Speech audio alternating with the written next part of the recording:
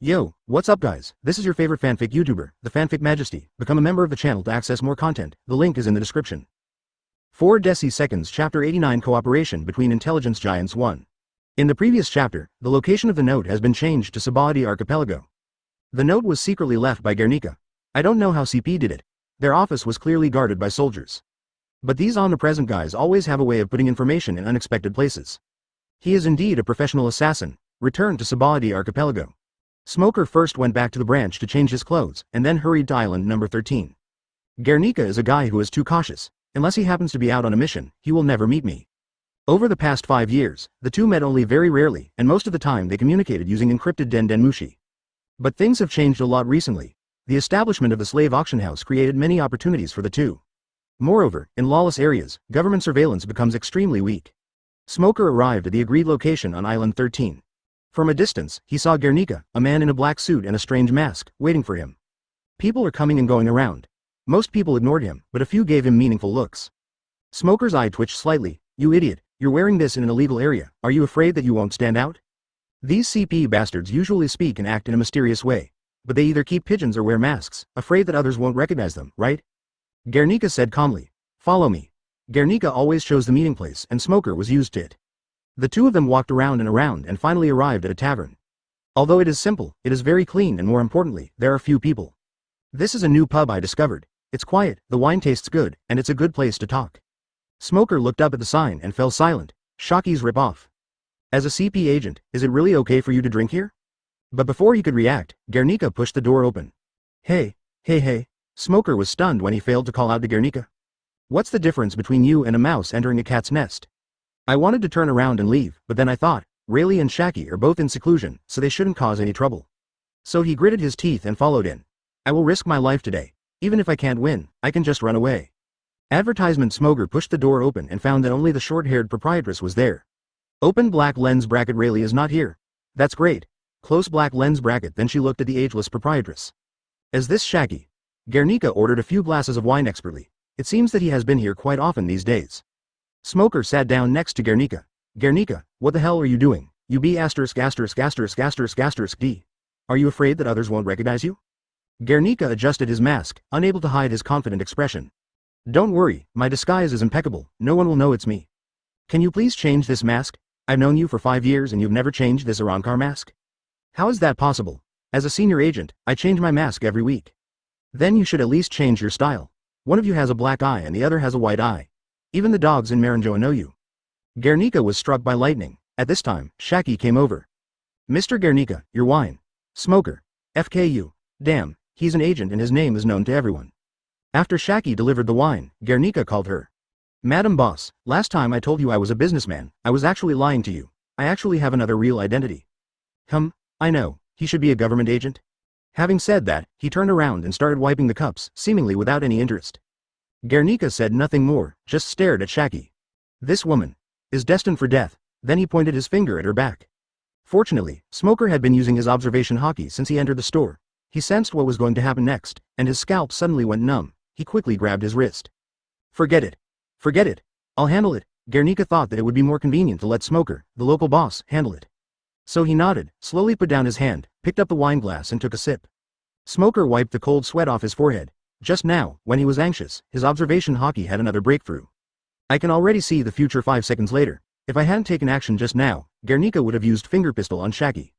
Shaky easily avoided it with a turn, and then used his backhand to knock Nika unconscious. I don't know what happened next. Fortunately, Nika didn't make a move, and Shaky is still busy with his own. Advertisement. Smoker pulled out a pack of cigars and took a long drag. Tell me, what do you want from me? Let's finish the talk and leave as soon as possible. I don't want to stay even a minute longer. Nika said quietly, another master has come to me and specifically asked for a fine slave. Exquisite? Are you kidding me? This was the code he and Nika agreed upon? The adults naturally refer to the celestial dragons. The best slaves are pirates with bounties exceeding 100 million. Initially, Smoker was worried that this kind of slave would be difficult to control and would hurt the celestial dragons, causing trouble for himself. But later he realized that he really underestimated CP's methods. Once, Nika took away 2 pirate slaves worth over 100 million. In just a few days, they were tossed like noodles and looked worse than ordinary slaves. Pirate slaves of this level are not only prestigious to bring out, but also tough and durable, and quickly became popular among celestial dragons. Thanks to his meritorious service in offering slaves and his good abilities, Guernica was quickly promoted and created a CP workplace legend. Smoker has since relaxed restrictions. Since you have a way, I naturally won't go against money. However, the only problem is that pirates with high bounties are not so easy to catch. I've said before, without intelligence, catching the pirates is all about luck. Especially those pirates with bounties exceeding 100 million, they're hard to come by. Smoker picked up the drink and took a sip. You're already the captain of CP3, but you are still so stingy when giving me information. I really don't know what you are afraid of. Guernica pulled at the brim of his hat. You should know that leaking intelligence is absolutely forbidden. Once exposed, we will be wiped out immediately. I am CP, the most loyal shield of celestial dragons. I will never do anything that violates the regulations of the world government. CP and Marine are both under the command of the world government. But public-to-public communication is called intelligence connection. Calling it an intelligence leak in private is not the same thing at all. Perhaps he had already regarded Shaki as a dead man, as he did not hide his true feelings when he spoke. Yeah, there was a hint of sneer in Smoker's eyes. As I recall, CP cannot marry or have children without approval, right? Didn't you violate that anyway? Guernica stood up suddenly. Although his expression could not be seen, his trembling body and clenched fists showed his excitement. You investigated me. Smoker chuckled. I wouldn't do such a boring thing. If you want to blame someone, just blame yourself for being so unlucky. Guernica. What do you mean? Chapter 90. Cooperation between intelligence giants 2. Smoker glanced at him calmly. Sit down. Smoker's eyes were not vicious, but they made Guernica's heart skip a beat. He hesitated for a moment, then slowly sat down. That's right. Don't worry, I don't intend to disclose your privacy, nor do I intend to coerce you. Guernica felt a little relieved. What do you know? How do you know? Smoker smiled. Your plan is ingenious. Half a year ago, I served as the intelligence liaison between CP and Naval Headquarters. No matter how often I came to the headquarters, it would not arouse suspicion. You never stay in the Marine dormitory, but stay in a small hotel by yourself, so that the government can be more confident in you. But no one could have imagined that your real target was the pregnant female boss. Her name should be Han Ya, right? Guernica stared at Smoker. Tell me, how did you know that? Veins bulged on his hands, hockey flowed through his body, and he was about to take action. Smoker chuckled. It's just luck. Hina's dormitory is right next to that hotel. The most important thing is that Hina has seen you. Every time you leave, the look in Hina's eyes, even a blind man can tell something is wrong. What? Guernica's eyes almost popped out. That's it. She obviously gives good gifts to every customer. Smoker doesn't need to say anything more. After all, Han Ya is just an ordinary person who doesn't even know his own identity, so how can he be a match for Hina? Hina doesn't need to do anything cunning, just a normal chat will give her enough information. He wanted to hide his wife, and he used the dark side of the lamp and the unexpected, but who could have expected that he would run into the muzzle of a gun? Guernica leaned back in his chair. Tell me, what do you want? This is a complete failure. Smoker smiled. What I want, as I just said, is the information about the pirates. After all, I'm a Marine, not one of those guys who wants to overthrow the world. You and I both belong to the world government. I have everything you have. The only thing I lack is intelligence. Especially intelligence on those hundreds of millions of pirates. Advertisement, even if this didn't happen, you asked me to search for the finest slaves, so I have to contribute, right? If I fail to complete the Celestial Dragon's mission, I won't be the one to suffer. Guernica was stunned. That's all? If that's all, there's nothing wrong with it. Most of the pirates' intelligence always has to be passed back to the Marine. What the other party wants is just timeliness. Smoker raised his glass. These are enough. I hope we can establish an alliance to share intelligence. As for the rest, we can discuss it later. Don't worry, I'm not the kind of greedy person. Those who work with me know that I will not let my friends suffer losses. Guernica was silent for a few seconds. This is true. So he raised his glass and clinked it with his. Okay, I agree. Please take good care of Han Ya.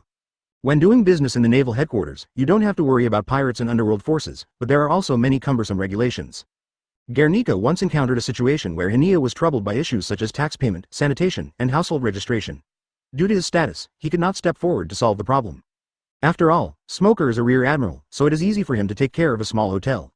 Smoker's chest. No problem, don't worry. At the same time, I was secretly happy. Finally got this guy into the water.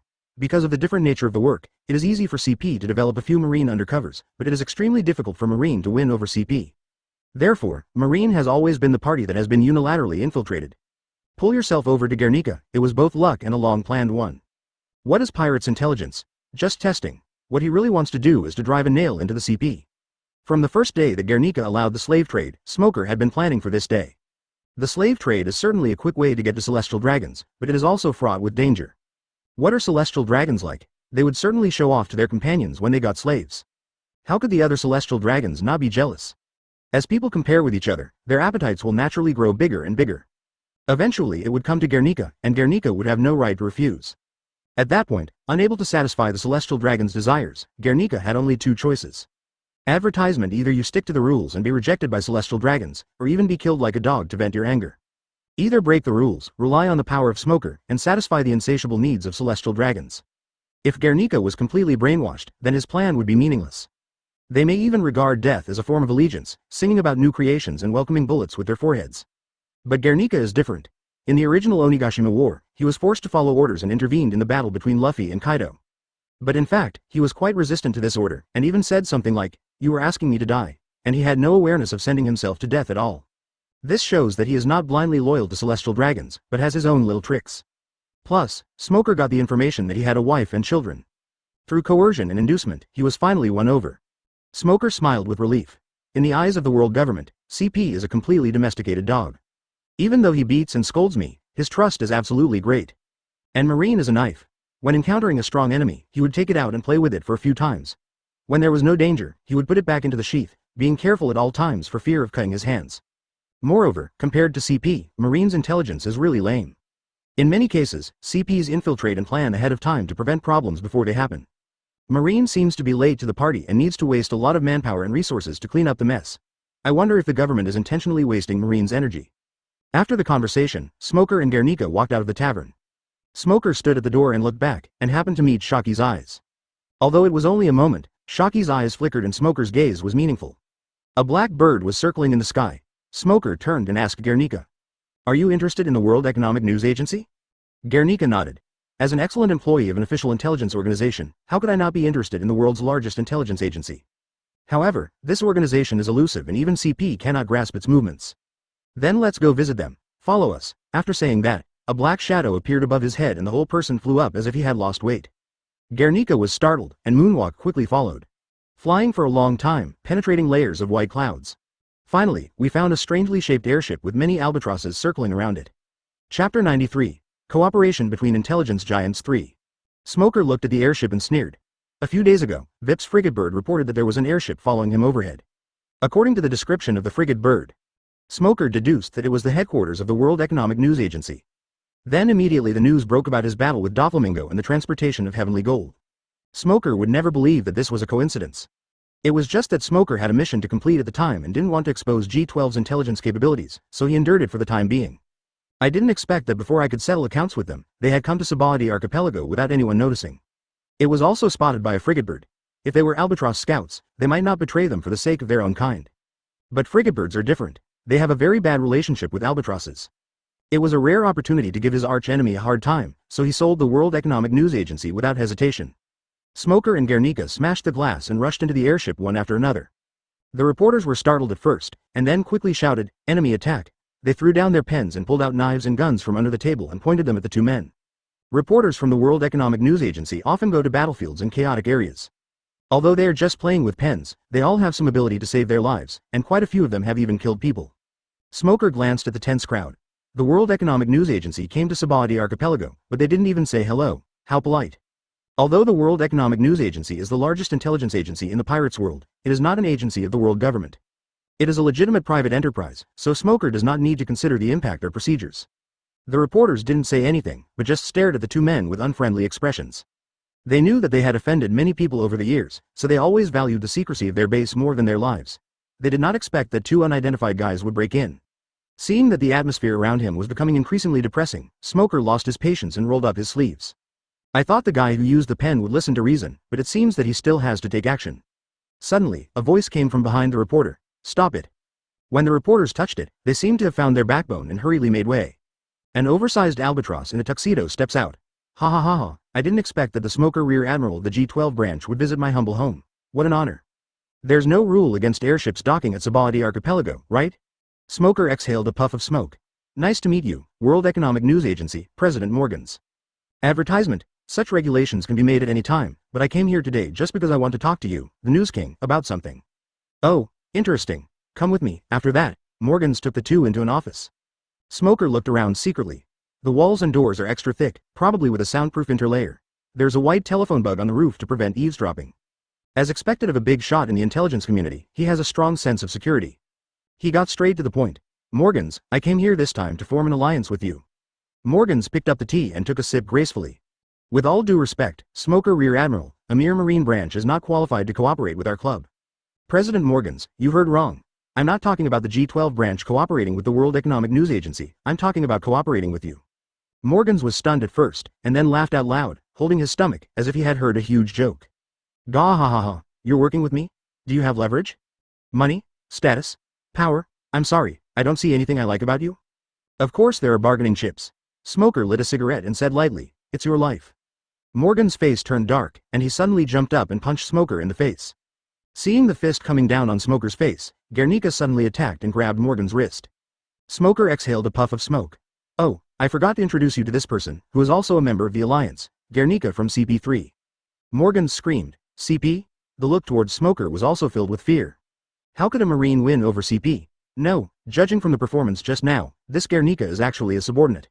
What's worse is that the other party did not hide his identity as Guernica and made it clear that he could defeat him. But, why? If you want to use yourself, you can't kill yourself or imprison yourself, so how can you ensure that you will be obedient? Smoker patted Guernica on the shoulder, and Guernica let go. Smoker quickly pulled his arm back and rubbed his sore wrist. Listen to what I have to say first. The most important thing for the three of us to form an alliance is to share intelligence. Advertisement, as for other things that require help, you can bring them up, but we need to discuss it. How about that? Morgans was somewhat dissatisfied. No matter how you look at it, it's your own fault. Perhaps seeing through Smoker's thoughts, Smoker smiled faintly. Morgans, you have the strongest group of reporters and most of the time you have first-hand information. But have you ever noticed that when it comes to major events that can change the situation at sea, it's actually very difficult for you to participate? Morgan's expression froze, and he nodded awkwardly. The Battle of God Valley, the Battle of Edwo, and the much-discussed destruction of fellow pirates. When I got the news, these major events had already been settled. All I can do is take a few more photos and send a press release to the world government. Smoker continued. The truth you spread is nothing but a fog deliberately spread by the government, Morgans. Are you willing to do this? You are a reporter. What's the point of not releasing the news in the first place? We are insiders after all. Even if we can't reveal the inside story, we can still create conditions for you to get closer to the truth. This statement hit Morgans directly in the heart. The whole person was furious. Yes, I am a reporter, how can I follow behind and pick up leftovers? Just when he was hesitant, Smoker dropped another bombshell. President Morgans, why do you stay in human beast form all year round? Morgans remained silent. He is the user of the albatross form of the bird fruit. He maintains his human beast form all year round in order to conceal his identity so that he can transform and escape at the critical moment. Actually, what you're doing doesn't make much sense. If the government wants to wipe you out, they'll wipe out everyone in your area. No matter what form you take, you can't escape. Don't you agree, Guernica? Guernica adjusted his hat and said nothing, but his meaning was self-evident. Morgans broke out in a cold sweat. Sure enough, am I still too naive?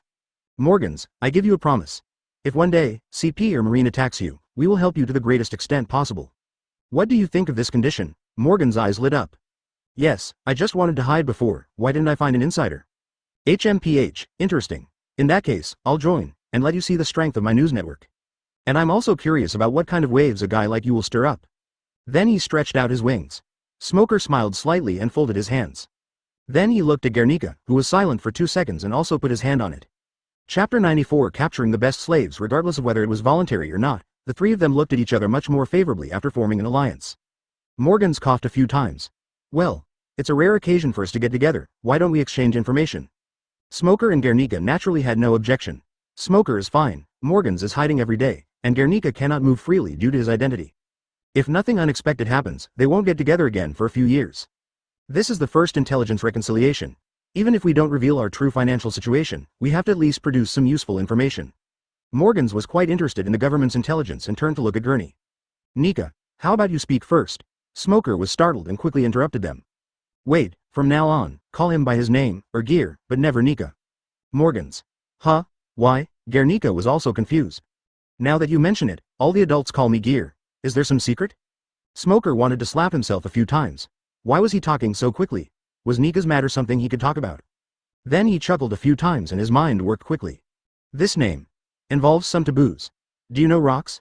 He used to go by the alias Nika. The celestial dragons would go berserk whenever that name was mentioned. Morgans, Guernica. Oh, I see, Smoker. The two of them didn't notice anything wrong, so they just followed his advice. There was no harm in it anyway. Then they continued to exchange information. Smoker secretly admired that his two companions had quite a lot in their stomachs. The division of various forces and secret illusions are easy to come by. And relying on his advantage of time travel, he also revealed a lot of information, which opened the eyes of the two of them. Smoker. Morgans, you better send a reporter to follow Doflamingo, that guy will make big news. Guernica. I heard that a few days ago a scientist destroyed a non-member country while testing weapons, but he defected because he was afraid of being held accountable. This news has been suppressed, and the CP is now doing its best to hunt him down. Morgans. I have a small report here. A female pirate destroyed the town. In order to maintain her beauty, she bathed in the blood of 100 girls. Smoker was stunned. Huh? So vicious? Although there are few female pirates on the sea, those who can make a name for themselves are more ruthless than male pirates. Killing 100 girls. Just for some beauty? Is this guy mentally ill? Morgans and Guernica nodded in agreement. Suddenly, Guernica thought of something. Is this female pirate's pretty? How much is the bounty? Huh? Morgans didn't expect Guernica to be interested. Of course she's beautiful, but the bounty should be 45 million Baileys. Wait a minute. Then he rummaged around in his desk and found a bounty that had not yet been published. Ah, here, Mio Libuda, nicknamed the Bloody Criminal, the captain of the Bloody Pirates ship. The latest bounty has not yet been announced, but it is 65 million Baileys. In order to take new photos of her, the Albatross reporter has been following her and she is expected to land in Sabadi Archipelago in 3 days. Smoker took the reward warrant and took a look at it. The photo shows a beautiful female pirate with fair skin, curvy figure, wearing a red pirate hat and green hair. She looks dignified yet charming. Guernica's eyes lit up. Advertisement, isn't this the high-quality slave that I've been searching for? Although the bounty is not over 100 million, she is beautiful enough to make up for the lack of bounty. Visiting Sabadi Archipelago in 3 days? Isn't this a coincidence? 3 days passed quickly. The pier of the lawless island number 7. A blood-red pirate's ship slowly entered the dock. Mio Libuda stood at the bow carrying a huge hammer. She is the user of the Paramecia hammer fruit, which allows her to turn anything she picks up into a warhammer. Guys, grab your supplies. We're going to set out from here to conquer the new world. Pirates. Oh, the pirates didn't notice that there were 2 strangers behind them. Just when they were feeling proud and satisfied, the deck suddenly turned black.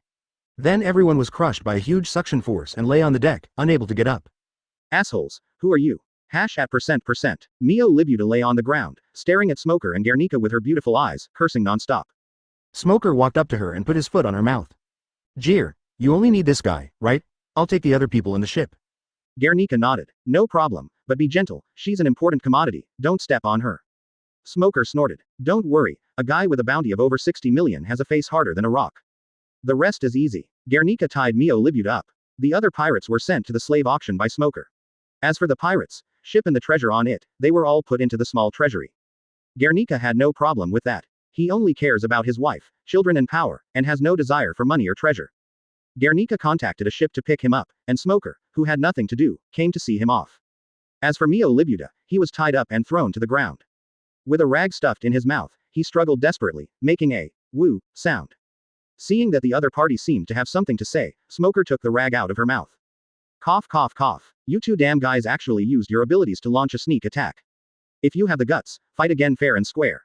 Smoker and Guernica looked at her as if she were a piece of sand. Mio Libuda said bitterly. Damn it, if I also had those powerful abilities, I would definitely smash you to pieces. Smoker said calmly. If you had powerful abilities, you would be dead now. If she was a Logia or a mythical beast user, Smoker would have killed her long ago, and Guernica wouldn't have been able to save her. But forget about the hammer fruit. It doesn't increase speed or strength, it just gives Smoker an extra hammer in his hand, which doesn't arouse Smoker's desire to kill people and take the fruit. You 2 bastards, I swear, I will use all means to avenge you for the rest of my life. Mio Libuda already knew that the guy in front of him was going to give him to the world's nobles.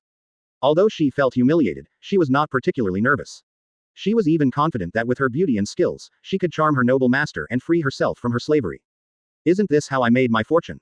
The procedure is very familiar. Advertisement. By then, these 2 guys will be forced to neither live nor die. Smoker guessed what Mio Libuda was thinking and just sneered. If she fell into the hands of an ordinary noble, this trick might really work. Over the past few hundred years, there have been many cases of slaves rebelling against their superiors. In the eyes of nobles of various countries, although slaves are lowly, they are still the same people as themselves. But celestial dragons are different. In their eyes, even the kings of various countries are just pariahs. As for slaves, they were no different from livestock. Even if this guy is favored in the future, he will at most change from a livestock to a pet, but he will never become a human. Hee hee, sad guy. Smoker pressed his foot hard and stomped her face into the dirt. For an executioner with blood on his hands, Smoker doesn't care whether he's a man or a woman. The world of pirates is not a place for boxing. Mio Libuda felt suffocated, his mouth and nose were blocked by mud, he could only whimper and twist his body, but it was of no use. Guernica frowned slightly. Smoker, face. Smoker then snorted coldly, raised his foot, and stared down at her. You are just pirates, don't act so arrogant in front of me. Remember the feeling of being stepped on just now. This will be the most dignified moment in the rest of your life. Mio Libuda breathed in the fresh air greedily and dared not say another word. At this time, a ship with no number and no special features in appearance came from the distance. Nika adjusted his hat and said, I should go now. Hania. Smoker. Don't worry, although I'm in G12, I also have friends in the headquarters, and I will take good care of her. Oh, there's one more thing I want to remind you. Quote question mark quote. Guernica. You said. Smoker pointed at Mio Libuda. More and more celestial dragons will come to you for slaves in the future. Don't take on too many like you did this time. Although you may try to please a few celestial dragons, you never know when you will cause dissatisfaction among other celestial dragons. In the long run, it will not be worth it. Guernica was stunned. What should I do? Guide them to the auction site. Our intelligence alliance has been established. There will be more and more pirate slaves at the auction house in the future. You need to guide celestial dragons to develop a habit of coming to the auction house, and make them feel that coming to the auction house itself is a pastime. At that time, you only need to disclose the auction item information to them in advance, and that will count as a credit. As for whether or not you can snatch the slaves, that depends on your own ability. I won't blame you if you lose. Although the merits of doing this may not be obvious, it will be better in the long run, and it will make celestial dragons rely on you even more. Guernica was stunned when he heard Smoker's words. In my impression, except for Sengoku and Suru, the rest of the Marines are stupid, big, black, and rough. When have you ever seen a monster like Smoker? We, the East Factory, no, we, the CP, need talents like you. Etc. Now that you are here, I don't know how it will turn out. Forget it, you'd better not come. Guernica nodded. Okay, I got it. Seeing that the ship was approaching, he quickly grabbed Mio Libuda by the back of the collar and flew away. From a distance, it looked like a dead dog was being dragged. Smoker watched him leave, remembering the information Guernica had given him a few days ago. Scientists rebelled. Geisa current. The time doesn't match, I'll check it out when I get a chance. Chapter 95. Sengoku's jaw drops. A few more months passed. The Sabayati archipelago has been completely transformed. Whether it is the orderly area or the illegal area, everything has been put on the right track. Merchants and residents are used to living in an orderly area. Pirates also naturally feel that they should stay in the lawless zone. However, Smoker did not relax his control over the lawless areas.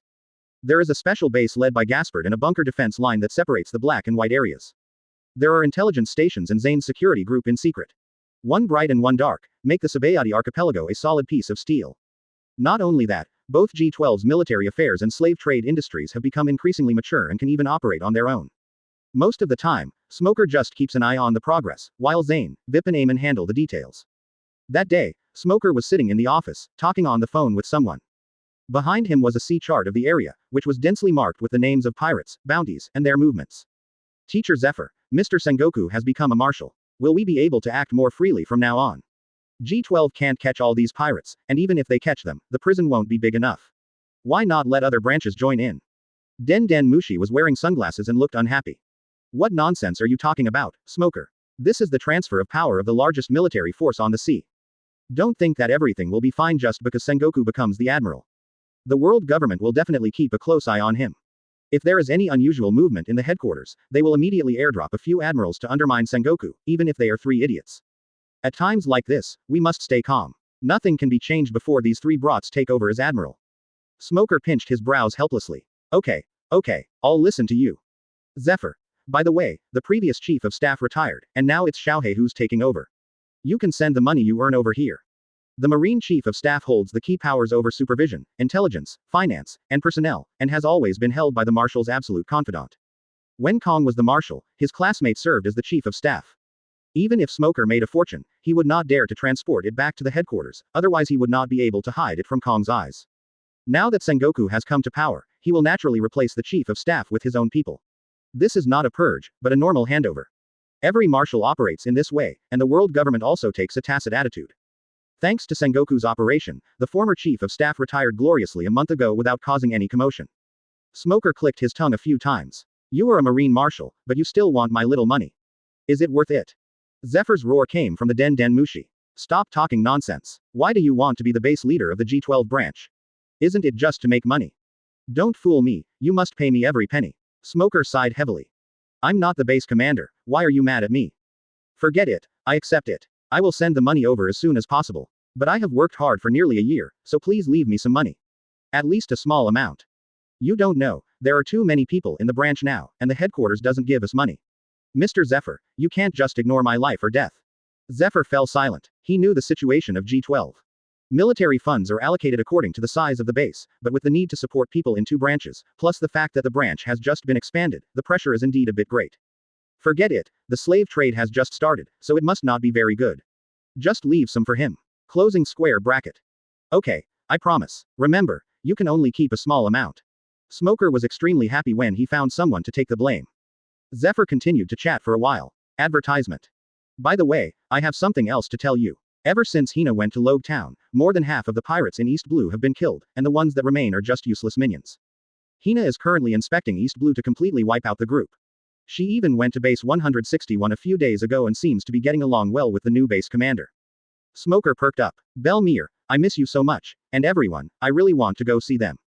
Zephyr chuckled. It's difficult. Rear Admiral can only operate within the jurisdiction. Cross-jurisdictional operations require approval. Let's wait until you're promoted to Vice Admiral. It shouldn't take too long for you. All right. Smoker sighed and said, I'll hang up now. I'll ask Ace to send the money over later. Smoker hung up the phone and looked back at the sea chart behind him.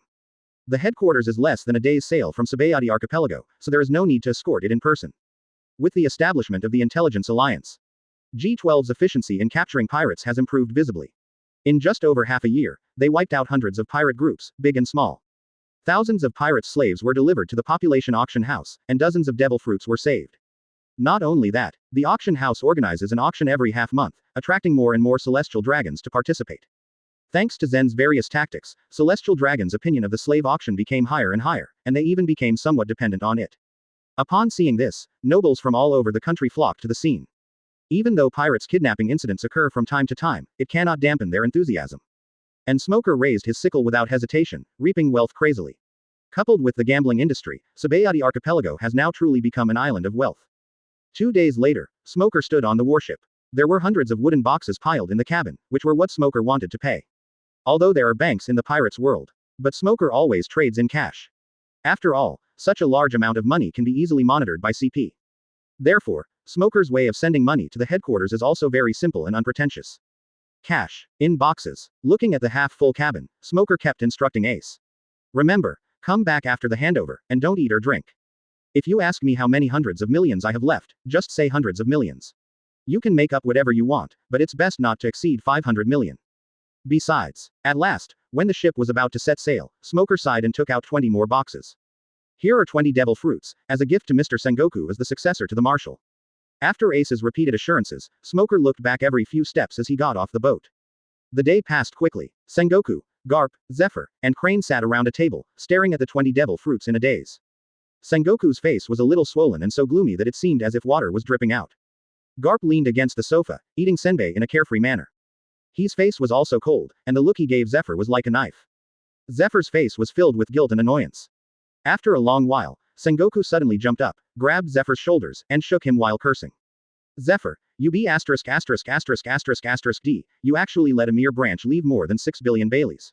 Do you know how much I need money? Advertisement. Zephyr pushed Sengoku away and said, get lost, old senbei. I didn't know that Brat was so capable of such trouble. Yesterday, the G12 branch sent over 30 billion Baileys, which stunned he on the spot. Ace did as Smoker said, put down the money and left. He is a well-informed veteran, and he could tell something was wrong at first glance. So he personally invited more than a dozen officers from G12 to have dinner. The chief of staff invited the colonel to dinner, and Ace couldn't refuse even if he had a few more heads, so he could only agree to have a simple meal. At the table, he took out a bottle of wine and said that he liked to have a drink when he was happy. Does anyone mind? Ace and others had no objection and quickly shook their heads and said, it's up to you. He drank a few cups tremblingly, his face turned red, and he said it was boring for him to drink, so he asked them to join him. Ace didn't want to agree at first, but when he saw that he was alone and half drunk after a few drinks, he felt relieved. 2 hours later, he left the room with a gloomy face, without any sign of drunkenness on his face. The dozen or so people from G12 were all sleeping soundly under the table. Suru hurriedly reported to Sengoku. The G12 branch earned more than 36 billion Baileys in half a year, and kept 6 billion for itself. Sengoku was totally blown up. This year, the world government cut military spending by 20% just to intimidate Sengoku into compliance. Sengoku and Surushu both lost their heads, but unexpectedly Smoker came to their rescue. 30 billion Baileys filled most of the hole in one go. 6 billion Baileys, enough to build another branch. Sengoku, who was eating senbei with Garp, was so shocked when he heard the news that his jaw dislocated. It took Garp's arm slap to put his chin back in place. But I still feel so heartbroken that I can't breathe. He quickly called Zephyr over and started scolding him. Zephyr was speechless after learning the truth, and felt extremely aggrieved. I thought Smoker had left hundreds of millions to fill the deficit, but who would have thought this guy would be so troublesome? He didn't say anything, but he also started to think secretly, how about getting Smoker to the general staff? After all, there is no shortage of strong fists in the Marines, but there is a shortage of brains. Looking at Garp who was crunching senbei next to me, this thought became more certain. The old guys quarreled for a while, then finally calmed down and started studying devil fruit. Sengoku. These, what do you think? Garp picked his nose and looked at the fruit. Pirates pursue nothing more than treasure and power, so after they get the devil fruit, they either eat it immediately or sell it. They will not keep it easily. It's a miracle that the kid can get so many fruits. He should go buy a lottery ticket, ha ha ha ha ha ha. He seemed nonchalant, but he had a crazy guess in his mind. However, without solid evidence, he couldn't say it even to his old friends, otherwise it would bring Smoker into big trouble. So, he simply attributed it all to luck. Crane nodded. Anyway, this is a good thing. With so many fruits, if used properly, we can develop a fighting force that cannot be ignored. Zephyr echoed. Sengoku, you can't let Smoker down. These fruits must be transformed into power as soon as possible. I know. Sengoku thought for a while. So, 6 will be given to young vice admirals, 8 will be given to rear admirals with potential. The remaining 6, see if there are any suitable candidates among the outstanding students in the elite marine expansion classes. The other 3 thought about it and had no objection. Sengoku touched his beard braid. Now that the money and the fruit are settled, let's talk about Smoker. Chapter 96 Appointment. The 4 old guys were at a loss as to how to arrange Smoker. Smoker himself successfully found a way out for Marine, which in a sense is equivalent to recreating Marine. But the problem is, this tremendous achievement cannot be made public. Don't even mention letting the world government know. Even the interior of the Marine must be kept tightly closed. Most Marines feel that the government and the headquarters are on the same page. If they knew that their leaders have been plotting against the government, I don't know what kind of uproar this will cause. Sengoku frowned as he looked at the dazzling row of devil fruits. How about promoting him to vice admiral? This way, he can legitimately become the base commander of G12. Sengoku said this with no confidence. Compared with Smoker's contribution, this reward was too insignificant. Hundreds of billions, it would be enough to kill several vice admirals. But you can't just give him an admiral, right? What do you want the government to think? What do those vice admirals who have endured for half their lives think? What do the pirates who want to become famous with admirals' kills think? Want to be an admiral? The most basic condition is to be able to escape unscathed when facing a top pirates group. Winning or losing is one thing, but we must not fall into the hands of the pirates, otherwise the entire Marine will lose face. With Smoker's current strength, being an admiral is a little bit of a stretch. He may not be able to deal with the attacks from the pirates, the government, or even the Marines. As expected, Zephyr immediately objected. I disagree. His promotion from private to colonel is already a rapid promotion, and his promotion to rear admiral is an exceptional promotion. The previous promotion, whether it was due to the assessment or the chief position, was always justified. Now, he has been promoted from rear admiral to vice admiral in just 1 year. How do you explain it? If it attracts the attention of the government, wouldn't that be an incrimination? Suddenly, his face turned gloomy. Don't forget, there are government rats in the Marine. The pain of losing his wife and son still breaks my heart. The world government was very good at judging people. In order not to weaken the Marine's strength, Zephyr swallowed his hatred for the government. But for the direct murderer who caused his family to be destroyed, Zephyr wanted to eat his flesh and sleep on his skin. Crane also agreed with Zephyr's opinion. Sengoku, calm down. Marshal Sora may have left, but his influence is still there. I don't recommend that Smoker be exposed so early. She rubbed her brows and pretended to be thinking hard. Advertisement. Why not transfer him to the general staff? I have more civilian staff here, so he won't be so conspicuous. Sengoku. As expected of you, Crane. The abacus is about to fall on my face. If I had any brains, I would never let such a tough guy do civilian work. At this moment, Zephyr suddenly remembered the previous call with Smoker. This guy wants to go around, right? Sengoku, I have an idea. You said. Smoker is a very practical guy. He doesn't care about empty titles like admiral, vice admiral, etc. He only cares about tangible benefits. Why don't you just give him the right to be free? Sengoku. Nani, what do you mean? I didn't tie him up, did I? Then, Zephyr told Smoker about the conversation he had with her a few days ago. Garp nodded in agreement. That's right, the rear admiral cannot leave the area without permission. The admiral has to guard the headquarters like a dog. It's more comfortable for the vice admiral. Smoker is a very insightful guy, just like me. Is this what great minds think alike? Sengoku and Zephyr looked at each other. One used shock wave, the other used crushing special effect, and they pounced directly on it.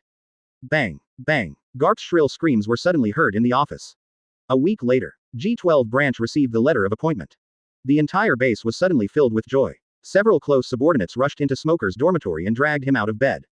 Congratulations, Smoker Rear Admiral. No, it's the staff officer. Now you are the legitimate base commander. Colonel, would you like to promote me as well? I am very reliable. Are you reliable? You were the one who brought back the hostages that the pirates let go. A-hole, I was just deceived. Who would have thought that such a beautiful woman was a pirate? Smoker looked at his noisy subordinates, confused. Fortunately, Ace was relatively calm. He sent the others out, handed the letter of authorization to Smoker, and gave a brief explanation. Smoker took the letter of authorization and said a few words. Resolved. Advertisement. Naval Headquarters Vice Admiral Cake resigned as Marine G12 Branch Base Chief. Naval Headquarters Rear Admiral Smoker was also appointed as the Naval Headquarters Staff Officer to take over the position of Base Commander. This order is hereby issued. The content is short but meaningful. Is this what Mr. Zephyr meant? You are so considerate. Closing square bracket. In the Marine job system, rank and job are two separate lines. In most cases, the two match. For example, if you want to serve as the branch base chief, you must have the rank of Vice Admiral. But occasionally there will be higher-low configurations, in which case we will choose the higher one rather than the lower one. The most representative one is Vice Admiral Crane. Her military rank was only Vice Admiral. But because he holds the position of Marine Chief of Staff, his authority is equivalent to that of Admiral. Smoker is the same now. The rank is Rear Admiral. But he also serves as the Headquarters Staff Officer, with authority equivalent to that of a Vice Admiral. This way, Smoker can enjoy the authority of Vice Admiral without being as conspicuous as direct appointment. Moreover, Smoker can legitimately take over the post of Base Chief of the G12 branch, and Cake will no longer have to occupy the position to prevent the world government from airdropping cadres. Ace looked very excited. It seems that the headquarters recognizes our achievements. To be honest, I was really worried about your previous actions. Smoker smiled slightly. This is what he likes most about Ace. When faced with his own orders, he may question them or worry about them, but he will still carry them out to the letter. Of course he couldn't say that this was what Sengoku and the others had meant, so he just laughed. I just took a gamble. Luckily I won. Smoker pointed to the sofa and said, sit down. I'm sorry for wronging you before. With this appointment, everyone can move. Especially you. With your strength and ability, you are more than qualified to be a Rear Admiral. Previously, Smoker was only the Rear Admiral. In order to prevent any interference, the headquarters did not assign another deputy base commander. Therefore, the ranks of the others were locked. As long as they stayed in G12, the highest they could get was Colonel. Now that Smoker has been promoted, the vacancy of Rear Admiral can be filled, and adding 2 people at once can be considered a major change. Ace was very happy, but he didn't act pretentiously. Don't worry, I won't embarrass you. The two chatted for a while, and then Ace left, leaving Smoker alone. Blue blue blue. Suddenly, the telephone on the table rang. Chapter 97. The world is so big I want to see it. Smoker picked up the phone. It was Zephyr. How is it? Did you receive the letter of appointment? This appointment is not worthy of your achievements, but you should understand. It's okay, this is fine. Smoker understands the principle that people are afraid of becoming famous and pigs are afraid of getting fat. The two exchanged pleasantries for a while, and Smoker suddenly said, Teacher Zephyr, there are 2 things I want to talk to you about. Go ahead. One is that it's time to make some moves in the branch. I want to apply to have Ace and Vip promoted to Rear Admiral and serve as deputy base commanders of G12. Oh, those 2 little devils. Ace is your deputy, and he ate the sticky fruit. His strength and ability are impeccable. Isn't Whip a little weak? Teacher Zephyr, don't underestimate him. He is the key figure who can determine the success or failure of a battle. Really, it seems that the rumors about him eating the waste fruit are not true. No problem, just report it if you think it's appropriate. Thank you, Smoker continued. The second thing is, after the 2 of them officially take over, I want to go out on my own. In the Marine Corps, the higher your rank, the more freedom you have. As Garp said, Vice Admiral is the most free level. As long as you arrange the tasks and report the situation regularly, you can go wherever you want. There is no need to make separate declarations when going to any country, and you can get supplies at any Marine base. Smoker also wants to feel this freedom. There was a brief silence on the other end of the Den Mushi. Turn around. Do it on your own. A guy like you wouldn't do something useless. What do you want to do? What do you want to do? Smoker thought for a moment. To gain more knowledge. After coming to this world, I first stayed in Suikoden Island, then stayed in Base 161 for 2 years, then went to the headquarters for more than 5 years, and now I am in G12. It seems that only Marine has appeared in my life. So, the world is so big, I want to go and see it. Let's see what Marine is like in the eyes of ordinary people. The plot of Pirates King is to see Marine from the perspective of the protagonists, so many people hate Akainu. But is this really objective? It is true that there are many bad guys in Marine, such as Commander Mouse and Gaspardi, as well as bad stuff like Valley of the Gods and Buster Call. Advertisement. But we cannot simply and crudely conclude that they are corrupt and dark. The joy and excitement of the civilians when they saw Marine cannot be explained by a simple policy of keeping the people ignorant. Zephyr could not help but remain silent. He also wanted to look around. However, Sengoku, himself and Crane were all tied up in the naval headquarters and could not leave unless they were on a mission. When we really arrived at those branch bases, they would only treat us with good food and wine, and we couldn't see anything. If we wanted to know anything, we could only read newspapers, tables, and documents. As for the only GARP that can wander around, that's all. Whatever you say, well, show us the world and see what a real Marine looks like. A few days later, the G-12 branch's warships are chasing the pirates. The two sides fired at each other, the artillery fire roared, and columns of water exploded on the sea. Whip ran to the captain's room and walked up to Smoker. We have confirmed the identity of the other party. It is the Jet Pirates. The leader is Garen Gang, nicknamed War Fortress. The bounty is 120 million Baileys. This guy is not only a pirate, but also an excellent scientist. Intelligence shows that there are many powerful weapons on his ship that can increase his combat power several times. Smoker raised his telescope. Indeed, the pirate's ship has a very strange shape, with mechanical arms and nozzles all around. Several times. In other words, with the help of the ship's mechanisms, this guy's strength is equivalent to about 300 to 400 million. Weipu nodded. That's right. Open black lens bracket talent. Close black lens bracket. Smoker began to think about how to get him to work for Marine. It would be a waste if such talents fell into the hands of celestial dragons, so they must not be made slaves. Even if he refuses to change his ways, he will be forced to do hard labor, work 8 full hours a day, and only be provided with 3 meals and snacks a day. He can only drink milk in the morning, and only have an hour for lunch break, so that he will die of exhaustion. Smoker picked up the Den Den Mushi and coughed twice. The broadcasting Den Den Mushi on the deck immediately opened its eyes. Listen carefully. I will not participate in this battle. I will leave it entirely to Ace and Vip to command. Everyone was stunned. Ace and Vip were even more confused. Advertisement. Smoker, what are you doing? Smoker hung up the phone. Your promotion applications have been submitted and will be approved soon. As you know, I've always wanted to travel around, so this is a test for the two of you to see if you can lead a team to defeat Supernova on your own. Also, that guy must be captured alive, and Enogenek is not allowed to participate in the battle. Enogenek has the explosion fruit, which is too powerful for opponents. If you touch it, the opponent's entire ship will explode. Ace and Whip looked at each other and nodded together. It's Staff Officer Smoker. Smoker looked at his men outside. After more than a year of training, the proportion of people with special abilities in the G-12 branch is frighteningly high. There are less than 200 people now, and there are more than a dozen people with special abilities. So, he gave his subordinates a tough task. Let's see how good their teeth are and whether they have the ability to capture a powerful supernova alive. Soon, the warships approached the pirates' ship and the two sides switched from shelling to gunfighting. Garen Gang was a short man standing on the side of the boat, with the Mediterranean Sea on his head and a large metal backpack on his back. 6 mechanical arms extended from the backpack, 2 of which fixed the body, and the remaining 4 each held a Gatling gun and launched crazy attacks. His crew also started shooting wildly with their guns. Smoker discovered that their guns were very advanced, far superior to the new muskets improved by Marine in terms of both firing rate and power. The mechanical arm on the pirates' ship actually picked up a cannon and fired a volley at the warship, immediately causing everyone and horses to fall to the ground. Smoker said he would not take action, so he did not take action. He just stayed in the command room and watched quietly. This ship, this weapon. Although it is not as exaggerated as the weapons developed by Vegapunk, it is still several generations ahead of Marine, and it really deserves the name of a war fortress. Close black lens bracket. If the people in the pirates' world didn't rely on weapons, we wouldn't be able to stop him. Although the G-12 branch is in a mess, its strength is there. Although the shelling caused considerable trouble, it was not enough to leave them helpless. The warship broke through the defense circle under a hail of bullets, and the thickened steel bow slammed into the pirate's ship. Unexpectedly, the mechanical arm on the pirate's ship seemed to come alive and directly grabbed the bow of the warship and pushed it aside. Fortunately, the two ships finally came into contact with each other, making a teeth-grinding sound. Slime came out of Ace's hands. Follow me and destroy the pirates.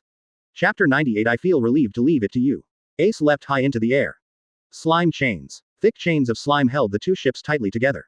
Several pirates were also affected and were covered in slime, like mice on a mouse trap, unable to move at all. The pirates were terrified and kept shouting. Oh no, there's someone capable among the Marines. Damn it, what is this slime? It's so sticky, I can't get rid of it, someone help me. Try using a knife. Damn, the knife got stuck too.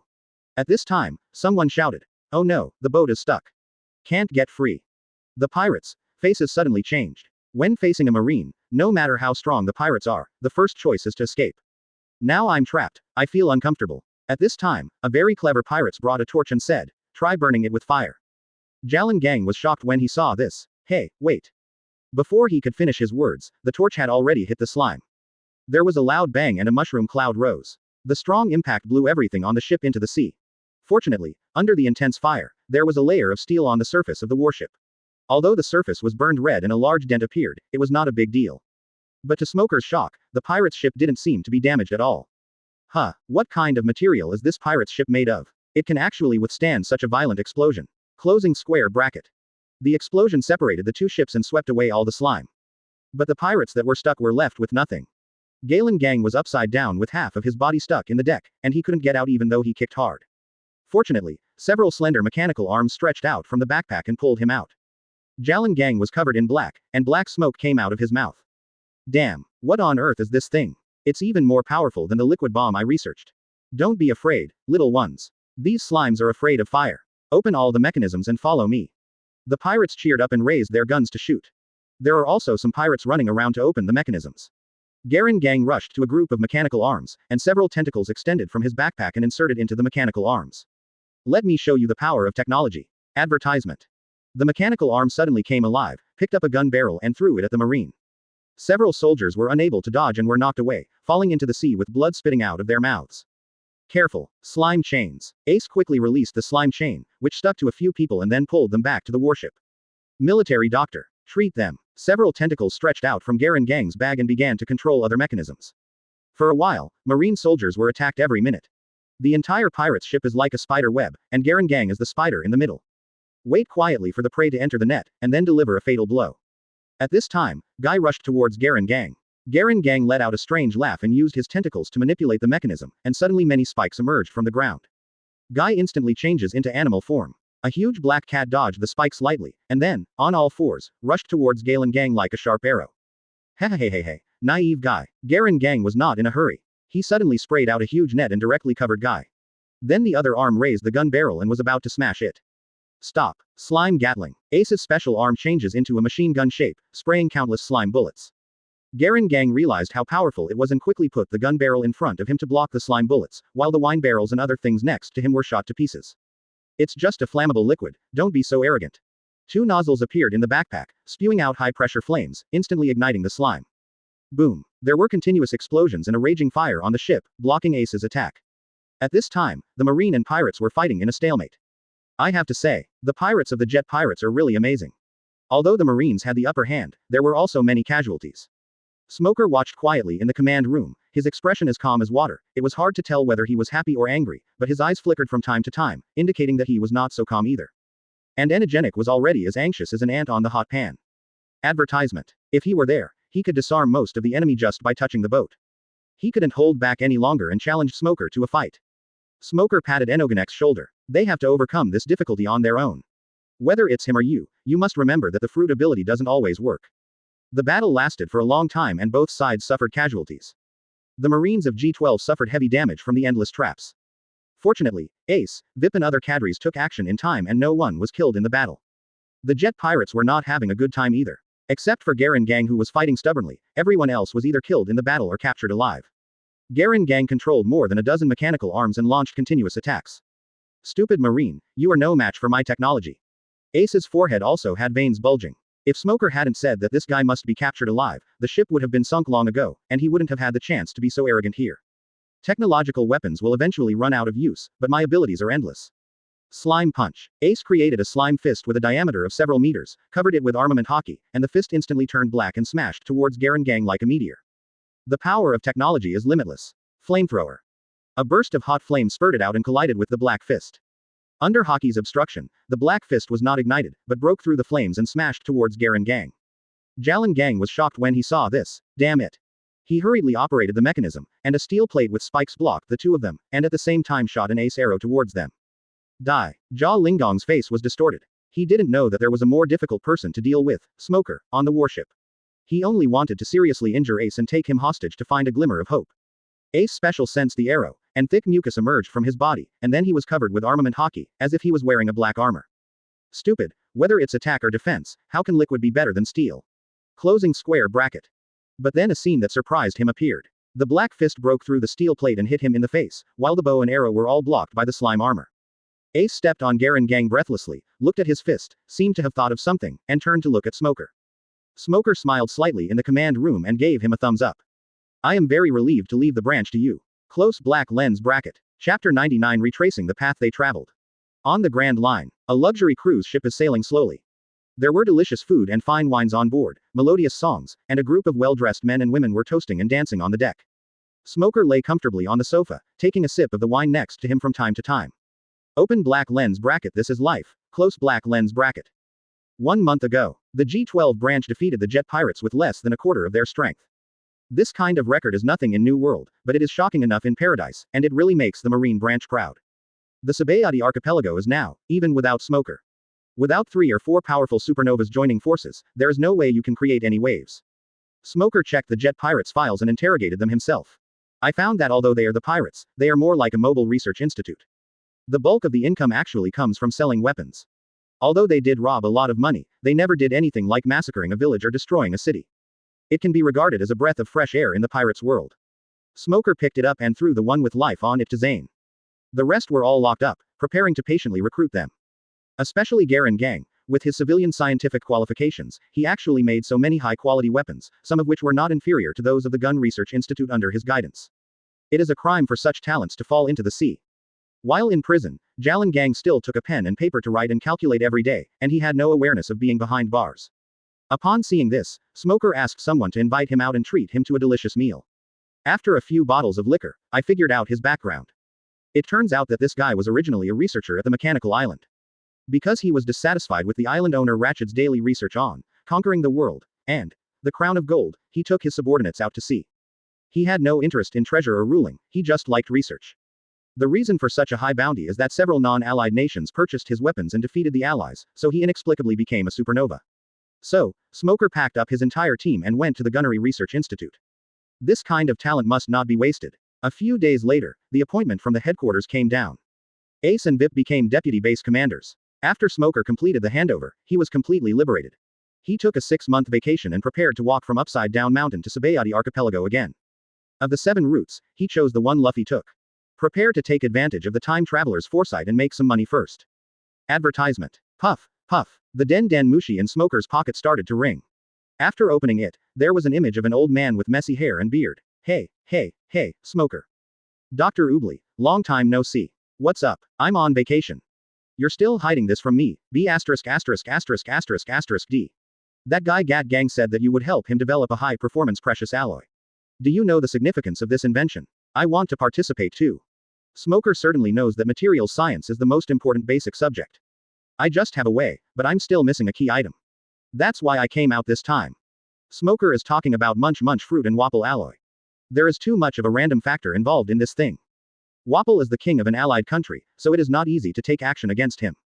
Moreover, he obtained the Wapple alloy by accident, so even with the Munch fruit, it might not be possible to replicate it. Dr. Oobly.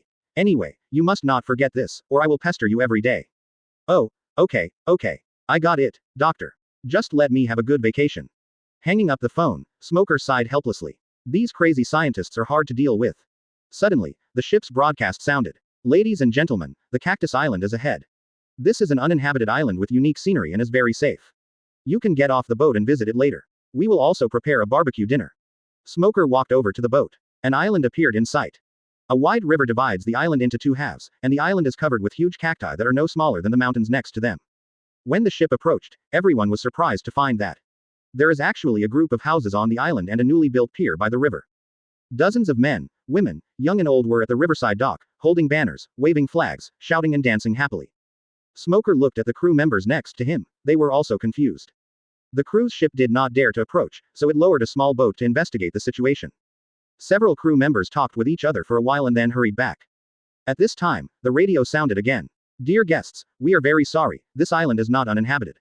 Now there is a new group of residents on the island, and they have established a small town called Whiskey Hill. The townspeople are very welcoming and invite everyone over for some wine, singing and dancing. There was a sudden cheer on the boat. Although tourists have no worries about food and clothing, it still feels a bit boring. They are all excited to hear that there is such a warm and interesting town. Advertisement. Then, the cruise ship restarted and slowly approached the dock. The islanders held flowers and wine, sang and danced with sincere smiles. The burly mayor was at the front, greeting everyone with a smile. Smoker stared at the townspeople. Opening square bracket ... This tradition has existed for so long. Closing square bracket. But he didn't show anything and got off the boat with the crowd. As soon as he got off the boat, a fat woman with a kind face put a bunch of flowers on Smoker's head. Oh he, handsome guy, welcome to Whiskey Mountain. Smoker took the flowers with a smile. Thank you for your enthusiasm. When did you build a town like this? I have checked the information before and found that this island is indeed uninhabited. Judging from the appearance of the cruise ship crew, they had no idea that there were people on the island. We came here by chance 2 months ago. We found the environment here is really good, so we settled here. Smoker looked around at the houses. They were indeed very new. 2 months ago. I see. Transportation on the Grand Line is inconvenient, so it is normal for a route to take several months. It is understandable that the cruise ship is unaware of the changes here. As for whether Smoker believes it or not, only God knows.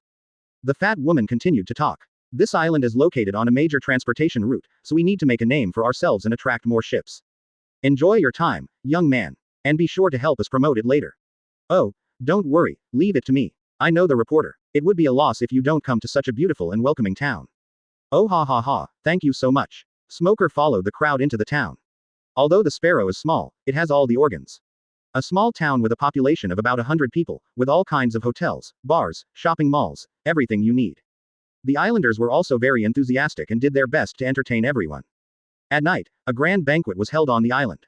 Passengers, crew members and residents gathered together, toasting, singing and dancing, and the entire Whiskey Mountain became a sea of joy. Smoker also drank glass after glass under the persuasion of several beauties. Soon, everyone was drunk and fell asleep on the ground. In the middle of the night, there was a cry of an owl in the distance.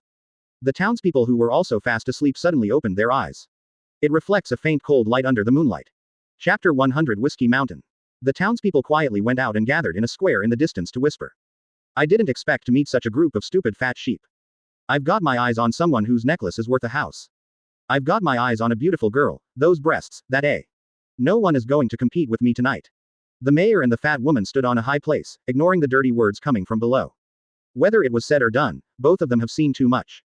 The mayor no longer had the kind face he had during the day, but was now full of gloom. The fat woman also held a knife and had a bloodthirsty expression. When everyone was gathered, someone couldn't help but shout, Boss, let's start, everyone can't wait. This is a rare fat sheep. It's enough to eat a full meal. The mayor stepped forward. Ha, no problem. It's time to enjoy the fruits of victory. The fat lady licked the blade. Goohaho, boys, it's still the old rules. Leave the gold and silver Baileys here, leave the weapons here, but the goods, people, ships, you can deal with them on your own. After hearing the leader's words, the greed that had been suppressed for a long time burst out like a volcano. The crowd shouted loudly, releasing their enthusiasm without any concealment. Suddenly, a voice came from the side. When there are pirates, we are pirate hunters. When there are no pirates, we are pirates. Your traditions in Whiskey Hill are really clever. Everyone was startled and looked in the direction of the sound. Smoker was seen slowly walking out from the shadows, holding a cigar in his mouth. He ignored the minions around him and asked the two leaders. Is your organization called Baroque Works? The mayor and the fat woman's faces froze for a moment, then quickly returned to normal. But their performances did not escape Smoker's eyes. It looks like Baroque. The others didn't see the wit in the three people's words. A tattooed and energetic young man stood up, cursing. Boy, are you drunk? What nonsense are you talking about? What's with the word badoc? Are you frightened and talking nonsense? Smoker was stunned and glanced at the others. In everyone's eyes there is either greed, ridicule, or suspicion. Advertisement. The only difference is that they were not as surprised as the two people above after being exposed. Judging from their expressions, these guys really don't seem to know anything about Baroque Works. At this time, the townspeople started shouting. This guy is from that ship. Kill him. Don't let him tip off. Several people jumped high, raised their knives in both hands, and chopped at Smoker's head. Shave. Smoker suddenly disappeared, and several people's attacks were in vain. Everyone was shocked and looked around for Smoker. Where are the people? Where did it go? The mayor and the fat woman were also shocked. Before they could say anything, Smoker's voice suddenly sounded behind them. I see. It seems that you two are the only ones from Baroque Works. That's right. Your organization is just starting out, so the selection criteria are probably quite strict. At the very least, this kind of garbage will definitely not be accepted. In that case, there's no need to keep anyone else. Under the horrified gaze of the crowd, a dark wave deeper than the night swept across the square. Suddenly, there were screams, wails and pleas for mercy in the square. Suddenly, the moon in the sky was blocked by thick clouds, as if it was being swallowed. It was pitch black all around, without a trace of light. After a long while, the dark clouds dispersed and the light of the moon filled the earth. The townspeople had all disappeared, leaving only the mayor and the fat lady standing there in a daze. Although he had a long sword in his hand, his eyes were wide open, his expression was dull, and his whole body was shaking as if sieved. Hundreds of people disappeared into the darkness, it was so shocking. Moreover, the square was originally paved with stone slabs and planted with flowers and green plants. At this time, it has turned into a white area, as if a thick layer had been scraped off. It's quiet now, those minions were too noisy just now. Smoker switched to a cigar, lit it, and walked slowly towards the two men. Tell me, who are you and what are your names? The mayor shuddered and swallowed hard. 11, I'm 11, and she's my partner, Grinny. Smoker snorted. Using a code name instead of your real name. You just like to be clever. Forget it, it doesn't matter what your names are, just tell me the information about Baroque and how you joined them. Advertisement. 11 and Grin were sweating profusely. But the situation is stronger than people, with knives and guns pointed at heads, all rules can be thrown aside. They looked at each other and hesitantly told each other everything. Originally, the two were an active bounty hunting duo, and were fairly well known in the nearby waters. Later he was recruited by Baroque Works, codenamed Mr. 11 Inches and Miss Green Day. 2 months ago, they received their first mission. Build the town of Whiskey Hill on this island and collect treasure and intelligence. These townspeople are all nearby pirates hunters. The two of them made a name for themselves to attract these people to come and make money. When there are pirates, capture pirates. When there are passenger ships, hijack them. They are also responsible for developing the organization's membership. After observation, the townspeople who are useful will be recruited into the organization, and those who are not useful will be eliminated when opportunities arise, and then replaced with a new batch. As for Baroque's intelligence, the two of them have been members for too short a time and don't know much. Smoker listened quietly, his expression showing no emotion. After they finished talking, they didn't dare to move and could only stand aside with trepidation. According to the timeline, Crocodile was recently defeated by Whitebeard and now comes to Alabasta to develop. The Baroque was in its infancy, and its scale was far from reaching the level that would later affect national wars. Speaking of which, Smoker was actually very curious about Crocodile and wanted to have a tryst with him. But the opponent's strength is 2 Schrodingers. There is no benchmark from 80 million to 1.6 billion. If his strength matched that of Luffy who had just entered the Grand Line, Smoker was confident that he could crush him to death with one hand. But if the target is Bullet, Smoker can only say that he can't afford to offend and run away first. Smoker didn't move for a long while. Seeing this, Mr. 11 gave Miss Midori a look. Miss Midori understood what he meant, took 2 steps forward, and suddenly snatched the knife from the ground and slashed at Smoker. Smoker suddenly raised his eyes and looked coldly at the slow-motion attack. He stretched out his finger, ready to finish her off with the finger pistol. Suddenly, Smoker seemed to notice something. He looked into the distance with some surprise and stopped attacking. Miss Green Day's knife slashed Smoker's neck fiercely. It was as if he had hit iron felt, with a ding sound and a trail of sparks, but not even the skin was broken. Bang! A gunshot was heard in the distance. Chapter 101 You Can't Control It. The gunshots occurred on the cruise ship. A bullet shot directly through the heads of Mr. 11 and Miss Green Day. Smoker looked at the cruise ship with a surprised expression. The cruise ship was at the dock and he was in the square, at least 2 kilometers away from each other, and he was able to shoot 2 people in the head with one shot. This kind of shooting is rare even in naval headquarters. After a while, a blond boy came out. The boy was very young, looking even younger than Smoker when he first arrived at base 161. He was wearing a casual shirt and beach pants, with a gun in his arms. The gun was exceptionally slender, with a barrel longer than the boy's, and a blade more than 2 feet long on the top, like a naginata. Isn't this guy a tourist with me? His name should be Sanai, right? Closing square bracket. I didn't expect you to be this capable. I remember that he didn't get off the boat to attend the party. Did he see through the trap? What a sharp guy. Closing square bracket. Sanai walked over to Smoker. Big guy, are you okay?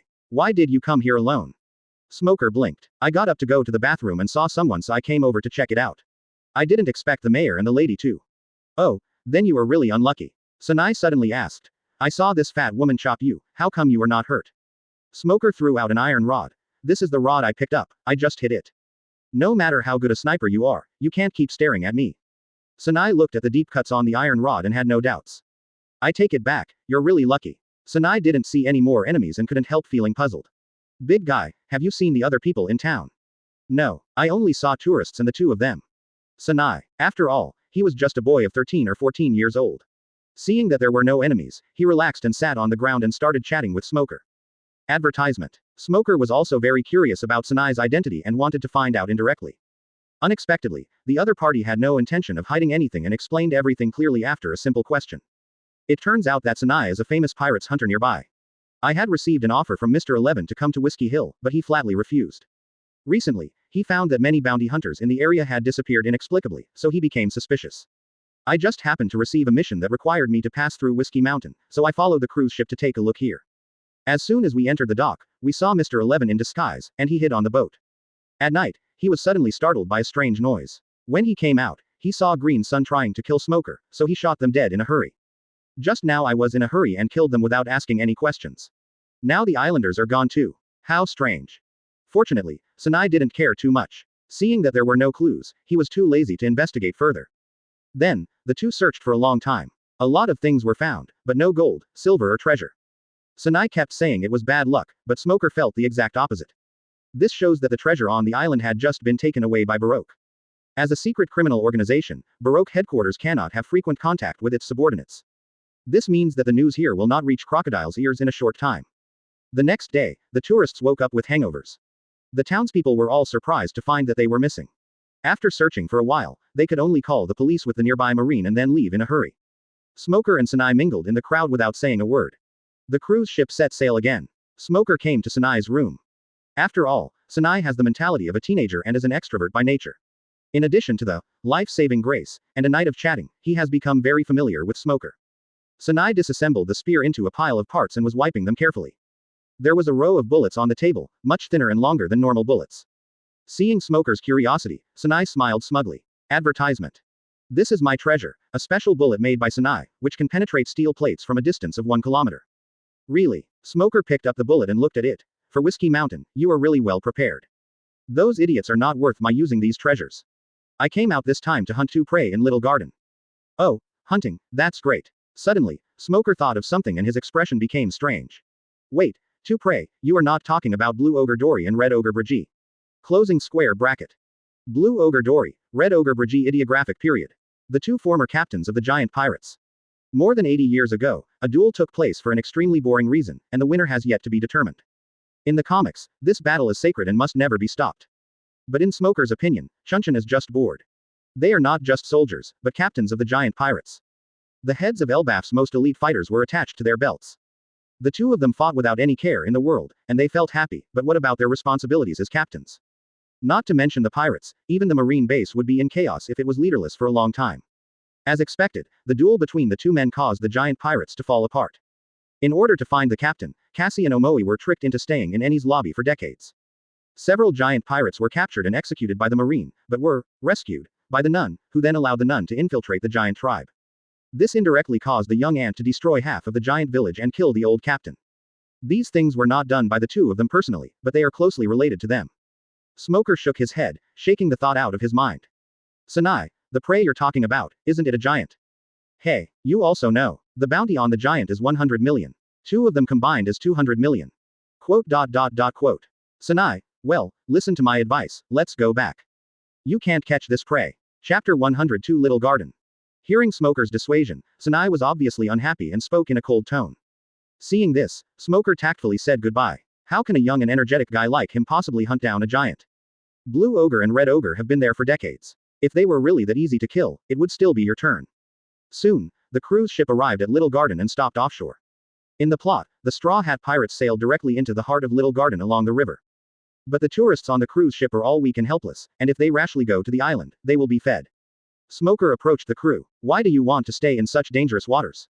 The crew member said respectfully. Dear guest, we don't have a permanent pointer, so we need to stop and store the magnetic force. Don't worry, although there are many wild beasts on the island, it's still relatively safe on the sea. Safety. Smoker looked at the teeth marks clearly visible on the edge of Little Garden.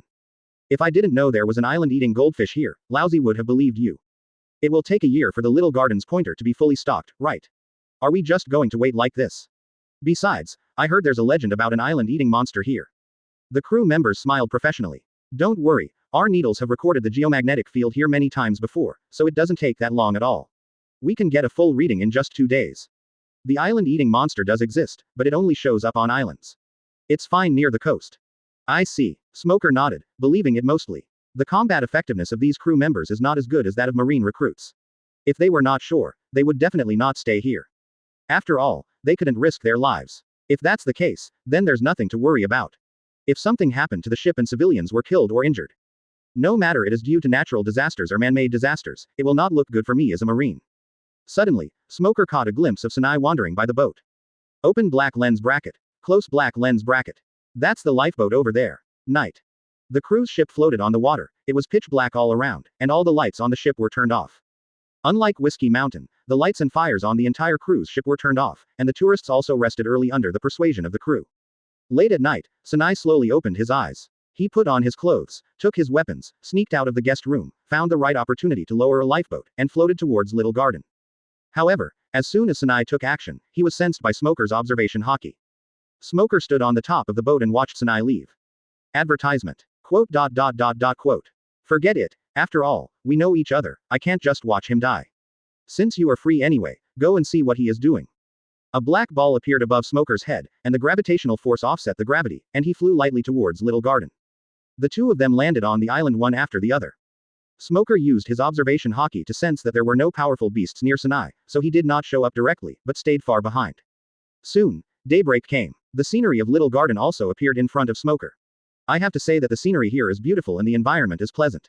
From time to time, the sounds of birds and animals can be heard in the jungle, and the scene is full of vitality. It really lives up to the name of a garden. Through a jungle, Smoker was surprised to see several huge creatures with long necks eating the leaves. Although he already knew it, he still couldn't help but shout out loud. Dinosaurs. Oh my god, living dinosaurs. Ahahaha. In my previous life, I was a senior reptile enthusiast. Ever since I watched Jurassic Park, I have always dreamed of seeing real dinosaurs. I never expected that my dream would come true after traveling through time. The dinosaur glanced at the noisy and tiny creature and continued to eat leaves. Boom. A dull sound came from the distance, and the whole earth trembled slightly. There was an earthquake, but the dinosaur next to him ignored it and continued to eat the leaves slowly, and he reacted instantly. This is the signal for the giants to fight. Volcanic eruption. Closing square bracket. Smoker quickly moonwalked up to the sky. Sure enough, in the distance, a huge volcano was emitting black smoke, and two figures larger than dinosaurs were rapidly approaching. Oh, it's begun. Suddenly, a cry came from higher in the sky. When I looked up, I saw it was a little bird. No, not small either. No, it's quite big. Wow, it's so big. A giant eagle swooped down, grabbed Smoker and flew away. From a distance, it looks like a mouse was caught. Smoker. The giant eagle was extremely fast, speeding over Little Garden at lightning speed. Smoker overlooks the scenery, which is surprisingly quite interesting. The two giants finally collided. One of them held a knife, the other held an axe, and they fought like ancient titans. Wherever the knife and axe passed, rocks collapsed and trees broke, as if they had experienced a typhoon. Oh, is this the power of a giant? I'm speechless. Close black lens bracket. Advertisement. Unfortunately, the giant eagle had no interest in this. Smoker was dragged away before he could even take a few glances. After a while, the giant eagle returned to its nest. Squeak, squeak. Deep in the nest were two little heads with big mouths waiting to be fed. Smoker's face froze. Do you really take me for a rat? He quickly turned over and escaped from the eagle's claws, dragging out a pile of meat from the dark space and throwing it out, while taking the opportunity to hide in the corner. Seeing a pile of meat suddenly appear, the giant eagle was a little confused. He looked at Smoker, then at the meat, and seemed to have no idea why the prey this time dropped gold coins. If you can't figure it out, just forget about it. Feed the child first. The giant eagle began to tear meat to feed its chicks. As for Smoker, the rat, let's leave it aside for now. Smoker just watched quietly, and suddenly he was pecked on the back. Looking back, there was a young eagle. However, compared to the other two, this one was much smaller and had many scars all over its body, many of which were from pecks and scratches. The eagle's stomach was shriveled, and it was obvious that it was extremely hungry. However, as it watched its brothers feasting on the food, it could only hide aside with envy and did not dare to come forward at all. Smoker immediately understood what had happened to the young eagle. Eagles give birth to several cubs each time. The last one to hatch will be bullied by its older brothers because of its smallest size. They either starved to death because they couldn't get food, or were pecked to death by their brothers. What's more, when food is scarce, their mothers will treat them as reserve food, tear them into pieces and feed them to other children. Smoker didn't want to care at first, but when he saw the longing look in her eyes, he softened his heart. What a poor little fellow. Then he took out the piece of meat and stuffed it into its mouth. The young eagle's eyes lit up, but without daring to make a sound, it began to eat voraciously. In this way, the eagle fed the two eaglets outside, and Smoker fed the eaglet inside, and there was temporary harmony in the bird's nest. After feeding the two baby birds, the mother eagle ignored the little eagle and began to rest. Of course, I didn't pay any attention to Smoker. After all, it's easier to keep food fresh when it's alive. The mountain wind whistles, and the little eagle shivers. After a while, he couldn't stand it anymore and leaned on Smoker for warmth. Smoker didn't know whether to laugh or cry, but looking at Kitty's big watery eyes, he couldn't bear to push her away. Forget it, I'm afraid of you. It just so happened that I didn't sleep well the day before and was a little sleepy. He took out a blanket from the darkness, hugged his little eagle, and fell asleep in a daze. Chapter 103 New Friend, Little Mouse. After sleeping for an unknown amount of time, Smoker was awakened by a shrill scream. When he opened his eyes, the mother eagle was gone, and the two eaglets were tearing the eaglet apart. Smoker frowned slightly, kicked the two little eagles one by one, and then hid aside with them in his arms. Seeing how pitiful it looked, I tore off a piece of meat and stuffed it into its mouth. The eaglet chirped joyfully and began to swallow big gulps. Suddenly, Smoker heard sobbing next to him. The other two eaglets were looking on pitifully. Alas, the law of the jungle is the law of nature, why should I bother with a few birds? Then he threw a few pieces of meat over. The other two eaglets instantly forgot their worries, happily devoured the meat, and stayed motionless in the nest. Smoker took out some medicine to heal the eaglet. He muttered to himself while healing his wounds. Ah, who made you weak? I can help you temporarily, but I can't help you forever. The little eagle had many wounds, both new and old. Many of them had become infected and festered, and Smoker had to open the wounds again to drain the pus. The little eagle was very sensible and kept silent from beginning to end.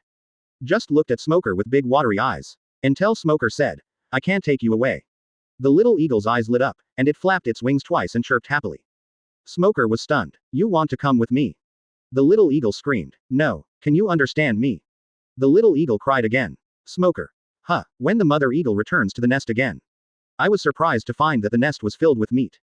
It chirped happily and hurried to feed its two babies, not noticing that the youngest cub and the stored food were missing. Smoker walked through the jungle with the little eagle. The little eagle is now more than half a meter taller than Smoker, and can already jump up by flapping its wings. It seems that it is not far from learning to fly.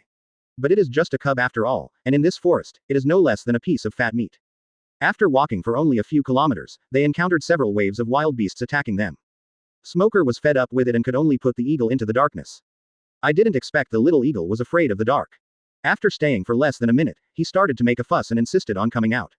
Advertisement. Helplessly, Smoker could only suck half of it in, leaving only the head in his chest. At first glance, it looks like a gift to the gifter. Many beasts stopped immediately when they saw this strange shape. This thing, isn't it dirty? Soon, Smoker came to the place where he had seen the giants fighting before. With this guy's eyesight and shooting skills, he shouldn't be eaten by a dinosaur. Where did he go? He wouldn't be stupid enough to fight two giants at once, right? To deal with one of them. If you are lucky, the opponent is determined to duel and may not bother to kill you, so he will just let you go. If both of them were here, with one slap, it would probably shatter into pieces finer than ashes. Smoker closed his eyes and activated observation hockey. The auras of the two giants were as clear as two lighthouses in the dark night. But there were too many creatures on the island, and it was impossible to tell which one was Sinai. No way, it depends on luck. Smoker picked a random direction and rushed over. When we arrived at the source of the breath, we saw a giant warrior with an iron face helmet and a long beard, humming a little tune while grilling a whole dinosaur. A sword more than 10 meters long was stuck in the ground, covered with Madara marks. As this blue ogre Dory, looking at that mountain-like body, Smoker secretly clicked his tongue. In the comics, because there are giants like the Elephant Lord, the Sea Kings, and Oz, it feels like the giants are just like that. But in fact, Blue Ogre Dory is 22.8 meters tall, as tall as 6 or 7 floors. A 1.8 meter tall person standing in front of him is shorter than a sign pen. Smoker just came up behind Dory. The opponent suddenly drew out his sword and swung it with his backhand, and the powerful wind pressure blew down the surrounding trees. When the wind and sand stopped, the tip of the huge sword was less than half a meter away from him, right at his nose. Smoker. Kitty. Sigma, circle dot operator hollow down pointing triangle circle dot operator, A. Dory stared down at Smoker. He, you thief, who's here to take my head? Such a powerful aura appeared behind me without any disguise. This is really underestimating me. Smoker was stunned. Could it be that these two giants also have the ability to see? That's right, I've already applied the armament patches, so I won't make a difference with an observation patch. But, this is probably not good news for Sinai. When the smoke cleared, Dory saw Smoker's appearance clearly and couldn't help but exclaim. 2 heads, one of them is a bird's head. Is there such a strange race in the sea? Advertisement. Smoker quickly waved his hands to explain. Sorry, Captain Giant, I have no interest in your heads. I came here just to find my friend. I see. Dory had no doubts, or was too lazy to doubt. He slowly put away his sword. I like people who value their companions. Now that we've met, there's no reason for me to let you go hungry. The meal is ready, so let's eat together. Squeak, asterisk, carrot, asterisk. The little eagle's eyes lit up and he was about to stick his head out. Smoker quickly pressed it back. Thank you for your kindness. I have to go find my friend. If he is not with you, then he should be with Captain Brigitte. Excuse me. I see. Dory nodded. By the way, your friend came to Little Garden. Smoker looked a little embarrassed, hesitating and unable to speak. Actually, he's here to take your heads. Hey. Dory slapped his thigh and laughed, causing the surrounding birds and animals to flee. At this time, the volcano in the middle of the island erupted again. Dory stopped smiling and slowly walked towards the volcano. What an interesting guy. Since your friend's goal is to take our heads, then join me. Quote ? Quote. Dory's attitude was somewhat beyond Smoker's expectations. Although the other party is pirates, Smoker secretly admires the other party's generosity. Wouldn't you please remind Captain Brigitte? My friend is a pretty good sniper. He, there's no need. Sniper, boxer, killer, whatever he is. Even if the island sinks, even if meteorites fall from the sky, as long as this volcano erupts, he will appear in the center of the island on time. Smoker rubbed his head. It's crazy, but not annoying at all. Okay, I'll leave it to you. Set off. Dory unceremoniously lifted Smoker into his palm and strode towards the volcano. Brigitte was already waiting there, fiddling with something. The two met and spoke at the same time. Dory, I met a little mouse. Brigitte, I have a new friend. Chapter 104 Two Roads. Dory and Brigitte were both stunned. Smoker quickly looked down and saw that Brigitte was holding Sinai in his hand. He was wearing a camouflage suit made of animal skins and leaves, and his eyes had rolled back and he had fainted. Brigitte held him like a mouse. Dory. Hey, is this your friend? Smoker nodded quickly and jumped in front of Brigitte. Captain Brigitte, I apologize for this fool's behavior. Could you please spare him? Brigitte stretched his big head in front of Smoker, staring at him, and his breath made his hair fly. It smells so strong. Brigitte suddenly burst into laughter. Caw paw paw paw paw, you two-headed boy, you are you, and your friend is your friend. As a pirate, I won't take my anger out on you because of your friend's behavior, don't worry. But, I am a pirate. Since your friend chose to shoot, we are enemies to the death. I will not change because of your words. Smoker scratched his head helplessly. Don't be so unkind, Captain Brigitte. There must be a solution. It's not impossible. Brigitte threw Sinai into a pile of grass. Smoker took a quick glance and was relieved to see that he could still moan. I silently thought to myself, you idiot deserves it. Brigitte clapped his hands. It's not impossible to save him. I'll give you two ways. One is to follow our Elbaf tradition and have a pirate's showdown with me. As long as you defeat me, let alone this little rat, you can even give me my life. One is to take out the treasure that will make my heart beat, and redeem this guy. But on this isolated island, there aren't many things that can move me. Caw paw paw paw. Smoker nodded and released the little eagle inside him. Dory, Brigitte, it's actually a bird. Closing square bracket. Smoker then walked to a clearing. What if I want to try them all? Brigitte was stunned, then burst into laughter. Dory, you are the one who brought him here. He is such an interesting guy. Smoker bumped his fists together, making a metallic clanging sound. Come on, Captain Brigitte, let's start with the first method. I happen to be very interested in the legendary giant Captain too. Captain Dory, I'll lend you my opponent once, is that okay? Dory stroked his beard and laughed and nodded. Haha, no problem. Advertisement. After saying that, he picked up Sinai and Xiaoying from the ground and stepped aside, leaving the battlefield to the two men. Smoker and Brigitte stood opposite each other. Suddenly. By the way, Captain Brigitte, do you know hockey? Brigitte was stunned. Huh. Yes, what's wrong? Smoker waved his hand nonchalantly. Oh, nothing, just asking. Yes, I knew it. Brigitte attacked first, raising his axe and striking at Smoker. Smoker's eye twitched. Although I can foresee the future.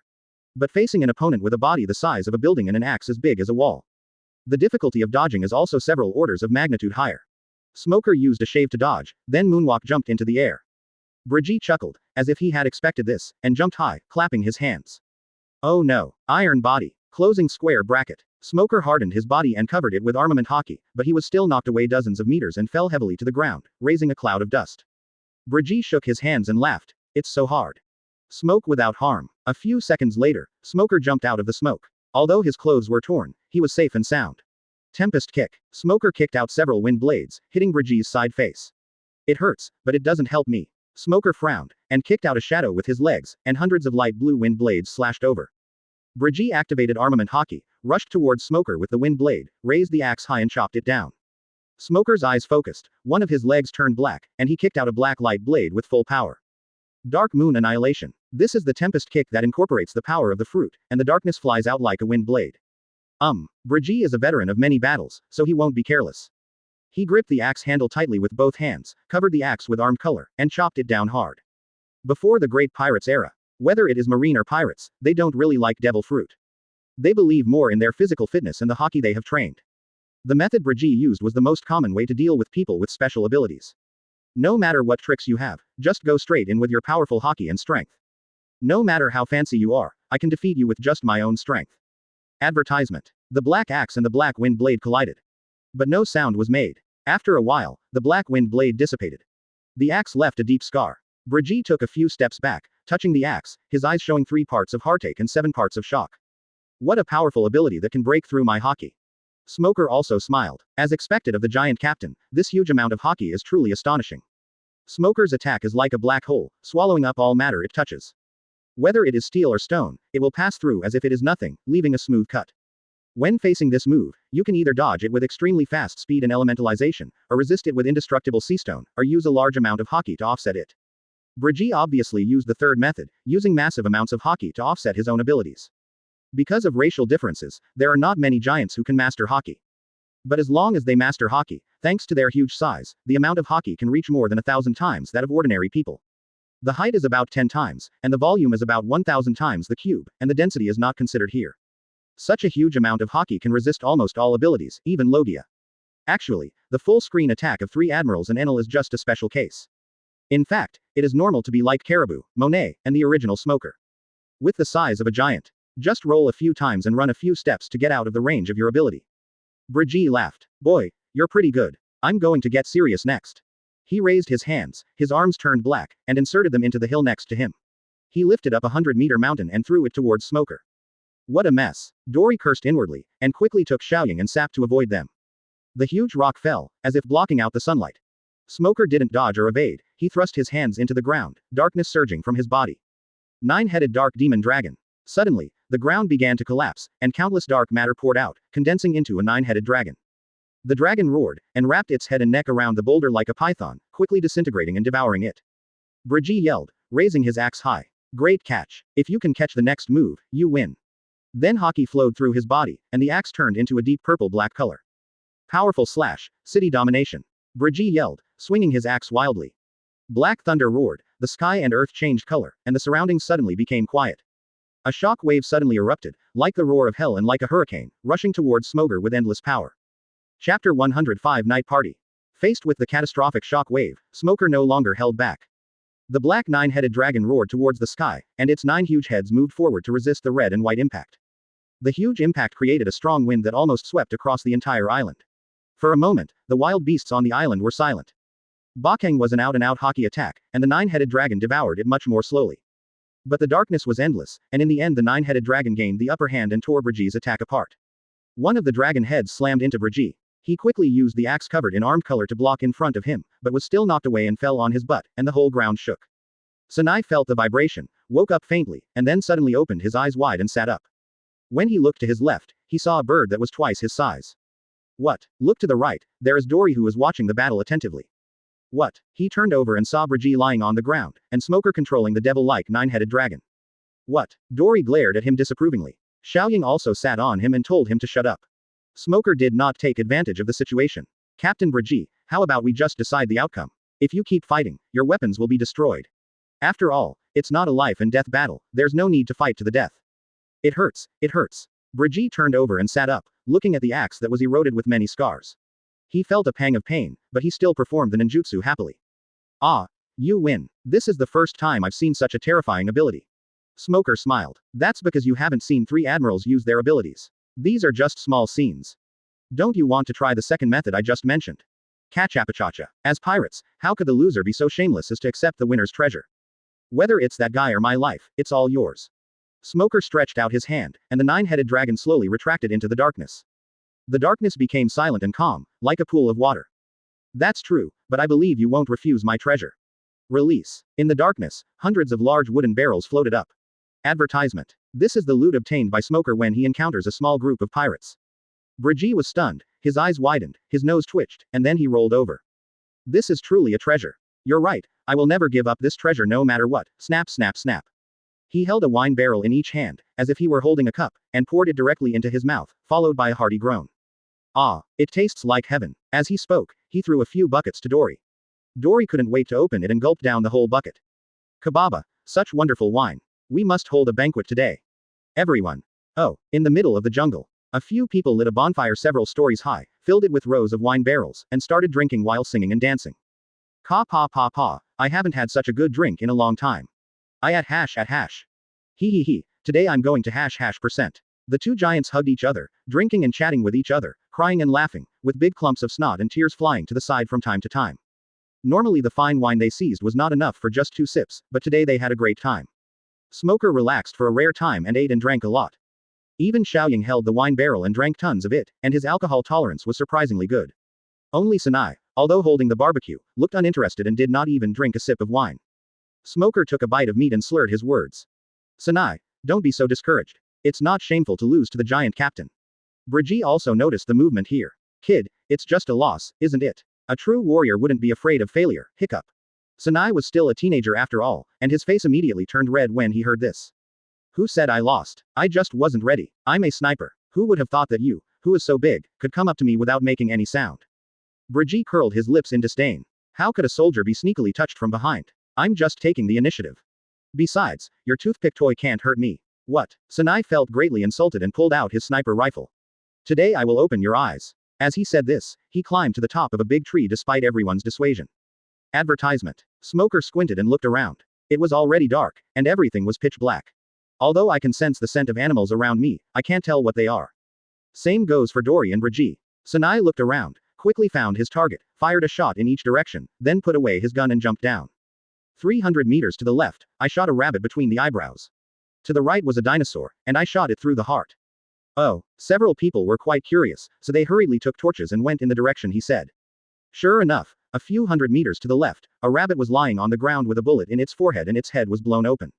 On the right, a giant Tyrannosaurus Rex lies on the ground with a tiny hole in its chest that runs through the dinosaur's huge body. Dory held the torch and touched the wounds on the dinosaur. Such a small wound. The bullet hole was only as thick as a peanut, and it looked like a pinhole on the huge body of the dinosaur. Sanai played with the bullet in his hand. This is a special bullet I made. It has a long range and strong penetrating power.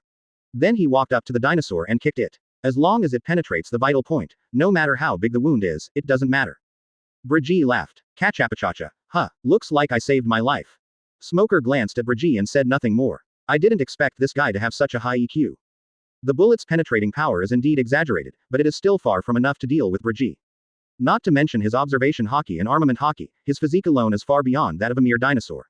Several people returned to the campfire, and this time the atmosphere became much more lively. Perhaps because he had shown his face in front of several powerful people, Sanai's mood became high and the atmosphere became much more annoying for a while. Everyone ate and drank, and soon they all got a little drunk. After 3 rounds of drinks, Smoker patted Sanai on the shoulder. Hiccup, bro, where did you learn how to shoot? This kind of shooting skill is considered excellent even in the naval headquarters where there are so many talented people. Sanai took a sip of wine, his expression a little sad. Hee hee, this is what a stupid pirate's hunter taught me. Dory and Brigitte were shocked. Marine Headquarters. Chapter 106 Sanai's Difficulties. Sanai looked up at the moon, sighed, took a big gulp of wine, and began to talk about his own story. It is still a typical pirate-style sad and touching story. Sanai was born on Caldera, the island of blacksmiths. His father was the best blacksmith on the island and his sister was the most beautiful girl on the island. When he was young, after his parents died, he and his sister depended on each other for survival. He took over his father's legacy and became an excellent blacksmith. Later, their country was deprived of its status as an ally because it could not pay the gold from heaven. Afterwards, the country fell into civil strife and pirate attacks occurred frequently. 3 years ago, a group of pirates attacked Caldera, kidnapped his sister, and nearly killed him. In order to seek revenge, he picked up the spear left by his father and went to find the pirates. Later, he met a pirate's hunter who taught him marksmanship and helped him to seek revenge. He became both his mentor and friend. Finally, a year ago, Sanai found the pirates. A fierce battle broke out between the two sides, although one side won in the end. The pirates were all wiped out, and their captain's limbs were broken. But the master was also seriously injured and died while trying to save himself. Sanai hated the pirates and tortured the pirates' captain madly. Captain Pirates couldn't bear it anymore and revealed a shocking news. His sister did not die, but because she was too beautiful, she was sold as a slave by the pirates. Sanai was also mixed with sadness and joy. The good news is that I still have a relative alive. Sadly, he is no longer innocent, having seen the cruelty and evil of the pirates. It is easy to imagine what his sister will go through when she falls into their hands. This year, he made inquiries from many sources and searched for his sister everywhere, and finally found some clues. After hearing this story, Dory and Brigitte looked unhappy. Dory slammed the sword into the ground.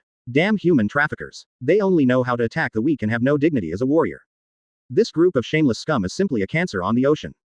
Sorry, I feel like I've been implied. Smoker lowered his head awkwardly and took a sip of his drink. But there's nothing to be embarrassed about. A human trafficker, I'm different from those human traffickers. And in terms of destructive power, human traffickers can't even catch up to pirates. You guys, the giant pirates, destroy countries all the time, but I've never heard of a human trafficker selling out a country. By the way, it seems that the slaves of the giants are very valuable. A male giant can be worth up to 25 million berries, second only to the 35 million berries of female mermaids. Advertisement. At this time, the price is 1/3 tilde 1/2 of the main plot, otherwise some plots will be inconsistent. Ka pa pa pa. Brigitte laughed a few times. I didn't expect you to know so much. Smoker laughed dryly. I know a little bit, I know a little bit. You must not reveal that you are a major shareholder of the slave auction house. No one would believe in such a large auction house, most of the slaves in it are pirates. Dory burped and looked indifferent. Giant slaves are indeed valuable, but they must also be alive to enjoy them. Do you really think that our legion pirates are vegetarians? Cachapacha, that's right. Brigitte wiped his mouth and said, as long as the giant pirates are here, there will be no giant slaves. Whoever dares to buy or sell giant slaves, we will slaughter his entire family. Whoever dares to kill the giant slaves, Lousy will destroy his entire country. Even if it's the world government that dares to target our people, Lousy will make them lose a layer of skin. Smoker nodded. I see. Force. What a simple and effective method. But they do have the confidence to say so. Who can withstand such a powerful person, two of them, and a group of powerful subordinates? As a special species, the mermaid girls' fate is much more miserable. They were often caught from the Fishman Island. At least Smoker had never heard of anyone so bold as to go to Elbaf to capture slaves. However, I don't know if these two know. The giant pirates are gone. Likewise, giant slaves, though rare, are beginning to appear. Smoker turned and patted Sanai's shoulder. By the way, what happened to your bullet? This is the alloy formula that has been passed down from generation to generation in our caldera. I'm afraid I'm the only one who can make this alloy now. Bullets made of this alloy have extremely strong penetrating power and can penetrate steel. Sanai touched the gun next to him. It's my only companion. After so many years of practice, I can now shoot a fly by the wing in flight. Smoker's eyes lit up. Technology. What a talent. Advertisement. Want to. Smoker was puzzled. Then why did you come to capture the giant captain? Someone asked you to do it.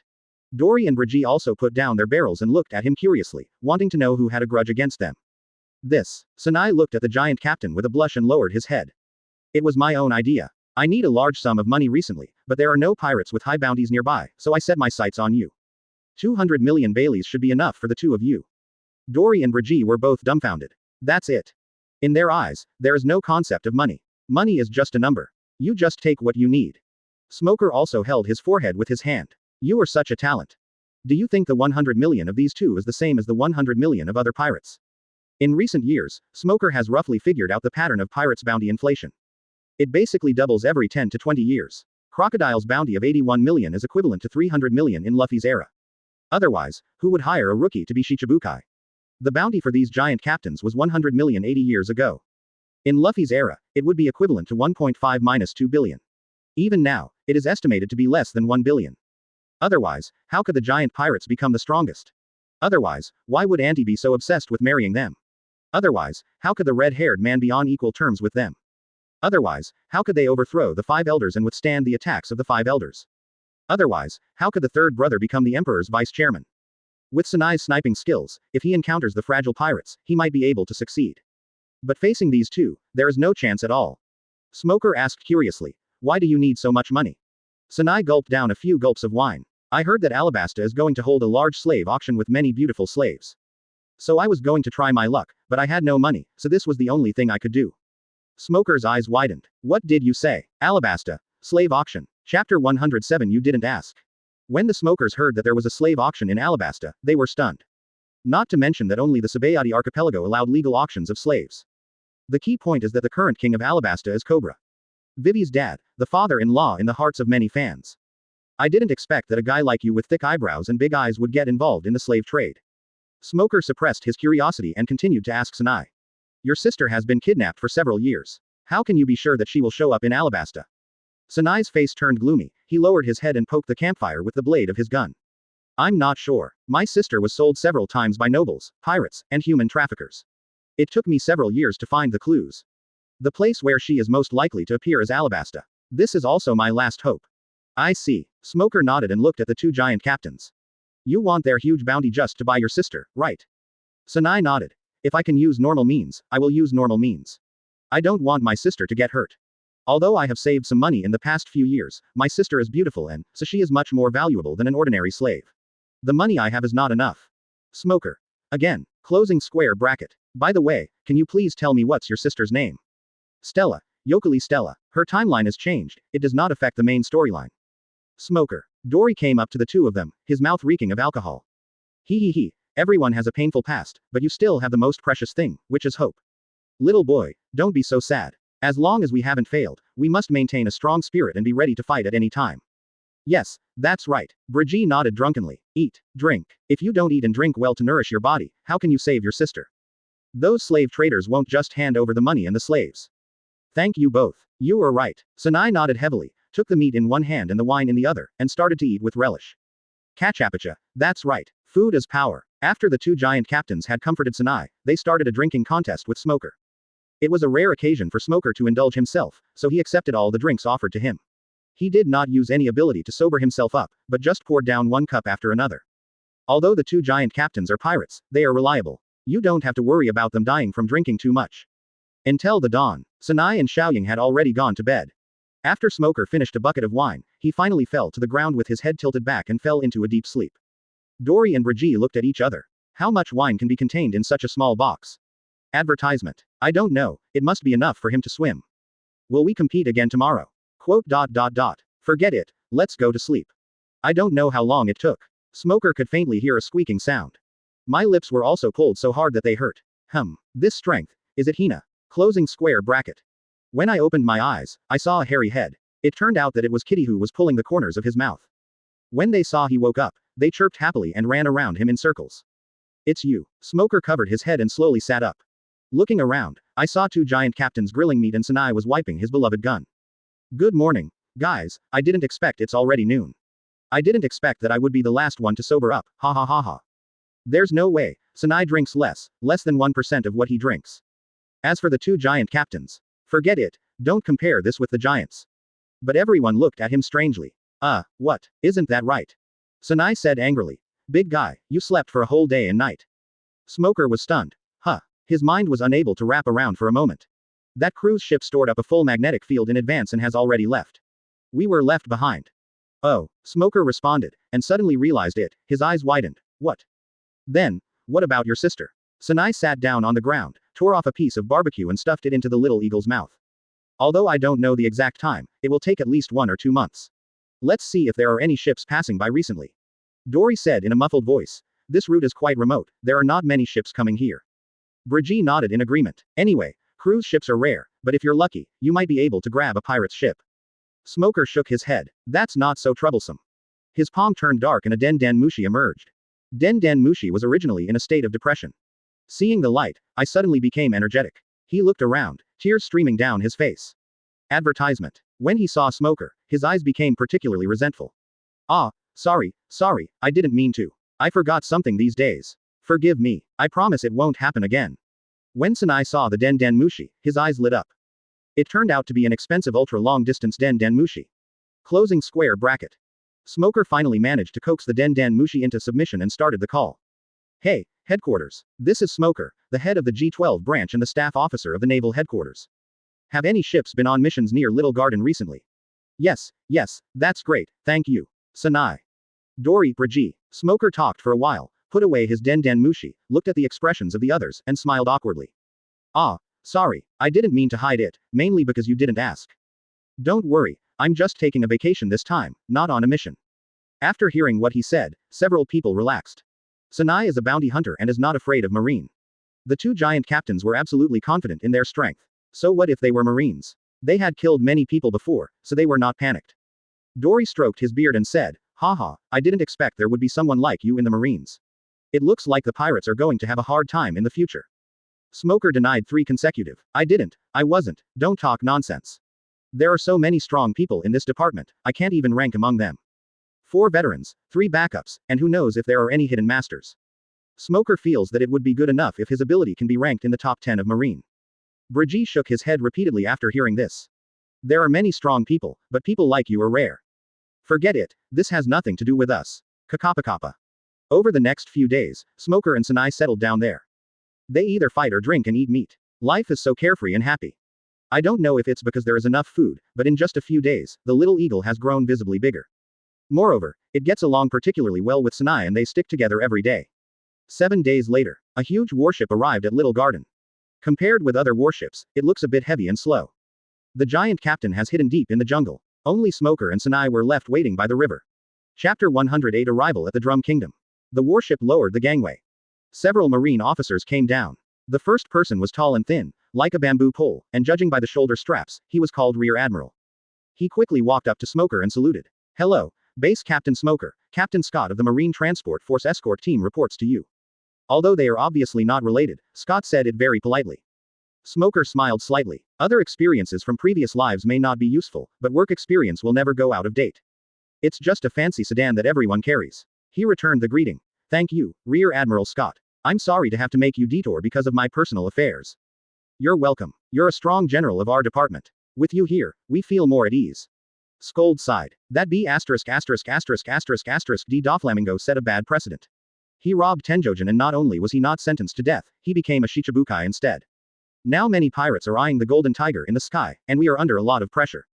It turned out that this ship was the transport ship that was escorting the gold from the sky. Smoker originally wanted to ask the headquarters to coordinate a warship patrolling nearby to pick him up. It just so happened that Scott's boat was nearby, and its route was the same as Smoker's plan, so he made a turn to pick up Smoker. If everything is safe on the escort ship, it's no big deal to go around in circles to pick someone up. If there is an attack, Smoker will naturally take action. After listening to Scott's words, Smoker deeply agreed. There have been some serious cases of attacks on Tian Shang Jin in the past, but they are close to zero. But after the Doflamingo case, the pirates all felt that the world government was soft and could be deceived. The monk can touch it, why can't I? As long as you succeed once, why bother being a pirate? Bah, despicable. Isn't it good for lousy to go to another country and become a noble? But these pirates will never understand. Doflamingo was not hanged only because of the identity of celestial dragons. The pirates who are now planning the same thing are destined to become the chicken to scare the monkeys. Smoker chuckled. Don't worry, if there is a real need, I will definitely help. He took Sanai on board and left Little Garden together. The Little Eagle was also taken away. Advertisement. Not long after the warship set sail, the sea surface suddenly became dark. Smoker only felt a strange smell below. Although not very strong, it is incredibly huge. After a while, the sea surface next to Little Garden bulged up high, as if a hill had risen. Under the sea water, there was a huge goldfish, one of whose teeth was almost as big as that of a giant. There is an error in the animation here. In the animation, Going Merry is not as high as the giant's knees. In fact, Going Merry is 11 meters high and the giant is 23 meters high, so it should be at the waist. Smoker stood by the boat with a serious expression. This time, the giant Captain Hakoku was not there to see me off. It would be very troublesome if this big guy caused trouble at sea. It should be said that except for Aokiji and Golden Lion, anyone who comes here will find it difficult to deal with. After all, if it moves casually, the waves it stirs up are enough to smash the warships. Fortunately, the giant goldfish just stared at the warship. After being confused for a while, he turned around and continued to eat the island. Seeing that the food island goldfish ignored him, Smoker felt relieved and turned to leave. On the warship, as Smoker's assistant, Sanai was also assigned a single room. This single room is not a dormitory, but a converted empty cabin. For some reason, the Little Eagle kept sticking to him, and the dormitory was too small to accommodate it, so it had no choice but to live here. Sanai was lying on the bed, and Xiaoying was sleeping soundly beside him. Open black lens bracket Smoker. Marine. Close black lens bracket. He remembered Smoker's invitation to him. Sanai, to save those who have experienced the same tragedy as you, join the Marine. Don't worry about the money. I will go to Alabasta with you. I promise, as long as your sister is here, no matter who gets it, I will help you get it back. Sanai smiled, feeling more hopeful than ever before. At the same time, Smoker came to the communications room, made a phone call, and then stuffed a few long bullets into a small pocket. He came to the side of the cabin and waved to a news gull. He handed the sack to the newspaper gull and stuffed it with a thick stack of Baileys. Remember, get to the naval headquarters as quickly as possible. If you can get there within 10 days, the recipient will give you double the money. The newspaper gull took the bag and Bailey with a smile. Their main business is delivering newspapers, but how much money can they make? Most of them also work part-time as couriers and errand runners. If you are lucky enough and meet someone with great wealth, any tip from him may be enough to deliver newspapers for a month. After taking the money, the newspaper gull flapped its wings, rushed into the sky like a sharp sword, and flew away in the blink of an eye. Smoker. Advertisement. The warship sailed for several days. The weather outside gradually changed from midsummer to cold winter, and it became more cloudy than sunny. Early that morning, Smoker walked out of the cabin. I don't know when heavy snow started falling from the sky, and a thick layer of snow accumulated on the boat. Sanai and Xiaoying also came out of the warehouse. The Little Eagle had never seen such a strange sight before. It let out a sharp cry and then rushed into the snow pile and rolled around happily. Smoker suddenly discovered that the Little Eagle had grown bigger without him noticing. The feathers on the body gradually changed from down to long gray-brown feathers. Except for being much smaller in size, it seems to be no different from the mother eagle. Does the eagle grow so fast? Closing square bracket. At this time, Sanai walked up to Smoker. Mr. Smoker, where are we going next? Ever since Smoker agreed to help him save his sister, he has become much more respectful towards Smoker. Smoker pointed to a few drum-shaped mountains that were vaguely visible in the distance. That's our next destination, the Drum Kingdom. Information about the Drum Kingdom flashed through Smoker's mind. An ally of the world government, a world-renowned medical power, an island of eternal winter. In addition, there is Doriel, a doctor with superb medical skills, Halulik, who has good medical ethics but touching medical skills, and Chopper, who is not a raccoon cat. Of course, there is also the tyrant Wapple who had just taken over the throne not long ago. What Smoker is most interested in is the fruits on this island. Hilton's bull fruit and Chopper's human fruit. Let's not talk about the common people's form. Munch fruit is a must-get. It would be a waste of resources to give this thing to Wapple. Sanai nodded. If there is anything you need me to do, just tell me. It's true, but it's not a legal thing. Don't worry. At this time, Scott came over. Captain Smoker, we are about to enter the Drum Kingdom port. Their ministers will greet us. Do you have any further instructions? Smoker knew what he meant. Rear Admiral Scott, you're welcome. I'm an idler now. Unless someone attacks me, just pretend I don't exist. When the boat stops, we'll go around on our own. Please do as you please. Scold nodded. Thank you for your understanding. Chapter 109. The Reign of Wapple. At the dock of the Drum Kingdom, the ministers had been waiting for a long time. The wind was freezing and the snow was as sharp as knives. Even though I was wearing a thick coat, the cold air still penetrated my body like a snake. But the ministers did not dare to be negligent and still waited there obediently. This was the order of King Wapple.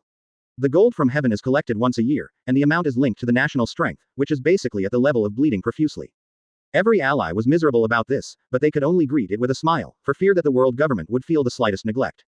It's typical that I slap you on the side of the face and I still have to smile brightly. The warship slowly entered the port, and Rear Admiral Scott led his men to land. The minister of the Magnetic Drum Kingdom rubbed his frozen face and greeted him with a smile. Dear Rear Admiral Scott, welcome to the Drum Kingdom. It's freezing cold here, and I'm sure you've had a hard time on your journey. King Wapple has prepared a banquet in the castle. Please go to the castle and enjoy the feast. Rear Admiral Scold returned the salute. Thank you for your hospitality, King Wapple. We will not be shy about showing off. He then organized his subordinates and rushed to the castle in a mighty manner. In the pirates' world, the relationship between the world government member states and the Marine is actually quite good. The Marines protect the Allied countries, and their military funding comes from the Allied countries after all. But most of it was taken away by the world government. Soon, Marine arrived at the castle, the banquet began, and the castle suddenly turned into a sea of joy. Although Wapple was a fool with a strong desire to eat food, he was born into an orthodox royal family after all. He is bossy when facing his people and subordinates, but when facing the world government like Scott, his words and deeds are quite decent. Everyone was toasting and talking, and both hosts and guests were having a great time. While the castle was bustling, two strange guests came to the bar in the town. It was Smoker and Sanai. Boss, give me 2 cups of hot wine. Do you have any barbecue? Give me some too. Here it comes. The boss seemed to be in a bad mood. After serving the food and wine, he shrank aside and wiped the glasses. Smoker and Sanai took a sip of their wine and felt themselves warmer. Turning around to look at the guests around. Some of them looked numb or sad, few of them had smiling faces. Smoker whispered, Boss, why does everyone look unhappy? Advertisement. The boss looked them over. You are from outside, right? Today is the annual medical holiday in the Drum Kingdom. A week off. A vacation. The boss smiled bitterly. What good things are you thinking? It's the doctor's medicine. For this week, all doctors in the country are not allowed to practice medicine. Smoker was stunned. There is no such a scene in the plot. Seeing that business was not good, the boss simply put down his work and started chatting with Smoker. It turns out that this rule of medical rest week has only been implemented for 2 or 3 years, just to cater to the Tianshengzhen system. The Drum Kingdom is a major medical country, so naturally many people come from far away to seek medical treatment. There are also many foreign medical institutions and doctors coming here to exchange medical skills. Thanks to the endless flow of people, the Drum Kingdom made a fortune, and the people also benefited greatly. But having a large population is not always a good thing. One year, when the Marine came to collect the gold from the sky, an accident almost happened because there were too many ships. Marine didn't say anything, after all, it was just an accident. If this happened during the old king's time, the worst that could happen would be an apology. But Wapple was as if he was facing a formidable enemy, fearing that the Marine would be dissatisfied. But he couldn't control foreign ships. So, they decided to go all out and simply designated the day when the heavenly gold was collected plus the 3 days before and after as the medical rest week. During this week, all doctors in the Drum Kingdom are not allowed to practice medicine, otherwise their homes will be confiscated. Smoker was stunned. What kind of brain-dead circuit is this? Why is it similar to my leader in my previous life? Smoker looked out the window. Just now I saw how lively the pier was, and I thought you were having a festival, but now this is what's going on. However, your magnetic drum kingdom is a well-known medical power. Although there is a lot of gold in the sky, it won't affect your livelihood, right? At least there seemed to be a lot of shops on the street, and they didn't seem to be deserted. The boss smiled bitterly and shook his head. That was true when the old king was alive, but halfway through his words, he looked at Smoker deeply, sighed, and didn't continue. Smoker didn't force it, but just hinted at some truths. The former drum kingdom was indeed prosperous. Although the burden of heavenly gold is heavy, it has not reached the point where people are living in misery. Advertisement. But since Wapol succeeded to the throne, the situation has taken a turn for the worse. In order to curry favor with the world government, this guy came up with a surprising move that shocked everyone. That is to proactively increase the tax on Tianshan gold. This move shocked the ministers, the people, and the surrounding countries. We should all work hard together, why are you curled up? But the world government was happy. Not only did they highly praise Wapol, they also gave him a seat at the World Summit. Because of this, several surrounding countries hated the Magnetic Drum Kingdom to the extreme and directly cut off trade with the Magnetic Drum Kingdom. The Drum Kingdom was originally a winter island, with a shortage of supplies, so the people's living standards plummeted. Smoker suddenly realized, no wonder the Drum Kingdom can participate in the World Summit. Among the more than 170 member countries of the world government, only 50 countries can participate. And the Magnetic Drum Kingdom, a tiny country, has participated in many world summits. Closing square bracket. I originally thought it was due to the advancement of medical technology, but it turns out that the seats were purchased with money. The boss finally did some calculations. The total population of the Magnetic Drum Kingdom is less than 40,000 people. It used to pay 12 billion Baileys a year. Although it is difficult, it is not impossible to pay. Now it has doubled, plus other taxes and levies, it's a full 30 billion berries. How can we survive? Smoker is numb. How much did you say? 30 billion berries, 40,000 people, more than 700,000 berries per person per year. In the original plot, Belmir was ruthlessly killed by the dragon because he could not gather only 200,000 bells. If purchasing power is taken into account, the burden borne by the residents of the Drum Kingdom is 7 to 80 times that of the villagers of Cocoa West, and this is the case year after year. Even so, the people have not been sucked dry. This foundation and speed of making money are really amazing. After eating and drinking, Smoker and Sinai left the tavern and wandered around the town. As a typical winter island, the scenery here is particularly unique. What meets the eye is a sea of white, with red bricks and green pines setting off the background, creating a unique flavor. Smoker looked around and wandered around with great interest, chatting and bragging with the residents from time to time. After a long while, Sinai asked curiously, "Mr. Smoker, we have been walking around for a long time.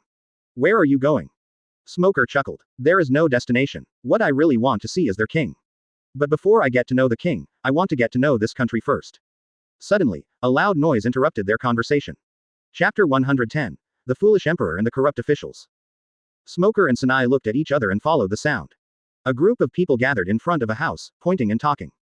Smoker and Sinai squeezed into the crowd and found a bearded man with an afro leading soldiers to search the house. The soldiers roughly threw the bearded doctor into the snow and began to collect his property. Money, jewelry, pocket watches, everything was put into the bag, even the murals on the wall were not spared. Only books and notes were thrown carelessly on the ground, to be trampled under muddy boots.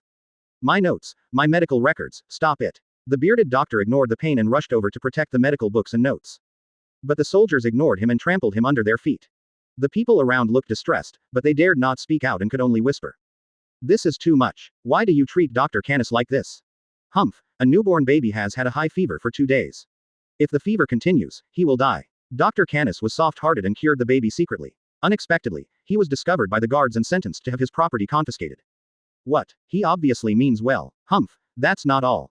Dr. Canis often waives medical fees for the poor, but this time he was convicted of market interference and may be expelled from the country. Wapol is so stupid. Shish, shut up. You don't want to live anymore. Dr. Canis is so pitiful. Sigh, I miss the old king for the North Day. Smoker understood the whole story and was completely speechless. Although I knew that Wapol was a tyrant, a mediocre ruler, I didn't expect him to be so ridiculous. At this time, a soldier saw that Dr. Canis was in the way and wanted to knock him out with the butt of his rifle. Smoker frowned and wanted to stop it. Just as he was about to take action, he suddenly stopped. 2 seconds later, a powerful roar sounded. "Stop it. You idiots." The guards were stunned and stopped what they were doing to look over. I saw a strong man in green armor rushing over. Advertisement. Seeing the tragic scene in front of him, he couldn't help but roar loudly. "Who told you to do this? Look at what good things you have done." The kingdom guard's duty is to protect the people, not to harm a kind doctor. When the people saw the strong man, they all showed expressions of surprise. "Great, it's Captain Dalton. Mr. Dalton is here. Even if we can't save Dr. Canis's property, at least he won't be arrested or expelled. Yes, as long as everyone helps, we can help Dr. Canis get through this difficult time." Smoker also looked over curiously. Oh, this guy is Dalton. Closing square bracket. The other party's information immediately emerged in my mind. Dalton, the user of the Zone Bull fruit and the captain of King Drum's guard, is a loyal minister with a heart full of love and courage, dedicated to his country and his people. However, according to normal development, he would eventually be unable to tolerate Wapple's tyranny and embark on the revolutionary path of rebellion against the king. However, due to his lack of strength, he was defeated several times by Wapple and his men. It was not until Luffy and his friends appeared that they successfully overthrew Wapple's rule. Afterwards, the Drum Kingdom was renamed Sakura Flower Kingdom, and he became the new king as expected. Even though I'm a good person, I can't change the fact that I'm a weak person. Closing square bracket. Open black lens bracket. Justice without power is worthless. Close black lens bracket.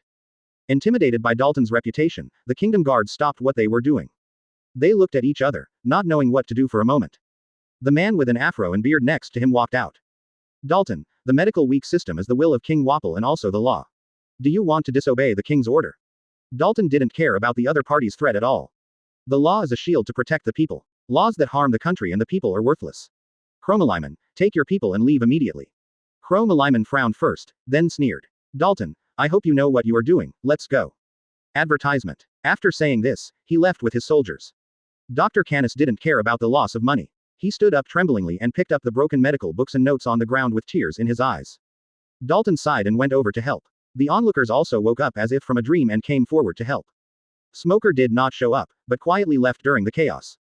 The Drum Kingdom is not big, and soon Smoker and his friends arrived at another town. In the bar, Smoker sat by the window, staring at the heavy snow outside in a daze. Suddenly, the bar door was kicked open. Sanai came in wrapped in the cold wind and sat down opposite Smoker, panting. Smoker poured him a glass of wine. Warm yourself up. Sanai picked up the glass and drank it all, letting out a groan of pleasure. I have obtained all the information. Although the old king was average in ability, he was diligent and cared about his people. He lived a simple life. Most of the taxes collected each year were used to pay the gold from heaven, leaving only a small amount as funds for national construction. With Dalton's assistance, the country prospered. Since the change of King Wapple, the situation has completely changed. This guy is the exact opposite of the old king. He is ambitious, he loves pleasure, he is greedy, he is tyrannical, he is arrogant. In addition, he recruited 2 treacherous ministers to deceive him, and he has turned the country upside down. Smoker was stunned. Recruiting. So those 2 guys weren't left by the old king. Sanai nodded. That's right, considering the old king's character, how could he tolerate such a guy? One of those 2 guys is called Jace, and the other is that Chrome Alignment. They usually either flatter or fan the flames. These 2 guys are at least half responsible for Wapple's stupidity. Especially Chrome Alignment, who suggested to Wapple that the richer the people, the harder it would be to control them. In the end, high taxes would be imposed, which would not only make a lot of money, but also make the poor people more dependent on the king. And Wapple, the fool, actually believed it. Smoker nodded. No wonder the Drum Kingdom looked so poor when the Straw Hat Pirates arrived. Who can withstand the plunder of such a tyrant and corrupt officials? Through the bar glass, he looked at the castle on the top of the distant mountain, which was still brightly lit, with his eyes flickering. Open black lens bracket. Greed, stupidity, gold from the sky, very good. Close black lens bracket. Wapple, I hope you like my plan. Closing square bracket. Chapter 111. Subjugating Dalton. Smoker found a secluded place and called Rear Admiral Scott. I used the excuse of traveling in the Drum Kingdom and not going back to the warship for a few days, so I had to ask about the sailing plan. Rear Admiral Scott did not suspect anything and told Smoker. As usual, the warship would stop in the Drum Kingdom for 3 days before setting sail for Alabasta. So, the 2 agreed to meet in 3 days. Smoker also specifically told him. If you don't want to cause trouble to others, don't reveal your existence to the people of the Drum Kingdom. Rear Admiral Scott naturally agreed, secretly praising this leader for being easy to get along with. Smoker hung up the phone, stunned. 3 days. Time is a bit tight, but if we move quickly it should be enough. This plan is not that brilliant. We can only hope that Wapple is stupid enough. Closing square bracket. Then he dialed another number. This time an impatient voice came over the phone. Smoker, what do you want to do with me again? You want to get my information for free again? Don't be so unkind, Morgans. I knew there was going to be some big news, so I informed you right away. Oh, really? Tell me. Here's what happened. The next day, the Drum Kingdom welcomed a rare sunny day in this season. Dalton was leading a small contingent of the King's Guards on patrol along the country's coast. Although the Drum Kingdom has a high status, it does not have the corresponding military strength. In addition, its people are wealthy, so pirates often land on the island. The only thing to be thankful for is that the Drum Kingdom has the reputation of being a great medical power. Even the pirates who are willing to risk their lives on the edge of a knife don't dare to make too much trouble here. They can make money, but it doesn't matter if they kill people. No one knows if they will have to ask these doctors for help one day. However, as the captain of the Royal Guard, Dalton would not rely on the kindness of the pirates for the safety of the people. Who knows if there will be some crazy people who will do anything without thinking. So whenever he had time, he would patrol around with his guards. Dalton led a team of 100 men, walking in the thick snow, one step deep and one step shallow. Everyone's trouser legs and shoes have frozen into thick lumps of ice. Team leader, a strong man rushed up to Dalton, panting. Take a break, brothers, we can't hold on any longer.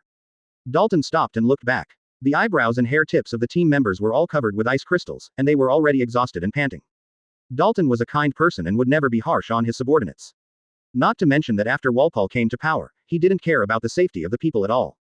Going out on patrol by yourself is totally a thankless task. Those who are willing to accompany him are subordinates who are loyal to the country and to him. Everyone, hold on a little longer. There's nothing to block out here. Be careful not to catch a cold and get sick. There's a town not far ahead. Let's go there to rest and have a drink to warm ourselves up. Yes, Dalton's words seemed to give everyone a shot of adrenaline. They regained their spirits and quickened their pace. Soon, everyone walked out of the town. Advertisement. The streets were peaceful, with people greeting the guards from time to time. Looking at the tavern from afar, Dalton and the guards had smiles on their faces. Finally, I can eat something hot and have a good rest. But before they could calm down, an explosion suddenly occurred not far away. A house was half destroyed by the explosion, and a tall masked man rushed out carrying a safe and ran away. Then a couple came out crying. Help, catch the pirates. Dalton and his teammates were stunned. No, whose pirates only has one person? It would be fine if he was alone, but how did he get to a place far away from the coast? It would be fine if it just reached a place far away from the coast, but why did it explode directly? The bombing is over, so why are you running into the mountains? It was Dalton who reacted the fastest and quickly asked everyone to catch the pirates. So, a group of people rushed into the forest in a mighty manner.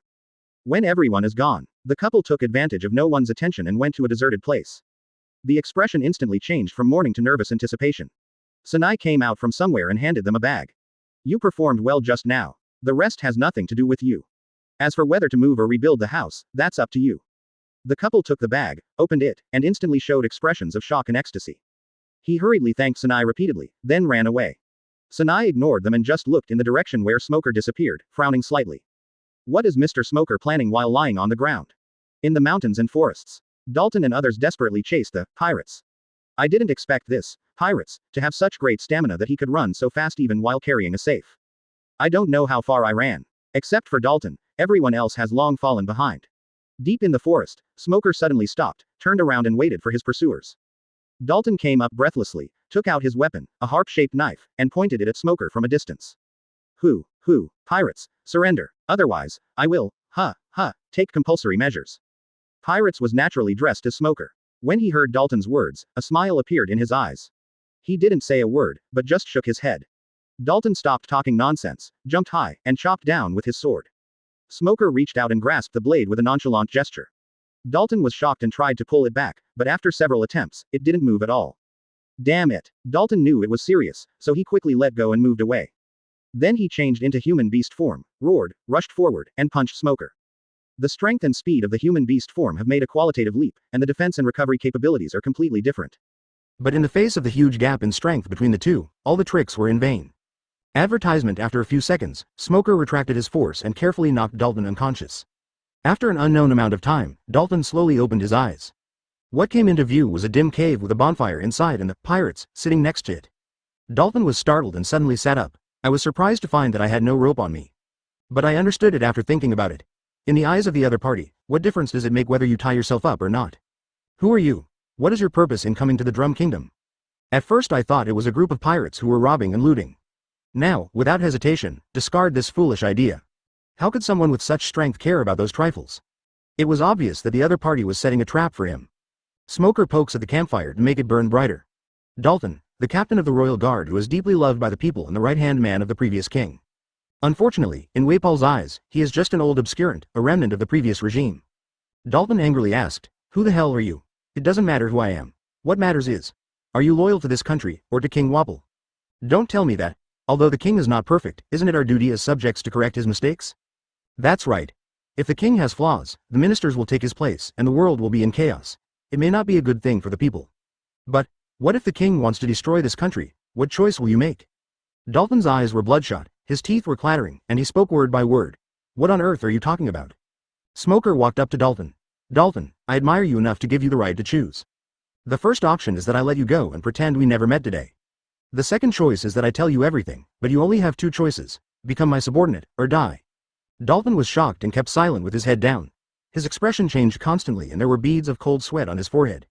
But after a while, he suddenly figured it out. With the strength of the person in front of him, he can do whatever he wants in the Drum Kingdom, and no one can stop him.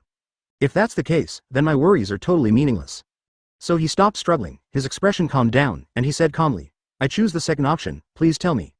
Smoker smiled faintly. A wise choice. Then he said something to Dalton. In the bonfire, Dalton's expression changed from shock to anger to despair. After Smoker finished speaking, he asked, okay, now you can tell me, what are you going to do? Dalton was stunned, then suddenly jumped up and pounced on Smoker. You be asterisk asterisk asterisk asterisk asterisk D. Why are you doing this? The next second, he was kicked away and smashed heavily into the rock wall. Smoker's tone was calm, but icy cold, no reason. You can regard it as the willfulness of a strong person, or you can regard it as the future happening in advance. However, if you dare to destroy my plan, I don't mind making this country disappear ahead of time.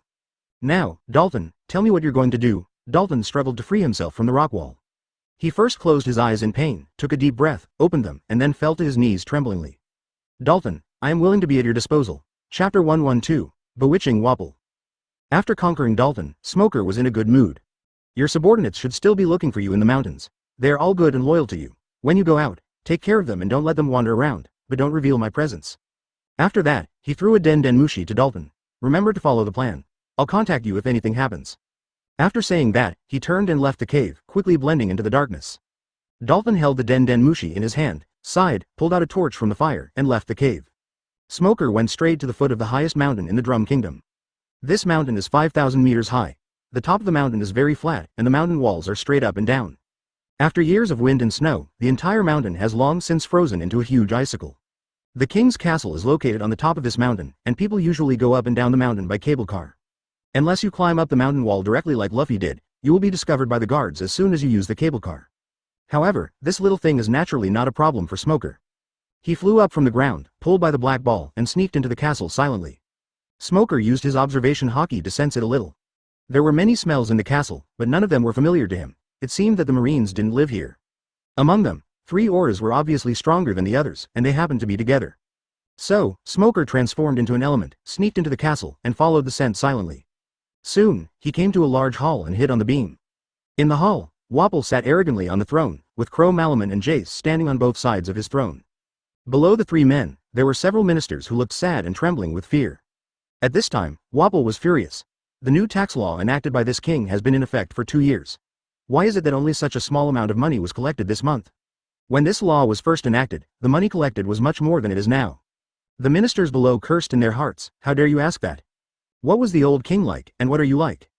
Don't you have any idea? Unfortunately, this fool named Wapol really didn't have this kind of idea, and the ministers only dared to criticize him in their hearts but did not dare to say it out loud. A minister came forward with a sad face. Your Majesty, the new tax law is too heavy and has seriously affected the livelihood of the people. Can you please? Before he could finish his words, Jace interrupted him rudely. Minister of Taxation, your duty is to collect taxes according to the king's requirements, not to complain on behalf of those untouchables. Are you the king's minister, or the minister of the untouchables? After hearing this, Wapol felt particularly relieved and slammed the table hard. Jace is right. Laozi is the supreme king. Paying taxes to this king is the honor of those untouchables, and it is also their destiny. I will promulgate a new law right now. Anyone who fails to pay taxes will have their property confiscated, and anyone who dares to resist will be hanged. The king's majesty is absolute. My will and my orders will never be disobeyed in the slightest. The minister of taxation's face twitched a few times. The other ministers also had expressions of having eaten shit. I started to organize my thoughts, thinking about how to persuade this guy without getting killed. But before they could think it through, Crow Malaman suddenly spoke. Your Majesty Wapol, your orders are supreme, but now someone is disobeying your orders. What? Wapol exploded instantly. Who is so bold? It's Dalton. Dalton? Wapol was stunned, then gritted his teeth and said, he is so bold. How dare he disobey the king? By the way, where is that guy? As an important official, he doesn't stay in the castle, but hangs out with the low-class people every day. How can it be so disgraceful? #%%. Advertisement. What followed was Wapol's self-boasting and the flattery of his 2 subordinates, occasionally interspersed with curses at Dalton. Smoker's eyes twitched as he listened on the beam. The way these 2 guys coaxed Wapol was very similar to the way 4 suited flattered Doflamingo. Both of them were stunned by the coaxing. Nightfall. Wapol was fast asleep in the room. Suddenly I felt someone fiddling with my eyelids, so I sat up sleepily. What's going on? Will you let me sleep? He rubbed his eyes hard and found a mysterious man in a cloak and mask beside the bed, pointing a pistol at him. Wapol was shocked. Who are you? You be asterisk asterisk asterisk asterisk asterisk D. Why are you here? He quickly shouted. Guards, guards, there's an assassin. The mysterious man is naturally Smoker. He disguised himself in advance, deliberately concealing his figure and hair color. Hearing Wapol's shout, he slowly said, Don't waste your energy. I have sealed this room. No one will hear you even if you shout at the top of your lungs.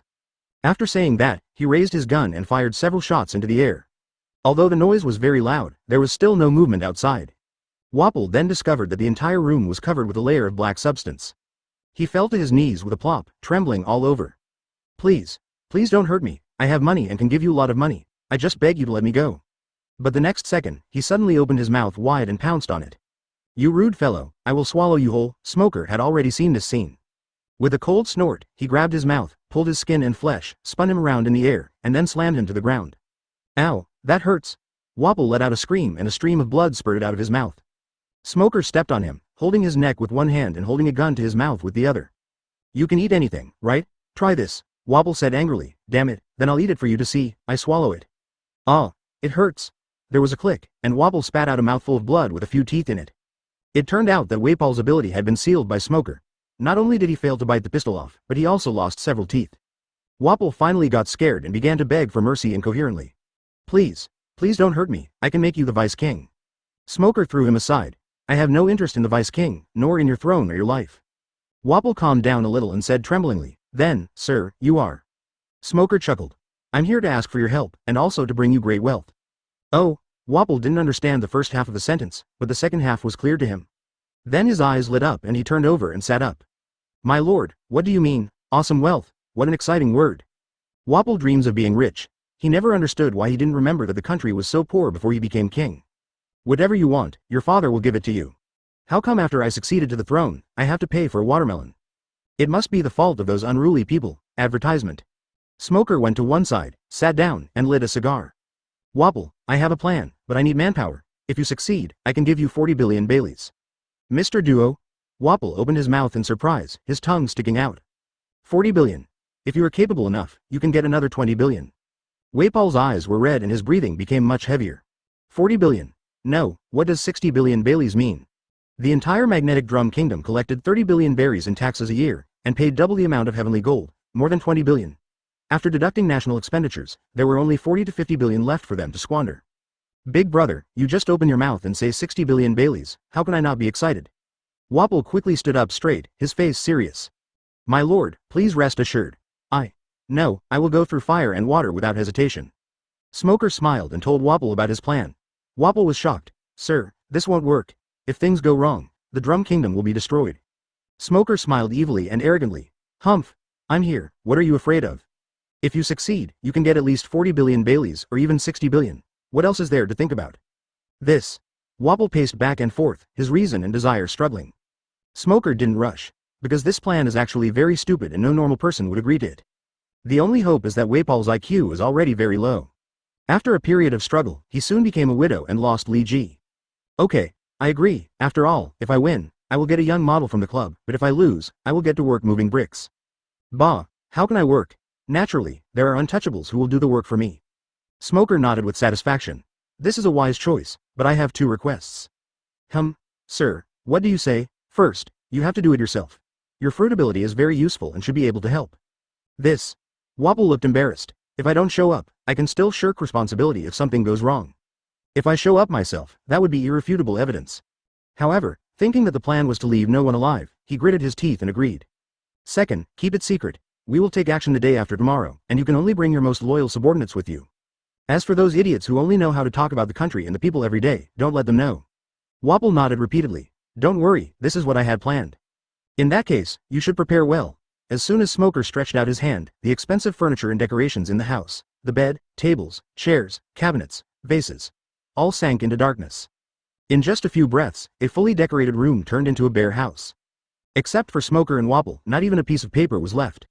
Remember your promise, Wapol. If you dare to do anything tricky, your country will be like this room, nothing left. Then, Smoker disappeared. Wapol stood there in a daze. The guards outside heard the noise and finally rushed in. They were stunned when they saw the empty house. Your Majesty, this is... Shut up, You idiots, call Jace and Chromalaman here to see me. Never mind, let's go to the meeting room. After the guards left, Wapple couldn't help but burst into laughter. Ahahaha, my chance has finally come. Smoker stood outside the house, and heard faint laughter through the window, feeling a little amused and helpless. Thanks to this guy being an idiot. Chapter 113 Robbery of Heavenly Gold. Soon it was time for Marine to leave. Compared with the welcome ceremony, the farewell ceremony was incredibly grand. King Wapple personally went to the dock and arranged hundreds of guards to maintain order. Collecting gold from the sky is tantamount to cutting the flesh of various countries. Although most countries are polite, their words and deeds are inevitably cold and distant. The world government doesn't care about this, but the Marines are a little uncomfortable. But King Wapple was extremely enthusiastic. Although the Marines were in the bitter cold, they felt rare warmth in their hearts. Scott looked extremely moved and thanked Wapple repeatedly. King Wapple, thank you so much for your hospitality. These 3 days are truly unforgettable memories. Wapple sat on the white hippo's head, watching the boxes of treasures being loaded onto the boat, and his heart felt so painful that it seemed as if bleeding. But he still looked reluctant to keep Scott. Suddenly, he accidentally caught a glimpse of the treasure chest in the cabin, and his heart became eager again. Soon, all of these treasures, no, half of them will belong to me. Smoker's plan was simple. When the warships leave the range of the magnetic drum kingdom, they will be robbed. After the task was accomplished, the two of them divided the gold on the boat equally. By then, even if the world government was furious, the warships would have already sailed out of the Drum Kingdom's sphere of influence and would not be able to catch up with Wapple. In order to seduce Wapple, Smoker even came up with a trick. After the matter is accomplished, taxes can be levied again in the name of the world government. If they don't pay the heavenly gold, they will be kicked out of the list of member countries. Without the protection of Marine, with the strength of the Drum Kingdom, it will be destroyed in minutes. Therefore, people have to sell everything they have to raise the tax money. If the world government considers itself unlucky and stops pursuing the gold from heaven, the money will naturally fall into the hands of Wapple. If the world government is unethical and collects gold from heaven again, then we will just have to pay the newly collected taxes. It won't affect Dalton anyway. As for the life or death of other countries, it has nothing to do with Wapple. When this plan came out, Wapple was amazed, especially when thinking about the previous news. Pirates Doflamingo robbed Tenjojin, and not only did nothing happen to him, he also became Shichibukai. If lowly pirates can handle this, then it shouldn't be a problem for me, the king of a country, right? So, he agreed to Smoker's request. All I could think about was Bailey, and I didn't even consider how true or false this plan was. Soon, the warship disappeared in the wind and snow. Advertisement Wapple took out a Den Den Mushi. My lord, they've left. The plan can be started. Den Den Mushi transformed into a cloaked man. Very good, it's going according to plan. Yes, sir. Wapple hung up the phone, his eyes full of greedy excitement. Guys, get in the submarine, we'll follow. The seawater at the dock surged and a large diving assault sailboat emerged. Jace walked over to Wapple. Great King Wapple, with this white iron king, we can catch up with the Marine without anyone noticing. Wapple laughed triumphantly. That's right, all the treasures belong to me. But listen carefully, don't sink the warship. If anyone loses my treasure, I will swallow him up. Everyone was shocked and said quickly, yes. At Waple's command, more than 300 soldiers entered the Iron King in an orderly manner. All the deck cabins were closed and slowly sank into the water. The Magnetic Drum Kingdom is a small island and the sea area it affects is also very small. Although the transport ship was sailing at a relatively slow speed, it was out of the influence range of Dong Island in just half a day. The weather cleared up again and the temperature warmed up. Scott stood at the side of the ship with a serious expression. A Marine rushed over and said, "Report, the Langya Reef is ahead." Skold looked over there and could see a reef in the distance that looked like jagged teeth. Got it. Get the artillery ready. All combatants in place, ready to fight at any time. Yes. Smoker and Sanai were also standing on the boat. Since they were not part of the transport troop, they stayed at the stern. Smoker could clearly sense a breath appearing under the warship. It seemed that Wapple had arrived. Sanai, how about this distance? Sanai squinted his eyes and looked at the Wolftooth Reef which was getting closer and closer. The view is clear and the wind is light, no problem. Smoker nodded. Then let's do it, Sanai, do it. Without saying a word, Sanai raised his gun and fired several shots. The bullet hit the gunpowder, instantly turning into a ball of fire and igniting the fuse. Advertisement Scott and several of his men were all shocked. Who's firing on the boat? Before he finished speaking, several cannon shots were heard from the direction of Langya Reef, and several columns of water suddenly rose up beside the warship. Although it was very biased, there was no doubt that someone was attacking him. Scott was shocked and gave orders in an orderly manner. Everyone on alert. Artillery fire back. The ship's guns fired back fiercely, and the island was engulfed in flames, but more shells fell in the direction of the warship. It turned out that Smoker had deployed a number of cannons in the Wolftooth Reef a day ago. These are all old items seized from the pirates that are hard to sell. Today is a good time to recycle them. He loaded the cannon and positioned it in the direction of the warship. Kerosene was specially applied to the fuse position, so the cannon could be ignited with just a spark. Just now, Sinai ignited the fireball with a shot from several kilometers away and successfully triggered the cannon. When the warships fired back, the resulting flames ignited more artillery fire, and large shells flew towards the warships. Under the water, the Iron King was snooping. "King, the fighting has begun. The warships are firing." Wapol slapped his thigh and said, "That's the signal, go ahead, I want to engage the warship in a boarding battle." Some knowledgeable soldiers hesitated. "Huh? Warships are not easy to deal with." "A-hole, who do you think I am? Get closer, with adults around, Marine is totally vulnerable, I have to perform well to get more points." The Iron King surfaced. The wooden cover of the cabin opened, and Wapol appeared with several hundred soldiers. "Foolish Marine, surrender. The gold in the sky belongs to me. My fellow soldiers, give it to me, eh?" On the warship, the Marine officers and soldiers did not panic at all. They were all arranged in a defensive formation, with their guns pointed at him. Scott's expression was half smile. "King Wapol, I didn't expect you to actually dare to covet the gold from the sky." "Huh?" Wapol's eyes almost popped out. "On the mast of a warship." A few seagulls were taking photos. There were a few who were writing something furiously, and the paper and pens were almost rubbing off sparks. The Allied countries plundered the gold in the sky? The president is right, there is indeed big news here, and it's first-hand. Chapter 114. The farce ends. Wapol's eyes almost popped out of his head. Damn it. Why is it like this? Before we knew it, the artillery fire at Langya Reef had gone out. There's nothing we can do about it. No one is replenishing the ammunition. We fired one wave and then died down. At this point, no matter how stupid Wapol was, he knew that he was being tricked. Well, it's no use apologizing anymore. Looking at the Marine on the opposite side who was as powerful as a knife, Wapol felt a little cramp in his calves. Well, I am the king after all, the world government should forgive me. At this moment, a bullet flew in from somewhere and directly pierced his arm. Ah!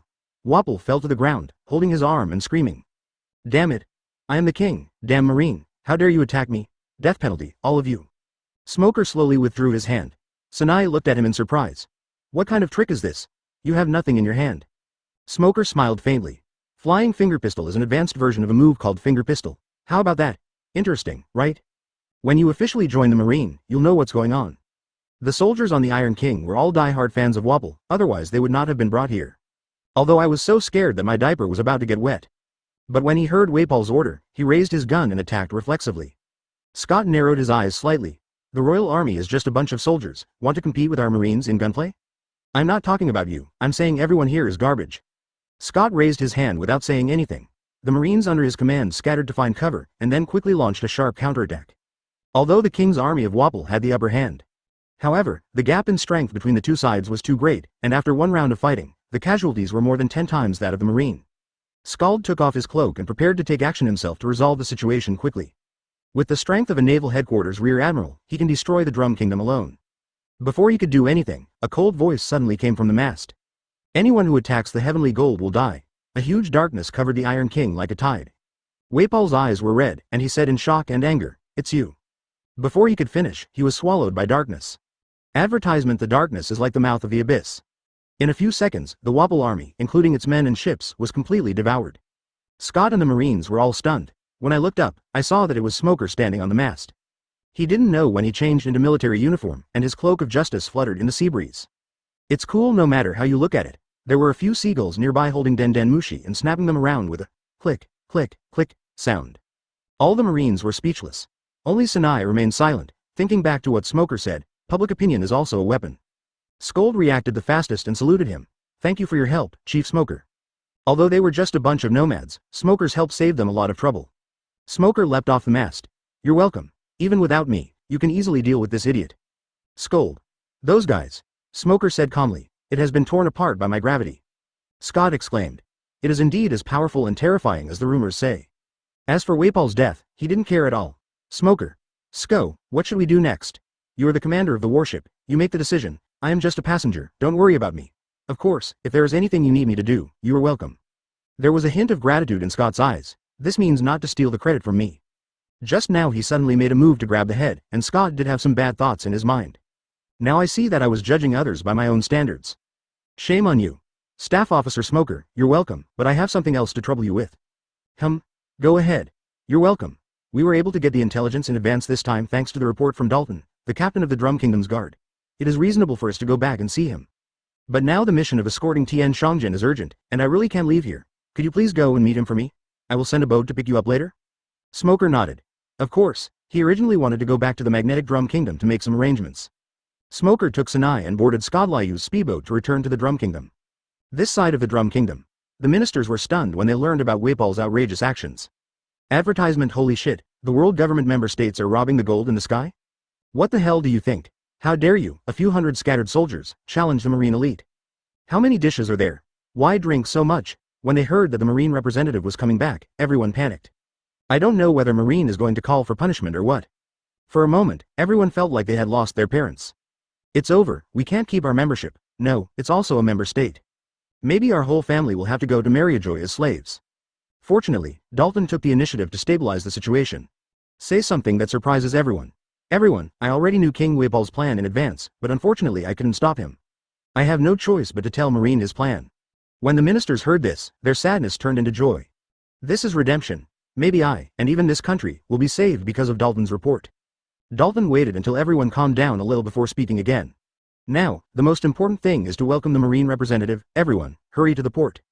Yes, yes, yes. Everyone woke up as if from a dream, and hurried back to the dock. Smoker and Sinai took a small boat back to the dock of the Drum Kingdom. From afar, I saw crowds of people on the pier. The leader was naturally Dalton, followed by a group of ministers. The rest were residents of nearby towns.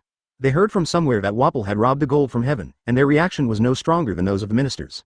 When Smoker and his partner got ashore, the ministers immediately came forward to ask about their well-being.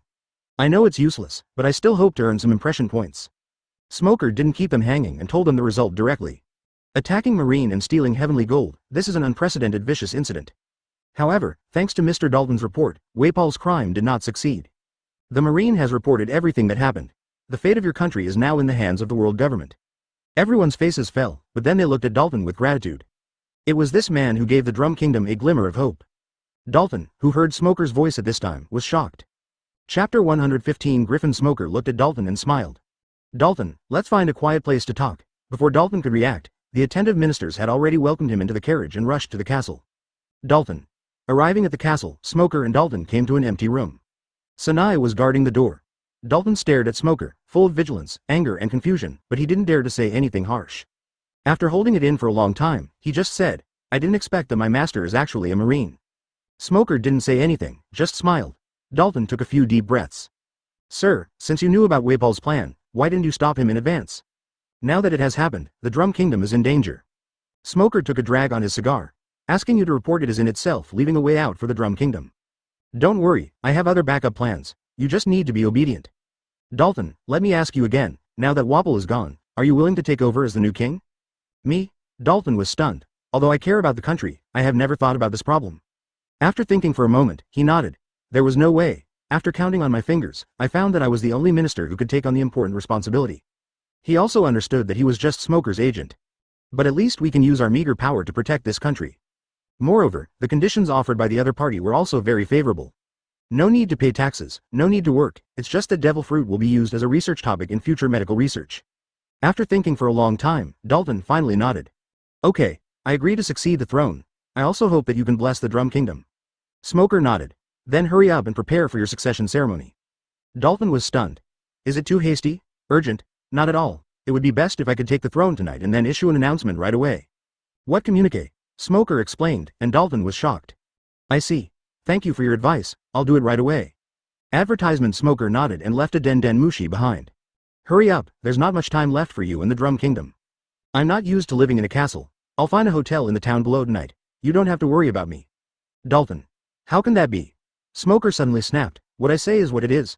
No need to question it. Do you think you'll be free tonight? Dalton was choked and speechless. Smoker called out to Sinai, and the two left. Dalton frowned and watched the two men leave. After they disappeared in the wind and snow, he gave orders to the guards beside him. Pass on my order, all ministers must gather at the castle within an hour. Have the Minister of Communications prepare a Den Mushi to notify the entire nation immediately, and have the Minister of Information contact the reporters. Immediately, yes. After leaving the castle, Smoker and Sinai walked in the dense forest. In the distance you can faintly hear the calls of reindeer. Sinai walked on the road and felt the coldness biting his bones. Why are you traveling at night like this? Wouldn't it be the same if we travel tomorrow when the wind and snow are less severe? Have you forgotten your sister? I have my own plans and will not change my time to accommodate you, but outside of the plan, I am still willing to buy some time for you. After hearing Smoker mention her sister, Sinai suddenly fell silent, tightened her clothes, and quickened her pace. After a while, the wind and snow gradually subsided and a full moon hung in the sky. The moonlight spread on the snow and there was silver light everywhere. It's so beautiful. I didn't expect that in a snowy country like this, there would be such beautiful scenery. Suddenly, Smoker thought of something. By the way, it hasn't come out for a day, it's time to let it out for some fresh air. After saying that, he released the darkness and let the little eagle out. But how can the birds on Summer Island stand the cold on Winter Island? When the young eagle came out, it first chirped happily and then shivered from the cold. Smoker quickly took out a large blanket and covered it with it. The two people and the bird just walked like this. Suddenly, the little eagle seemed to have discovered something, cried out, and came behind a tree. When they looked over, they saw a mushroom-shaped fruit growing under the tree. Devil fruit? The little eagle opened its mouth wide and was about to eat it. Wait! Smoker was shocked and pinched its mouth. Xiaoying groaned and showed an aggrieved expression. Advertisement. Smoker touched its head. This is not food, and it does not belong to you. Sanai frowned and said, you don't want me to eat it? I'm not interested in devil fruit. Smoker smiled and shook his head. Judging from the shape, this fruit should be the human fruit. Judging from the timeline, Chopper should eat this fruit soon. This fruit is called the human fruit. It can turn animals into humans and give them human wisdom. Sanai was stunned. You actually know the name of devil fruit? In that case, isn't it appropriate for Kitty to eat this fruit? Smoker smiled slightly. I don't have the ability to identify fruits, I just happen to have read the information about this fruit. The little eagle is already very smart. Even if he can't speak, he should have no problem communicating with us. And with VIP, translation is totally possible. Kitty lowered her head, looking a little depressed. Smoker couldn't help laughing. Never mind, there's a fruit that I wanted to give to you when you grow up. Since you want it, I'll give it to you now. After saying that, his palm turned into an element and then a fruit emerged. The little eagle's eyes lit up, he chirped happily, then picked up the fish and swallowed it in one gulp. Because I swallowed it whole, I was not harmed by the taste. Sanai asked curiously, what kind of fruit is this? Suddenly, the little eagle let out a scream, and there was something low in the eagle's cry. Then its body suddenly grew in size, its head turned into a lion, its claws turned into 4 claws, and its tail wing turned into a long tail. Sanai was stunned. This is cat fruit, normal type lion form. Compared to the human fruit, this fruit is naturally more suitable for combat. Kitty continues to change.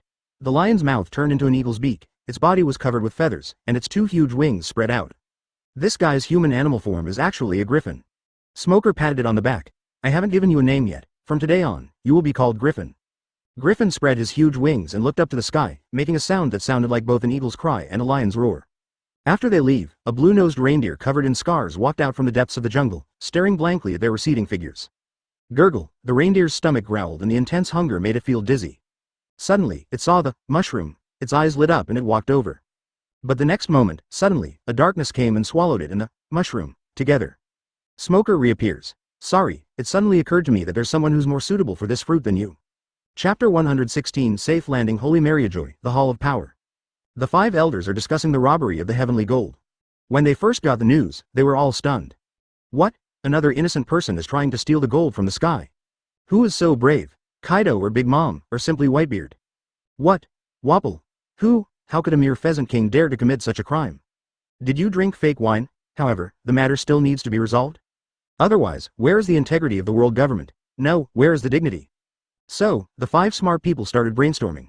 Everyone said something, and it was unclear who was praising whom. First things first. We've received reports from the Marine and CP that Wapple is trying to steal the heavenly gold. This is a contempt for the world government and an absolutely unforgivable crime. All those involved must be sentenced to death. Marine has wiped out the Wapple army. According to CP's intelligence, the one who did it was Smoker, the base chief of the G12 branch, and he has already executed all the criminals. Well done. Smoker has a very positive attitude towards celestial dragons and world government. With his status and qualifications, he can be trained as the successor of Black Ant. Black Ant is the most important chess piece we have planted in the Marine. The most important thing is to have absolute reverence for God. This Smoker is perfect for this. Second,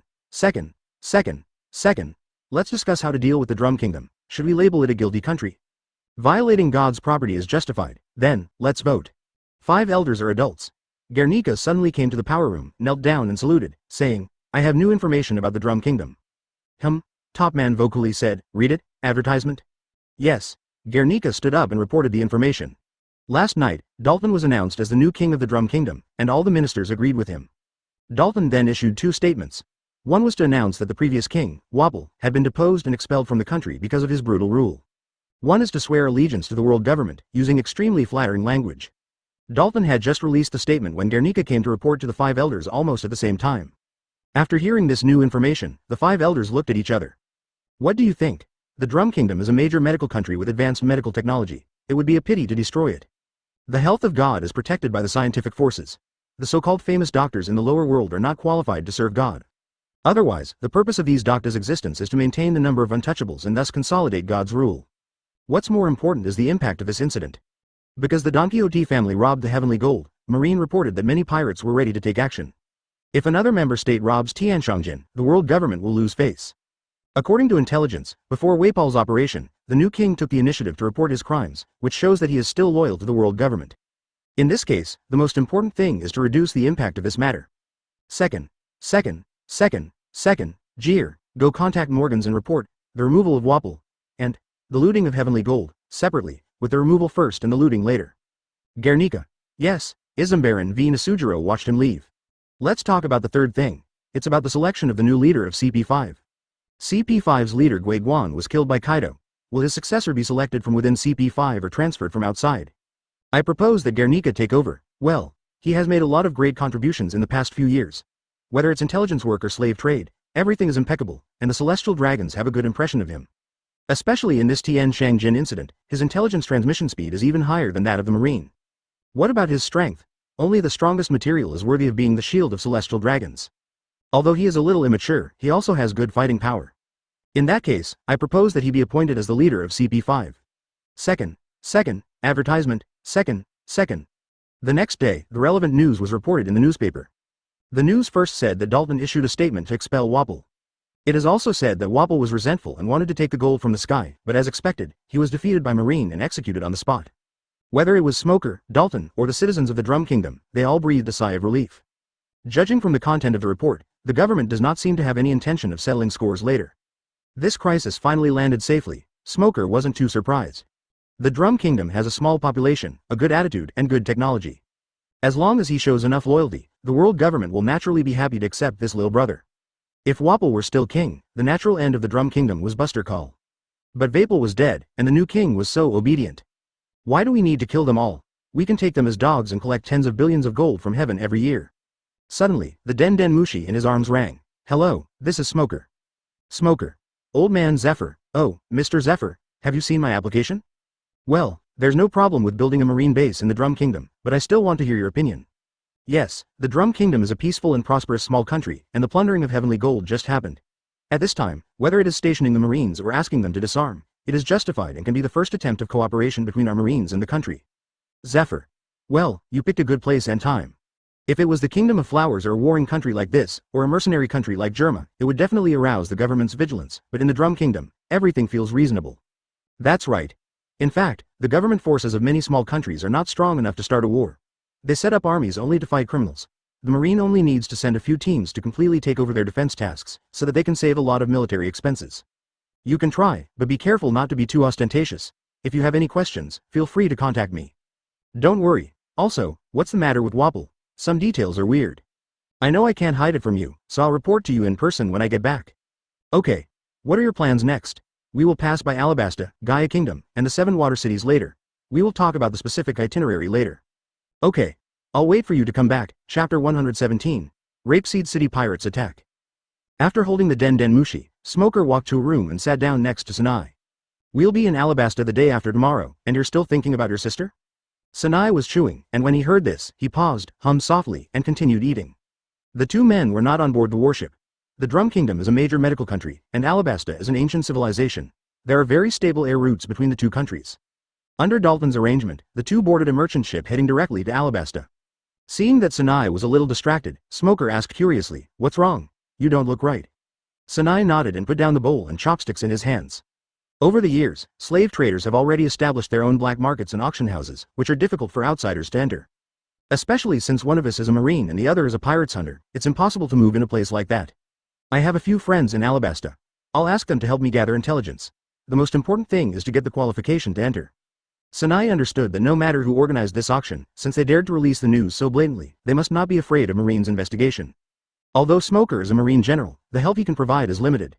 Smoker smiled and pulled out a gold-stamped card from his pocket. Don't think about it, this is for you. What? When Sanai took it and looked at it, his eyes almost popped out. It turned out to be an invitation to an auction, and it was VVVIP. Sanai was so shocked that he couldn't speak clearly. What's going on? how did you get this invitation? Smoker chuckled. Don't underestimate Marine. We are not only good at sending letters and handling official documents, we also know the ways of the underground world. Smoker has already inquired. As the controller of the only legal slave auction house, Zen is one of the partners of this auction, and his qualifications are outsourced. With her identity and status, she could get a stack of such invitations. Sanai played with the golden invitation in his hand and suddenly smiled. Smoker. Honestly, this is the first time I've ever felt so close to my sister. Smoker nodded. Don't worry, you will definitely be reunited with your sister. 2 days later, Smoker and Sanai finally arrived in Alabasta. Advertisement. The place where they landed was the famous port city, Rapeseed, its real name. The two did not go directly to the dock, but flew here on Griffin from a not far distance. I don't know if devil fruit has the effect of promoting development. After Griffin ate the lion fruit, he instantly grew from a cub to a young adult. His size was not much smaller than his mother, so he had no problem carrying Smoker and Sanai. The two of them looked out over Alabasta. This country is very much like Arabia in the previous life, with yellow sand all over the sky, scorching sun, and a few oases scattered around. Smoker did not rush into the heart of the country. It was still early for the slave auction, and there would surely be constant conflicts among the slave traders, so there was no need for me to get involved. So he asked Griffin to hide, and he and Sanai entered the Rapeseed city. It is a port city southeast of Alabasta, famous for its perfume. The city is full of open-air shops and is very bustling, with tourists and merchants from other islands also coming in an endless stream. Sanai bought a map. The slave auction takes place in the Rainlands. Look at the route. We have to cross the Santala River, go to Aluma first, then to Yorba, and finally reach the Rainland. This road is all desert. Mr. Smoker, you really don't want Griffin to take us there? Good. Why are you looking for trouble? Smoker nodded. He wanted to inspect the country along the way, collect intelligence, and especially try to contact the Nefertite royal family. Alabasta is a truly great country. If a country of this size establishes cooperation with the Marine, it will greatly alleviate the pressure on the Marine. Sanai, let's split up, you go find transportation. In the desert, people mainly travel by camel or mover crab. There is also a kind of running duck, which is very fast, but not suitable for long-distance travel. I'll go collect supplies. We'll meet here in 3 hours. Sanai naturally had no objection. Okay, no problem. The two of them wandered around the Rapeseed Flower City. At first Smoker was very curious about this city, but after a while, he found it boring. At least compared with the desert cities in previous lives that were blessed with modern technology, it really has no sightseeing value. So he concentrated on collecting supplies, with the support of banknote power. We quickly bought enough supplies for 2 people to use for a year, half of which we would eat and half of which we would throw away. The store was so thoughtful that they gave Smoker 2 camels, which made him laugh and cry. Advertisement. Smoker touched the 2 camels and couldn't help but think of the eyelashes in the original plot. In the Alabasta chapter, camel eyelashes is also a relatively outstanding supporting role, and really helps the main characters a lot. And the final result was very good. He successfully got into the official system and was paid by the government. After finishing his work, seeing that it was still early, Smoker took the 2 camels for a stroll. Suddenly, there was an explosion in the distance. Bombardment. Smoker quickly tied up his camel and rushed in the direction of the shelling. The road was full of people running frantically with large and small bags, and there was also faint noise and crying. Smoker looked gloomy. He was very familiar with this scene. Pirates had landed. At this time, there was a pirate's ship docked at the pier. Dozens of pirates were smashing and looting stores. More than a dozen people lay in a pool of blood, motionless, and no one knew whether they were dead or alive. The leading pirates wore suit and dress, had delicate makeup on his face, and held a giant rose as tall as a person in his hand. He walked straight to a house, waved the rose in his hand, and directly knocked down a wall. It turns out that the rose is a steel hammer. Pirates grabbed a crying and struggling girl out of the room. The girl was wearing a veil, but her figure was still graceful. Although not as bad as Empress Nami, it is still eye-catching. When Pirates saw the beauty, his eyes turned into heart shapes, but his hands were merciless and he grabbed her neck and pushed her against the wall. Shin ha ha ha, what a beautiful girl, she successfully touched Lousie's heartstrings. Lousie is proposing to Captain Grum of the Pirates, will you accept my proposal? The subordinates next to him shouted together, oh, the captain is proposing again. Agreed it, the captain is a big pirate with a bounty of 60 million, haha. No, I don't want to marry pirates. Although the girl was terribly scared, she still refused. Grum's face turned gloomy in an instant. Very good, there is only one fate for a woman who dares to reject Lousie. He threw the girl to the ground. In that case, then be my slave, haha. A top quality product like you can definitely be sold for a lot of money. Chapter 118. First contact with Crocodile. The girl is just an ordinary person, how can she withstand the beatings from the pirates? Just one slap left her lying on the ground, almost unable to move. Suddenly, a little boy holding a stick ran out of the house. He looked about 5 or 6 years old. Stinky pirates, let my sister go. The little boy rushed towards Grum, but ran too fast and accidentally fell down. Seeing this, the girl ignored the pain and screamed, Gary. At this time, a pirate with a wretched look came forward and stepped on Gary.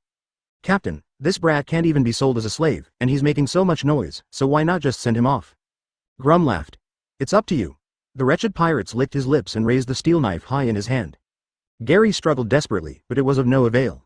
The girl struggled to get up, knelt on the ground, desperately pulled at Grum's sleeve, and cried, I am willing to be your bride and go with you. Please let my brother go. Grum lifted her chin and smiled wickedly. I suddenly realized that you seem more beautiful when you were desperate. Watch this. Pirates raised the knife high, ready to chop the child to death. At this time, Smoker also arrived. Seeing the scene in front of him, he frowned and was about to rescue people. Suddenly, 2 gunshots were heard in the distance. One shot broke the knife in the wretched pirate's hand, and another shot him in the head. Smoker put his hand down. Tisk, brat. On the rooftop in the distance, Sanai was holding a gun and shooting pirates. The gunshots continued, and at this moment he was like a Shinigami, taking away one or even several pirates with each gunshot. In just a few breaths, 17 or 18 pirates were killed. Grum used a rose to deflect a bullet, looked at the bullet mark on the rose in shock, and shouted angrily, Kill him. Yes. Go ahead. The pirates rushed over roaring.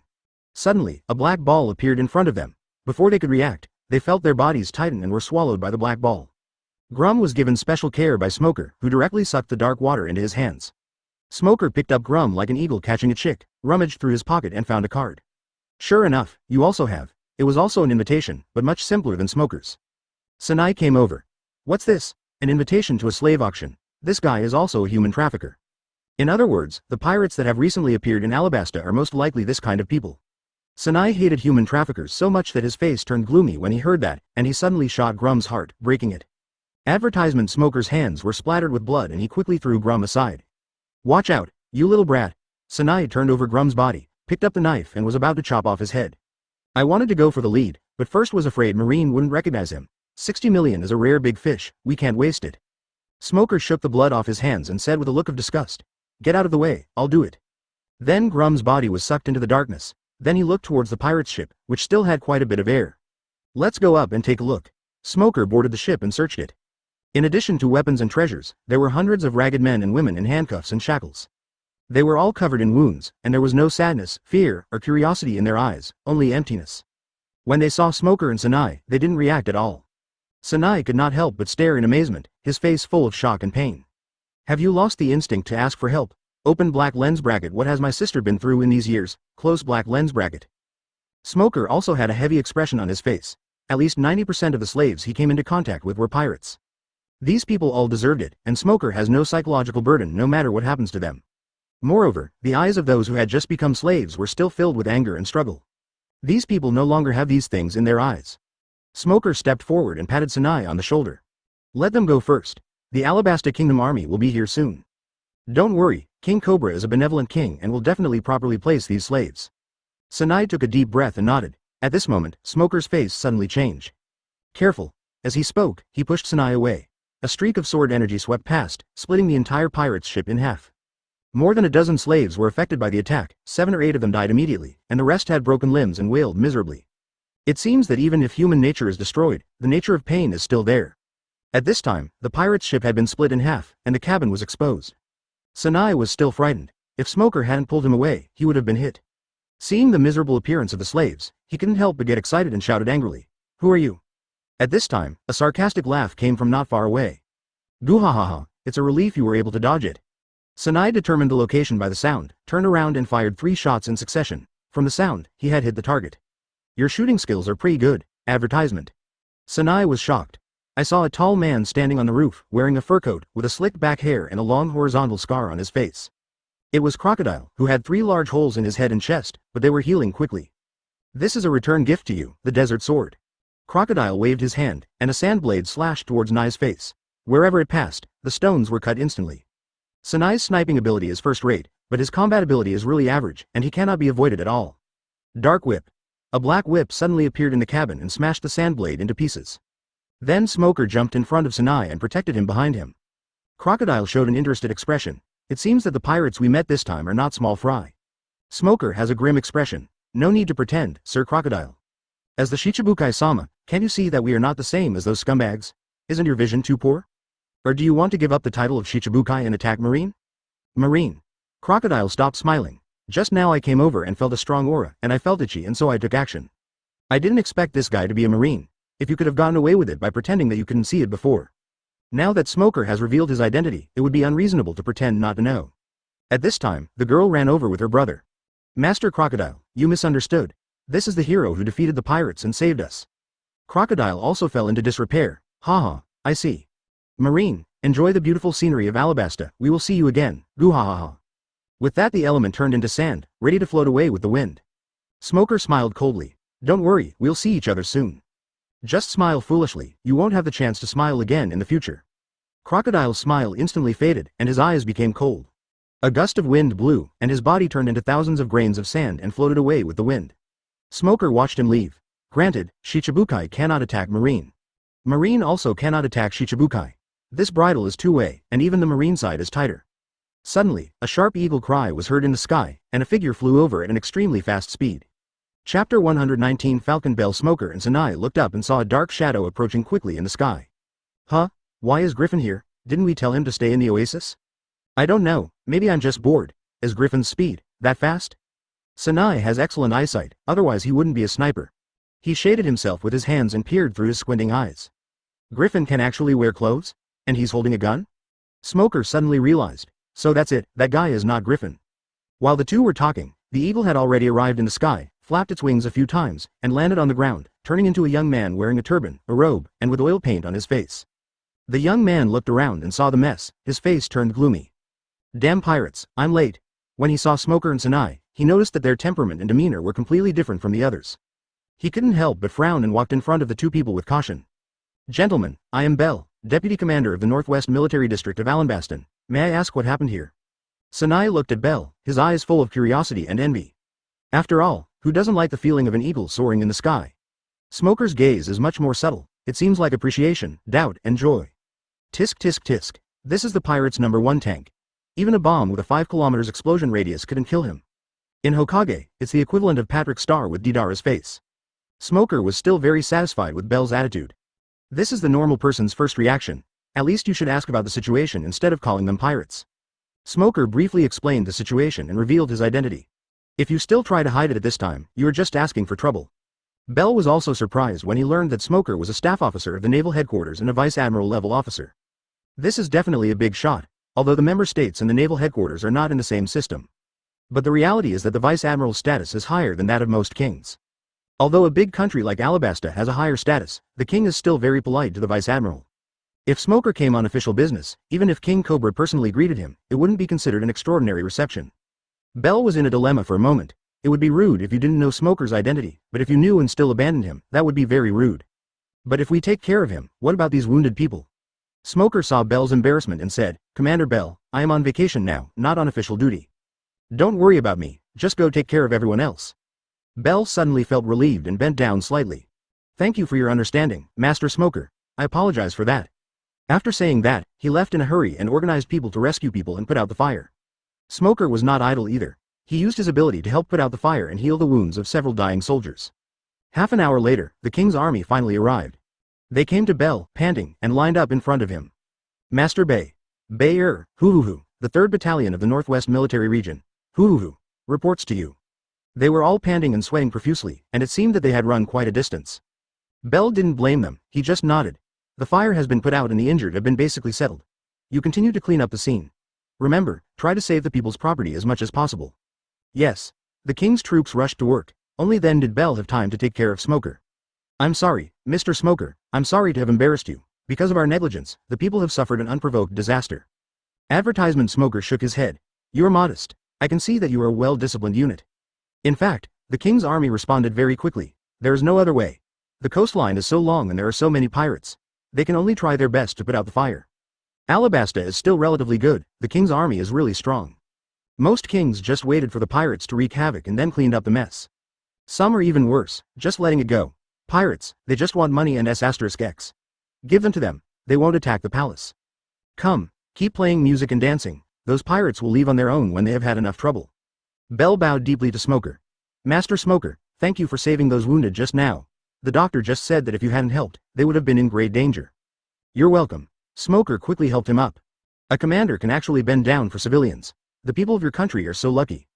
Bell smiled bitterly and shook his head. As a soldier, it is my duty to protect the people. It is our fault that they were attacked by the pirates. The hateful pirates keep appearing one after another, and they move from place to place after each shot. We are exhausted from dealing with them and can only try to recover the losses as much as possible. If it weren't for you and Crocodile's intervention this time, the child's life would definitely not be saved. Smoker looked aside, and Gary sat obediently beside his sister. His eyes met Smoker's and he smiled sweetly. Smoker also smiled and nodded, sighing inwardly. Even a military power like Alabasta, with a wise ruler and loyal ministers, was still deeply harmed by the pirates. Belle, don't blame yourself, your performance is already excellent. The reason I was able to appear so quickly is because I happened to be here. Crocodile arrived quickly, thanks to the intelligence system of Baroque Works. Belle arrived just over 10 minutes after the city was attacked, which was considered extremely fast. After all, it was a mobilization of the army in a feudal country, and we couldn't expect it to be as fast as the police station in our previous life. Belle shook his head and smiled bitterly. Although I inherited the power of the guardian god passed down from generation to generation in Alabas, it's still not fast enough. Sanai was very curious after hearing this. The power of the guardian deity? You mean the devil fruit? Yes, the falcon and the jackal are the patron saints of Alabasta. Smoker instantly grasped the point. Wait, passed down from generation to generation? You mean, every generation of users of the falcon form of the bird fruit is in Alabasta? Belle nodded. Yes, it should be that every generation of ability users serves the Nephite royal family. It was only after I became a member of the king's army and was selected that I was qualified to eat this fruit and become the 31st guardian. Smoker's eyes rolled. Don't just stand there. It's rare to find a soldier as loyal and brave as you, Belle. I feel like I have a special affinity with you. Let's stop standing here, sit over there and have a drink. They arrived at the door of a hotel, and Smoker ordered a few more drinks and insisted on treating Belle, pouring tons of wine into his mouth. The two chatted and drank, and when the conversation was almost heated, they asked the questions that concerned them most. Belle, how did your devil fruit get passed down? Why does it always appear in your country? Although I can take the fruit myself, the process is somewhat cumbersome. Especially the need to capture the pirates alive inevitably brings high risks to the Marines. I wonder if there is a quicker way in Alabasta. Belle shook his head. I don't know either. That's a secret of the royal family, on the same level as luxury water. Torrential rains. Smoker was shocked. How could he forget this good thing? I heard that drinking the water will increase your strength. Do you know how to do it? Although Belle was drunk, he was also surprised. Advertisement. Hiccup. You are worthy of being the chief of staff of this headquarters. You even know something like this? It was only after I became a commander that I accidentally heard that the royal family had such a thing. Brother, tell me, how is that thing made? Brother Smoker, hiccup, I really don't know. Smoker was disappointed, but he believed that Belle would definitely not lie to him. Such an honest person doesn't have such a complicated mind. In fact, Smoker also feels very confused. This is the secret of devil fruit transformation. In the New World, without the 4 emperors, no one can hope to defend it. But now they're in Alabasta. Even a dog knows that these 2 fruits are passed down from generation to generation, but no one wants to study them? Especially Crocodile, who is in Alabasta. How can you be so straightforward, not caring about anything except Pluton? And that luxurious water. For such a good thing, the world government has never thought about studying how to reduce the side effects. If it really succeeds, it will definitely be a magic oil on the battlefield. Admiral shows off his bottle first when fighting, so why are you afraid of 4 emperors? The pirate's king has already shown off to you. Smoker took a few deep breaths. I want it very much, I want it all. But don't make it too obvious. At this time, Belle suddenly said, Brother Smoker, what are you doing in Alabasta? If you have anything to say, please speak up, don't be polite to me. Oh, I'm not on vacation anymore. I want to go around, but I really want to ask you something. I heard that Alabasta is going to hold a hard work auction. Smoker has always been curious, how could King Cobra host such a thing? Sure enough, Belle's face turned ugly. It's not the Celestial Dragon's order yet. Initially, the world government approached us and said that the Celestial Dragons wanted to buy slaves and also wanted to see the desert scenery, so they asked to hold a slave auction here. King Cobra naturally refused, but since the Celestial Dragons had given the order, he couldn't refuse. At this point, Belle slapped his thigh heavily. Holding this disgusting auction is an indelible disgrace to Alabasta. Suddenly, he thought of something and was sobered up from the shock. He quickly stood up. Sorry, Master Smoker, I spoke out of turn. At the same time, I was sweating profusely. What the hell did I say? I actually criticized Celestial Dragons in front of the officers of the headquarters. Smoker smiled and waved his hand, motioning him to sit down. It's okay, I didn't hear anything. It seems that this slave auction will cause you a lot of trouble. Belle felt relieved and nodded quickly after hearing this. More than just a bother. The surging number of pirates and the heavy defense pressure have caused untold suffering to the entire country. There are endless pirates around the slave auction, and the security pressure is huge. We were originally going to provide reinforcements, but we didn't expect to encounter this kind of thing. Smoker's eyes lit up. How about we go together? It's better to have a commander as your guide than to wander around on your own. Belle agreed immediately. In fact, he had just asked the king for instructions. King Cobra could not leave, so he instructed Belle to pair them up. Although King Cobra doesn't like world government. But he knew very well that he had to have a good relationship with Marine. He knew very well that even though Alabasta had 600,000 soldiers, they were no match for those powerful pirates. King Cobra put down the newspaper in his hand, which showed the story of Crocodile destroying the pirates and being hailed as a hero by the people. Open black lens bracket pirates. Heroes. Close black lens bracket, Crocodile, are you a savior, or a poison wrapped in honey? No, we must not let the pirates destroy this country from within. Chapter 120 Animal Language. Early the next morning, Smoker and others set out. Smoker was annoyed by the crowds, so Bell let his subordinates go first and stayed with Smoker alone. The three men were wearing robes and riding camels in the desert. When passing by an oasis, the sound of an eagle was suddenly heard. Bell. What is this? Smoker looked up at the sky. Ah, I knew this guy would be impatient. Sanai also laughed and said, you must be holding it in. It was Griffin that flew over. It knocked over Smoker and Sanai and started chirping. Smoker stroked its head. Okay, don't feel wronged. We didn't leave you behind on purpose. You're too big to live in town. We'll come find you when we're done with our work. Master Smoker. Bell interrupted Smoker. Well, it says. Okay, I misunderstood. Smoker looked embarrassed, but suddenly realized. Bell, can you understand what he says? Bell nodded. Ever since I ate the fruit, I can understand the calls of hawks and falcons. Smoker was stunned. So magical. Well, not only me, but also my companion who ate the dog fruit and turned into a jackal can communicate with the jackals in the desert.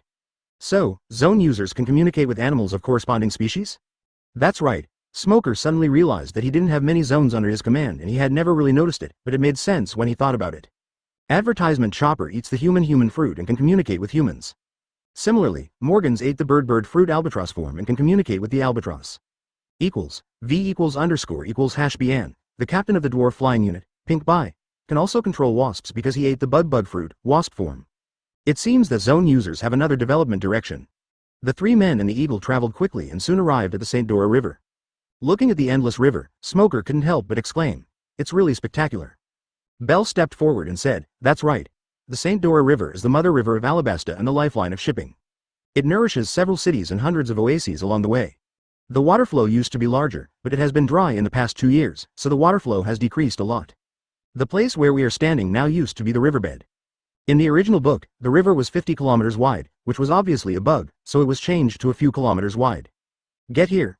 Smoker looked down and saw that the river was still nearly 100 meters away from where he was standing. In other words, the river has shrunk by hundreds of meters. Is the drought this severe here? Has it ever happened before? Open black lens bracket. Has Crocodile started so early? Close black lens bracket. There have been droughts before, but they didn't last long. Smoker nodded. After all, Alabasta is also an ancient civilization. The living environment must not be so bad. I just don't know if it's the sand crocodile that's causing trouble. It shouldn't be. The Baroque workshop is still in its infancy. Even if he brings down the royal family, it will not be his turn to become king. Well, let's see. Smoker and others walked to the river. Suddenly, several round green heads emerged from the water. Advertisement Bell was shocked. Oh no, Sanai. What's wrong? I forgot, this is Kung Fu Manatee's territory. Kung Fu Manatee? Smoker naturally knows Kung Fu Manatee. They are a group of manatees with their own tortoise shells and helmets. They're cute and loyal. But he is an avid fan of Kung Fu, likes to challenge his opponents, and is very fierce and cute. After listening to Bell's introduction, Sanai was eager to try and threw down his spear for a duel. Smoker wanted to dissuade them, but seeing the situation he also wanted to watch the fun. Sanai and Kung Fu Hainyu rushed towards each other at the same time, and the two sides fought hard. In the end, Sanai won by a narrow margin. Ha ha ha ha, I win. Sanai panted and made a yeah gesture. Just when I was about to take a break, a manatee suddenly jumped up and rubbed my thighs. Bell. If a Kung Fu manatee loses, he will pester his opponent to become his apprentice. What? Why didn't you say so earlier? Sanai tried desperately to get away, but the manatees all pounced on him, lying on him one after another, begging to become his disciples. In the end, it was Smoker who took out the detailed diagram of the 18 hands of the Black Dragon from his previous life and passed it to Kung Fu Hainyu. Only then did he leave under the reluctant gazes of the manatees. Luffy and his friends had a hard time crossing the river. But 3 of the 3 people and 1 bird present could fly, and they easily crossed the river. At night, they came to Aruma to rest. Chapter 121 Water Source Plan. Amalu, located on the southwest bank of Alabasta, in the lower reaches of the Santora River, is known as the Green City. It has always been the economic center of southern Alabasta. After Smoker and his friends finished their meal, they went out for a stroll together to experience the local customs and culture. It's already afternoon, but there are still many shops and tourists on the street. Many people in different clothes were leading camels to trade local specialties. Although it looks like a prosperous business, Smoker keenly observed that many people have sorrow in their eyes and feel particularly hopeless. Belle, what's going on? It feels like everyone here is a bit lifeless. Belle sighed. Follow me. They followed Belle to a tall building overlooking the west side of Amalu and gasped. On the west side of the city, many houses have been abandoned and the streets are buried in yellow sand. Amaru used to be a beautiful, vibrant city. Because it is close to the sea and the St. Dora River, the climate is quite good, so it developed into a commercial city. Since the drought 3 years ago, there has not been a drop of rain here. The oasis has degraded and the city has been gradually eroded by wind and sand. If this continues, I don't know how long Amalu can last. Open black lens bracket 3 years without rain. Close black lens bracket Smoker knew it was probably crocodiles doing. Although the use of sand fruit can change the terrain and block rivers without anyone noticing, causing the water veins to gradually dry up. But Alabasta is a huge country after all. If they want to completely change the country's climate without letting anyone notice any abnormalities, they can only erode the water source bit by bit. In the plot, Crocodile used this method to slowly destroy Aluma. Even their destination this time, Yoba, was almost destroyed. That's right, the location of the human auction has changed. It's no longer in Rainland, but in Yoba. It is said that it was the work of King Cobra. Smoker looked at the sunset. Forget it, it's getting late, let's go back. After saying that, he turned and walked towards the hotel, and Sanai and Belle hurriedly followed. Nightfall. Smoker quietly got up and flew out of the window. Advertisement: instead of eliminating rain, dancing powder causes it to condense somewhere else. The best way to destroy Iluma is to burn dancing powder in the surrounding desert, wasting precious rainwater. And in order to take away the rain for 3 consecutive years, a lot of dancing powder is needed. This means there must be a huge warehouse of dancing powder nearby. There is no introduction to this warehouse in the original plot. But he knew that there was a Baroque workspace, the Spider Cafe, a few dozen kilometers northwest of Aluma. There should be a clue here. Otherwise, Crocodile will be so full that he will build a cafe here. I don't know the exact location, but it doesn't matter. The lights in the dark are very conspicuous and can be seen even from dozens of kilometers away.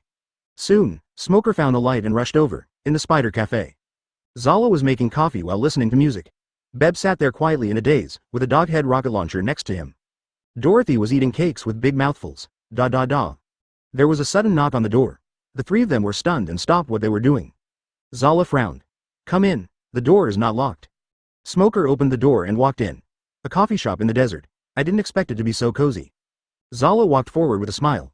Thank you for the compliment, sir. What would you like to order? No. Smoker took a drag on his cigar. It's not appropriate for a Baroque coffee shop to entertain a Marine.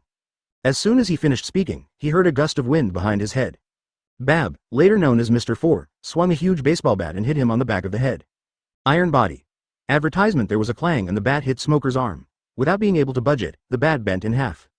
What? Before he could react, Smoker pierced his throat with the finger pistol. Beb fell heavily to the ground with his eyes wide open, and his blood stained the floor red. Zala and Dorothy were stunned. Impossible, partner. Smoker said calmly. You two talk a lot, so I'll start with you. Early the next morning, Belle wakes up and comes to find Smoker. Morning, Mr. Smoker. Smoker nodded and tossed him a pocket. What is this? Belle opened it and suddenly exclaimed, devil fruit. Master Smoker, what are you doing? This is the zone mole fruit. The user can transform into a mole and dig tunnels easily. The solution to water sources doesn't necessarily have to come from the sky. If it doesn't rain, think of ways to find groundwater. This fruit is a small gift from me to thank Alabasta for his hospitality. Belle was shaking with excitement. If it was any other fruit, he would definitely not accept it. But since it concerns the water veins of Alabasta, we absolutely cannot refuse. Don't even mention Smoker giving it to you. Even if he doesn't give it to you, you have to beg him to get it. Thank you so much, Master Smoker. You are truly a great benefactor to us at Alabasta. In the rain, in the secret room, suddenly there was a low roar. Damn it. What happened to Whiskey Hill before and Spider Cafe now? Elinette, send someone to check it out immediately. Yes, boss. Chapter 122. Arrival at Yoba. Smoker and his companions went northwards through the vast desert. Arrived at our destination this time, Yoba. Jobar is a young town built on an oasis in the desert. It is a must-go place for trade to the west of Alabasta and has the largest number of hotels in the country. Entering Yoba, Smoker had only 2 impressions. First, it is new. Many buildings are new, and even many shops and hotels are under construction in full swing. First, it is chaotic. Unlike in Aluba, most of the guests here are business groups, which are much larger in scale. In addition, a slave auction is imminent, and many pirates and underground forces are involved. These people are not as well behaved as merchants, residents and tourists, and always try every means to cause trouble. So, from time to time, the king's troops ran past them breathlessly. Sanai sighed. I have never seen so many caravans. Smoker nodded and said to Belle with a smile. I finally understand why you want to support this place. The guard force is really not enough. After a few days of getting along, Belle was no longer so nervous in front of Smoker.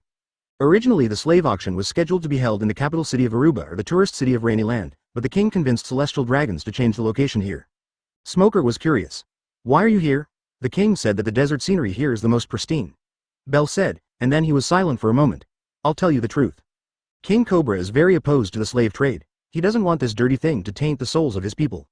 And the gathering of a large number of human traffickers will also cause great hidden dangers. So, he changed the location to Yoba. Although there are many people here, most of them are caravans or merchant groups, with their own security forces, which is much safer. It can also keep this kind of trade away from the sight of civilians. Smoker suddenly realized. In the main storyline, it was also at this time that Princess Vivi was almost kidnapped by human traffickers. If the location is really set in the capital, it will be a disaster. You are worthy of being King Cobra. It is a blessing for the people to have such a king. Meanwhile, in Alabasta's palace, the noble celestial dragons came here as guests, accompanied by King Cobra throughout the visit. In the garden, a dozen slaves formed a lounge chair, and celestial dragon's Makar's Hostivasi lay comfortably on it, with CP and guards standing behind him. Opposite him was King Cobra, sitting on a stool. Although she had a spring-like smile on her face, a hint of discomfort flashed deep in her eyes when her gaze swept across the recliner. A servant came to the garden and presented a plate of fruit. Cobra took it and held it in front of Hastvasi with both hands. Hastarwasi Saint, this is our Alabasta's most famous specialty, the sand pear fruit. Please try it. Advertisement. A slave quickly forked one and stuffed it into Hastvasi's mouth. Hastvasi chewed a few times and said calmly, not bad. Cobra bowed slightly. As long as you like, I have ordered the army to search the desert and present it to you when you leave. Hastvasi hummed and opened his cloudy eyes. King Cobra, I've been staying here for a few days, but I've never seen your family or even your maids. Why is that? Cobra paused as he slowly stood up. I'm sorry, my family is not in the country recently, so I don't have the honor to meet you. As for the maids, Alabasta is a desert country. The women there are far inferior in appearance to your concubines. I dare not bring them here to pollute your eyes. Hastvasi stared at Cobra, and after a few seconds he slowly lay down. As you wish. I know what you are thinking, and I am too lazy to argue with you, but, Nephite Cobra, you must remember one thing. Please go ahead. Although you live in the filthy netherworld, you also have the blood of the Nephert family flowing in your veins. In our eyes, you are different from ants, so, don't lower yourself to get too close to those ants. King Cobra was silent. There is no rebuttal, or rather, I know that rebuttal is useless. After a while, he bowed. Wise Saint Hostavihi, you are absolutely right. Even the kings of various countries are nothing in front of celestial dragons, let alone the untouchables. But I have my reasons for doing this. After all, even when facing livestock, basic guidance is necessary. Hostavasi lowered his eyes slightly. It's good that you know the number. I am tired. Please go down. Yes. After Cobra left, Hastvasi said calmly, someone come. 2 CPs came out. Sir, put 2 people in this country. Yes. The other side. Bell sent Smoker and the others to Yoba, and the mission was actually accomplished. Advertisement. Smoker took the initiative to say goodbye to Bell, saying that he needed to go around. Bell has gotten to know Smoker's temper these past 2 days. He said he wanted to go shopping by himself, and he really wanted to go shopping by himself. So I didn't insist and said goodbye happily. The mole fruit in my arms needs to be delivered as soon as possible. In fact, Smoker also has a dog fruit in his hand, the dachshund form. But this thing was really not presentable, so I kept it. When Bell walked away, Sanai came over. Mr. Smoker, I want to go around and find out about my sister. In fact, Smoker has asked Morgans for help, but he would definitely feel uneasy if he left Sanai alone, so he nodded in agreement. Go ahead. Things are not peaceful these days, don't be too ostentatious. If anything happens, just bear with it. Tell me everything when you get back. If you can avoid it, don't do it. If I accidentally kill a few nobles, even Smoker will be in trouble. Sanai was the marine candidate he had chosen, and he must not have a criminal record. Don't worry, I'm leaving. Sanai picked up the gun and ran away. Tisk tisk. He's a good kid, but he's still too weak. He needs to practice harder in the future. It is about 100 kilometers away from the Brazilian side. There is a huge and hidden cave. Although the sun was scorching outside, it was cool and humid in the cave. At this time, there were more than 1,000 people gathered in the cave, each holding a weapon and looking extremely ferocious. These people were divided into several groups. The way he looked at the other person was full of scrutiny and hostility, and he kept talking trash. Hey, Baldy, you're not dead yet. Damn woman, if I have to die, I'd rather die on you. Just you, thin dog, Curly, how dare you show up like a coward? Trash like you should be fed to desert scorpions. Haha. I'm waiting, idiot. In the corner, a tall, muscular, bald man with the word, Yi, tattooed on his chest stood in the corner. He ignored those guys who were talking nonsense, just folded his arms and looked coldly into the depths of the cave. Chapter 123. Serindi. Just as everyone was making a lot of noise, the few people who were shouting the loudest suddenly felt something tense. A transparent chain was wrapped around his body at some point, and the other end was connected to the depths of the cave. Suddenly the chains contracted, dragging them deeper into the cave. After a series of teeth-grinding friction and squeezing sounds, the sound gradually died down in the depths of the cave. Everyone was silent, like frightened quails, trying to squeeze back. Oh no, that adult is angry. Stop making noise, be quiet, be quiet. Daz Bonus was at the back of the crowd and couldn't help but feel a chill on his back. Open black lens bracket. What kind of ability is this? Close black lens bracket. When did those chains appear? I didn't notice it at all. Salad, salad. There was a sound of footsteps coming from deep in the cave, and a thin man in a white robe and a veil covering his face slowly walked out. Everyone looked at him with awe in their eyes. The man took off his veil, revealing a handsome face with a smile, but there was no warmth in that smile. Seeing that face, many people showed surprised expressions, and Daz's eyes widened. Open black lens bracket. It turned out to be him. Close black lens bracket. The man looked at the crowd's reactions with satisfaction and grinned. When he got close to the crowd, he suddenly stepped on the empty space and walked higher and higher as if he was walking on stairs, until everyone had to look up at him. Hello, fellow bandits, it seems quite a few of you have recognized me. It turned out that everyone in the cave was a bandit from different gangs. They originally lived in the desert, relying on the boundless desert to play hide and seek with the king's army in a mysterious way, and lived a carefree life. But a few days ago, this man suddenly appeared and attacked more than a dozen bandit hideouts one after another alone. He defeated the bandits with overwhelming strength and brought them here. The bandits knew that the other party was going to such great lengths and was definitely not trying to kill them, so they became unscrupulous. Some of the bandits who had already had grudges against him even spoke harshly to him, but they were unexpectedly dealt with by him directly.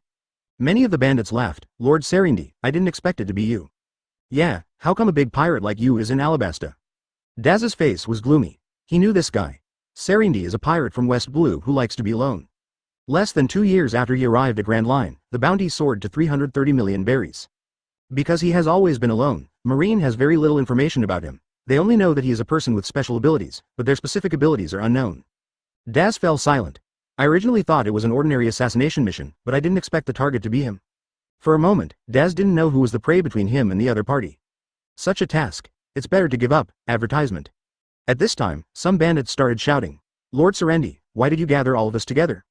Serendi laughed. Idiot, of course it's for the money and the subordinates. The bandits were confused. Isn't this guy always alone? Dihahaha, now Yoba is home to countless nobles, merchant groups, and human traffickers, as well as a huge amount of wealth. Why are you turning a blind eye and watching the fat sheep shrink in their nests? Lord Serendi, the elite troops of the king's army of Alabasta are now in Yoba. With our strength, going there would be a death sentence. Yes. Yes. Many sand bandits began to agree.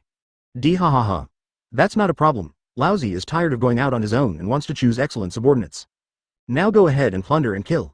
I will stop the king's army for you. The 50 people who kill the most will become Lousy's subordinates and accompany Lousy to fight on the Grand Line. Ooh. Most of the bandits raised their weapons and roared fanatically. Some people were more cautious. After all, this matter was too strange. Those who want to follow me, come outside with me. Those who don't want to go, you can do whatever you want as long as you don't inform me.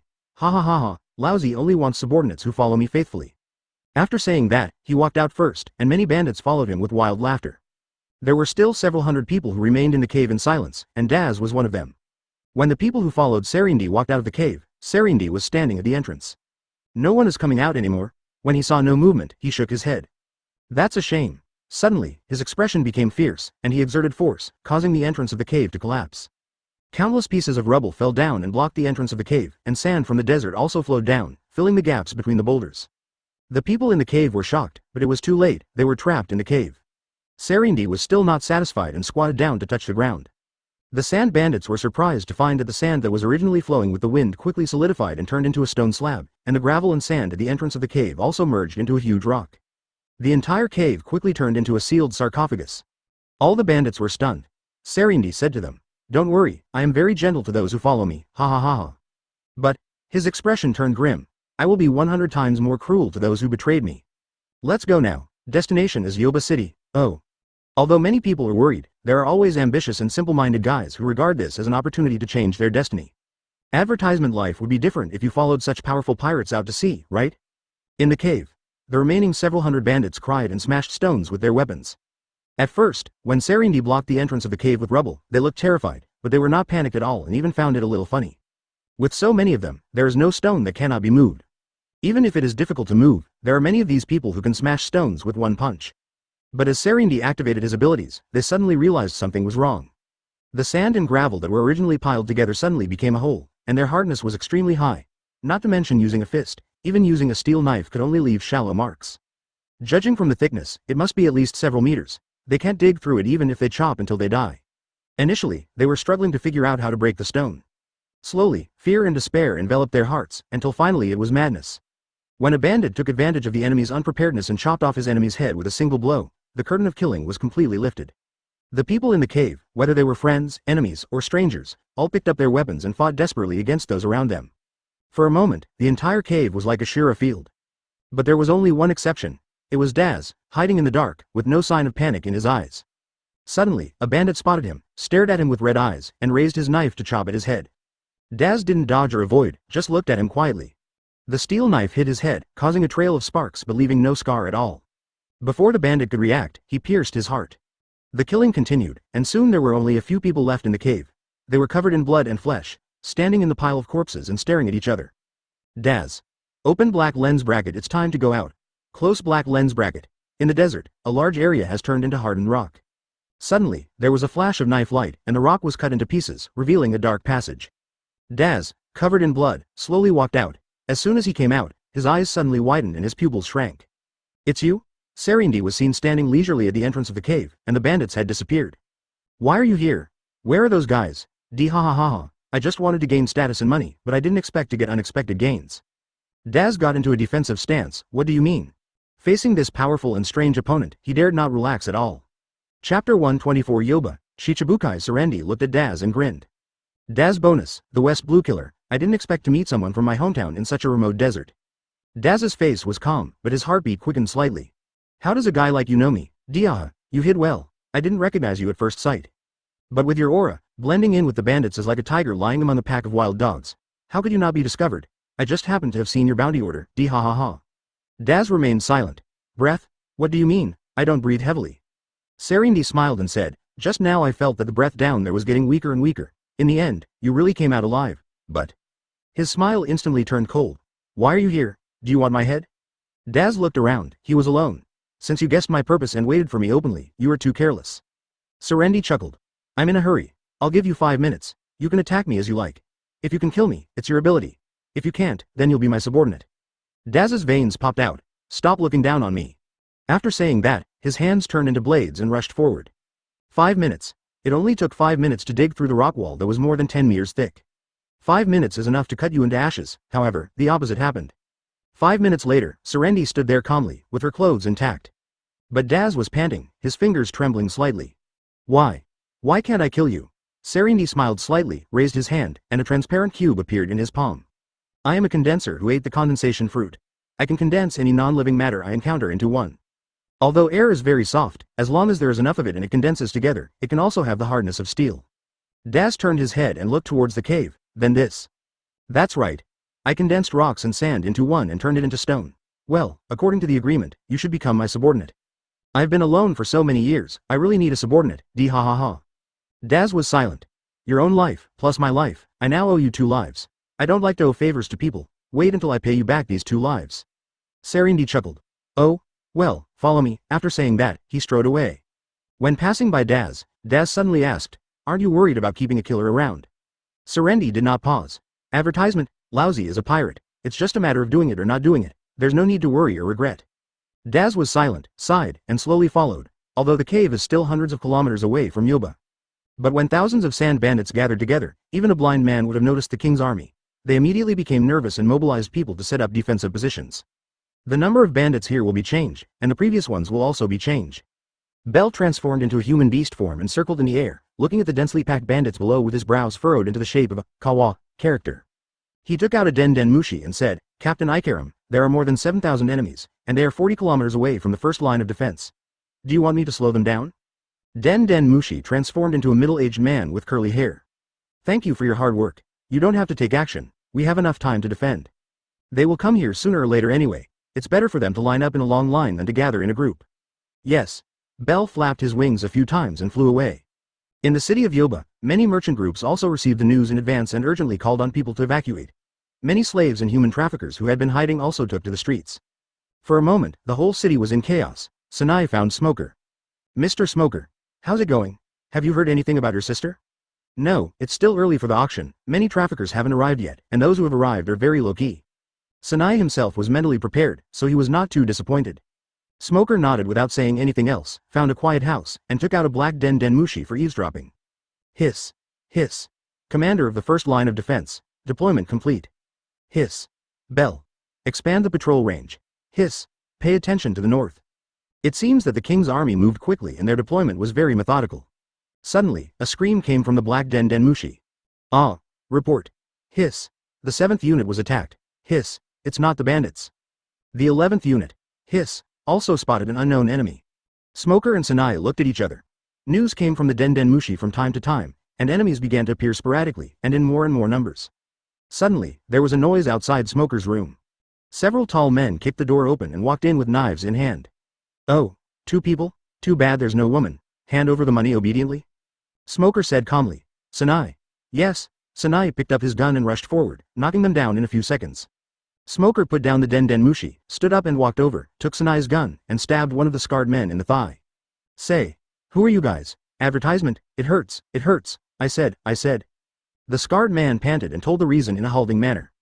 It turned out that they were pirates, and came to Yoba to join in the fun. Seeing the sand bandits approaching, he felt there was no need to conflict with them and prepared to avoid them. At this time, a group of guys appeared out of nowhere, began to win over the crowd, and took advantage of the king's army to launch an attack when they were busy with their own affairs. As long as we cooperate with the sand bandits to defeat the king's army, we can do whatever we want in the entire Joba. As for whether there will be a conflict with the sand bandits, the merchant corps may have this concern, but the pirates are not worried at all. We are all seeking money and women, not conquering cities and territories, what the hell. As a result, the pirates and underground forces that had been dormant emerged one after another, hoping to get a piece of the pie in this chaos. Open black lens bracket I see. Close black lens bracket. Smoker took stock of his information. I think the people who instigated the pirates and organized the sand bandits are probably not the same group of people. The reason is simple. If both parties are from the same group, they can definitely communicate with each other. Wait until the sand bandits get close to Joba, or fight with the king's army before taking action, so that your chances of winning will be greater. Moreover, the attack will be launched at the same time as agreed upon, and will not appear in waves like now, which will allow the king's army to be prepared. This shows that they only received news of the sand bandits' attack, but did not know the exact information. Smoker took a puff of his cigarette. This kind of style of taking advantage of others' misfortune is either CP or Baroque. At this time, the sand bandits were dozens of kilometers behind. Serendi, holding a wiretap den mushi, also got the information. Isn't this a coincidence? Make a scene. Kill people, the bigger the better. Daz frowned in confusion. The emergence of an uncontrolled third-party force is not a good thing no matter how you look at it. After all, those bandits are also your subordinates. Subordinate? Serendi smiled. You think I'll accept that scum? Daz was stunned and remained silent. The boss is very strict in selecting his subordinates. How could a man like Serendi choose such incompetent subordinates? It's not a question of strength, it's a question of too low a grade. Just like Doflamingo, no matter how strong Bellamy is, he doesn't look down on him because he is just a gangster who follows the trend. What is your purpose in doing this? I told you, money and status. To be more specific, it's Yoba and Shichibukai. Chapter 125. Meeting. Serendi didn't put up any defense against Daz, because there was no need. He made no secret of his plans. It turns out that his idol before he went to sea was the Red Earl, Barurik Redfield. He dreams of being like the Red Earl, who can stand alone against the strongest pirates. In his eyes, companions are weaknesses, and only strong individuals are invulnerable. With this belief, he stepped into the sea. Although I have been on other people's ships for a short time, I have never had any real companions. Over the years, he had the ability to challenge Shichibukai with his great talent, but he was also forced into desperate situations by marine or other big pirates several times. After a while, he got tired of hiding and wanted to establish a stable power. But for some reason, the Marine's strength has become stronger and stronger in recent years. Even if a few vice admirals take action, they can force me to be in a difficult position. If this continues, let alone building up power, even staying here for a long time will be a luxury. Therefore, he decided to join the 7 warlords of the sea, become a big pirate who plundered legally, and buy time to build his own power. Come to think of it, his purpose is somewhat similar to Hawkeye's. But becoming a Shichibukai is not that easy. Either you have strong power and influence like Hawkeye or Jinbei, so that the world government will take the initiative to extend an olive branch. Either you show enough strength and sincerity, and then recommend yourself. Law became a Shichibukai after donating 100 pirates' hearts in the Rocky Port incident. So, he set his sights on Sir Crocodile, one of the 7 warlords of the sea, who was entrenched in Alabasta. As long as he kills this guy, proves his strength, and then shows his loyalty, he can naturally become the new Shichibukai. He finally understood that the world government was only looking for 7 vicious dogs. Just be fierce and obedient, it doesn't matter who bites whom. However, Crocodile is not easy to find. I heard that guy is a hero of Alabasta and often saves people from being attacked by pirates. In that case, let these bandits rush into Yoba and lure out Crocodile. As for whether the other party would show up, he was not worried at all. It was the nature of pirates to join in the fun. Alabasta now was not as lively as Yorba. Of course, it doesn't matter if Crocodile doesn't show up. I can wait until these bandits return with a load of gold and silver before killing them. At that time, you will not only get huge wealth, but also become a hero. It's a win-win situation either way. As for Daz, he really wanted to recruit him. After all, if you want to build up your power, you can't just be alone. In the past, I was worried that my subordinates would become my weaknesses. Now he understands. It's okay if someone works for you, no matter what. Advertisement: if someone kills you, it's either because your fists aren't strong enough or your physique isn't strong enough. What does it have to do with me? Daz is shocked at his plan. Shichibukai. A great target. I don't even dare to think of targeting them. I never thought that I would be completely defeated by you in the field I am best at.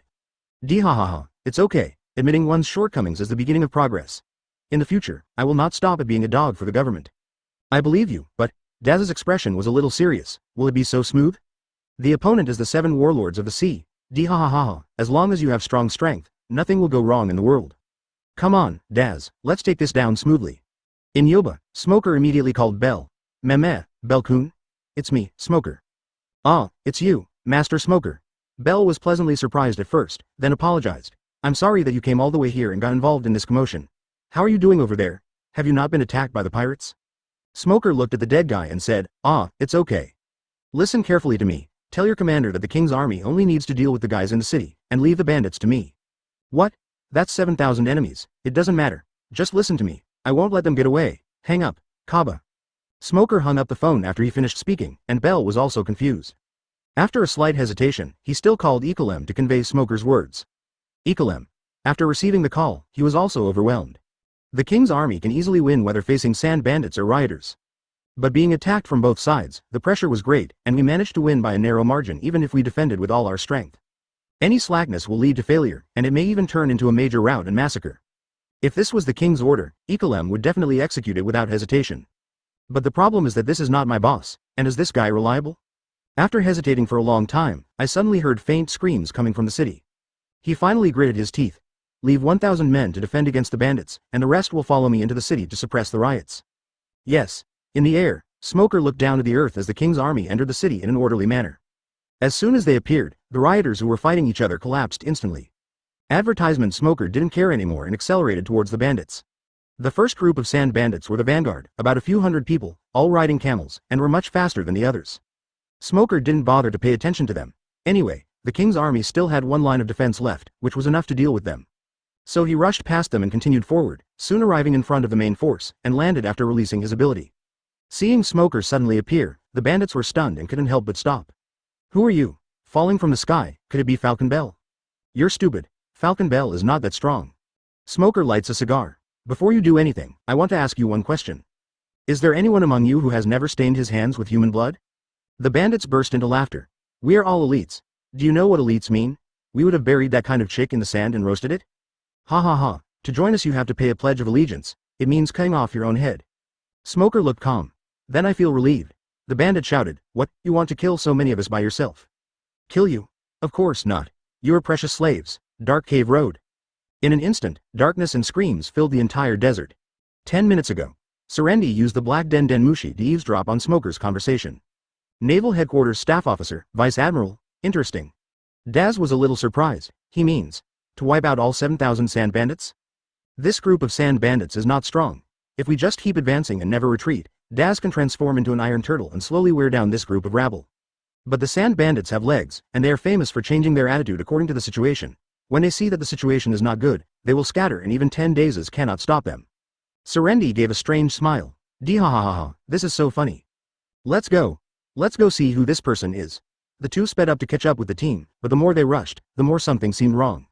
It's too quiet. After running for a long time, they didn't encounter any bandits. Apart from the sound of the wind, there was no movement at all, as if the entire army was swallowed up by the desert. After walking for a long time, I finally saw a tall figure in the wind and sand.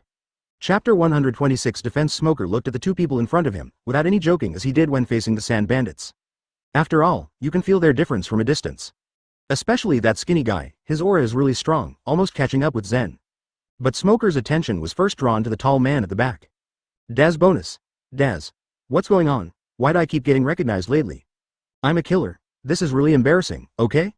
Serendi smiled and patted his shoulder. Daz, you're really famous, ha ha ha. Daz's face froze, but he didn't say anything. Serendi stepped towards Smoker. You must be Lord Smoker. Did you see my subordinates? They were heading in your direction just now. Smoker didn't reply, but just squinted at him, and it took him a while to recognize the other person's identity. You are the magician Serendi? Diaha, yes, it's lousy. Those scum were your subordinates. Now that they're gone, you'll be next. Oh, I'm looking forward to it. Daz, stay away, I don't need your help. The two men had different positions and started fighting without saying a few words. At this time, there was a strong wind and sand was flying all over the sky.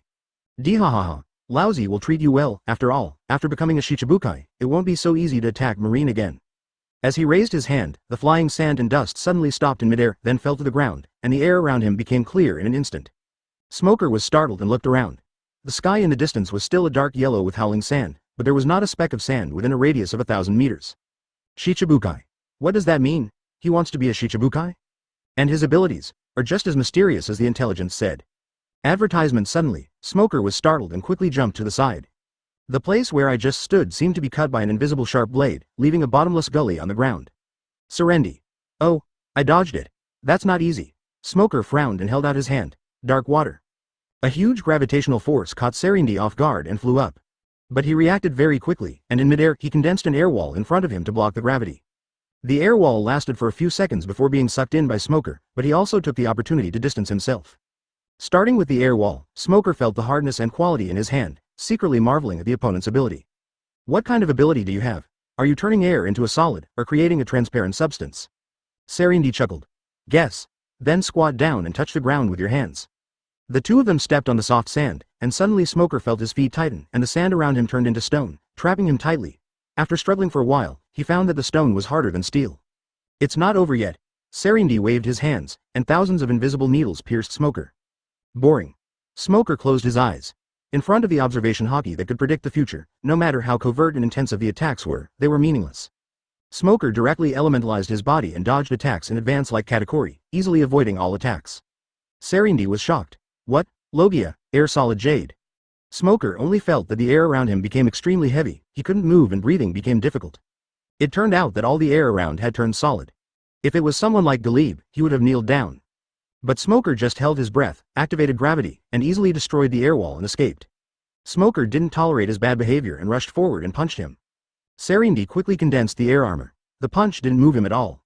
Advertisement. The air armor itself has a defense that is not inferior to steel, and there are chains around it to secure it to the ground. Daz nodded secretly while watching the show. Serendi used this move to defend against his own attacks before. In 5 minutes, I tried my best but it was useless.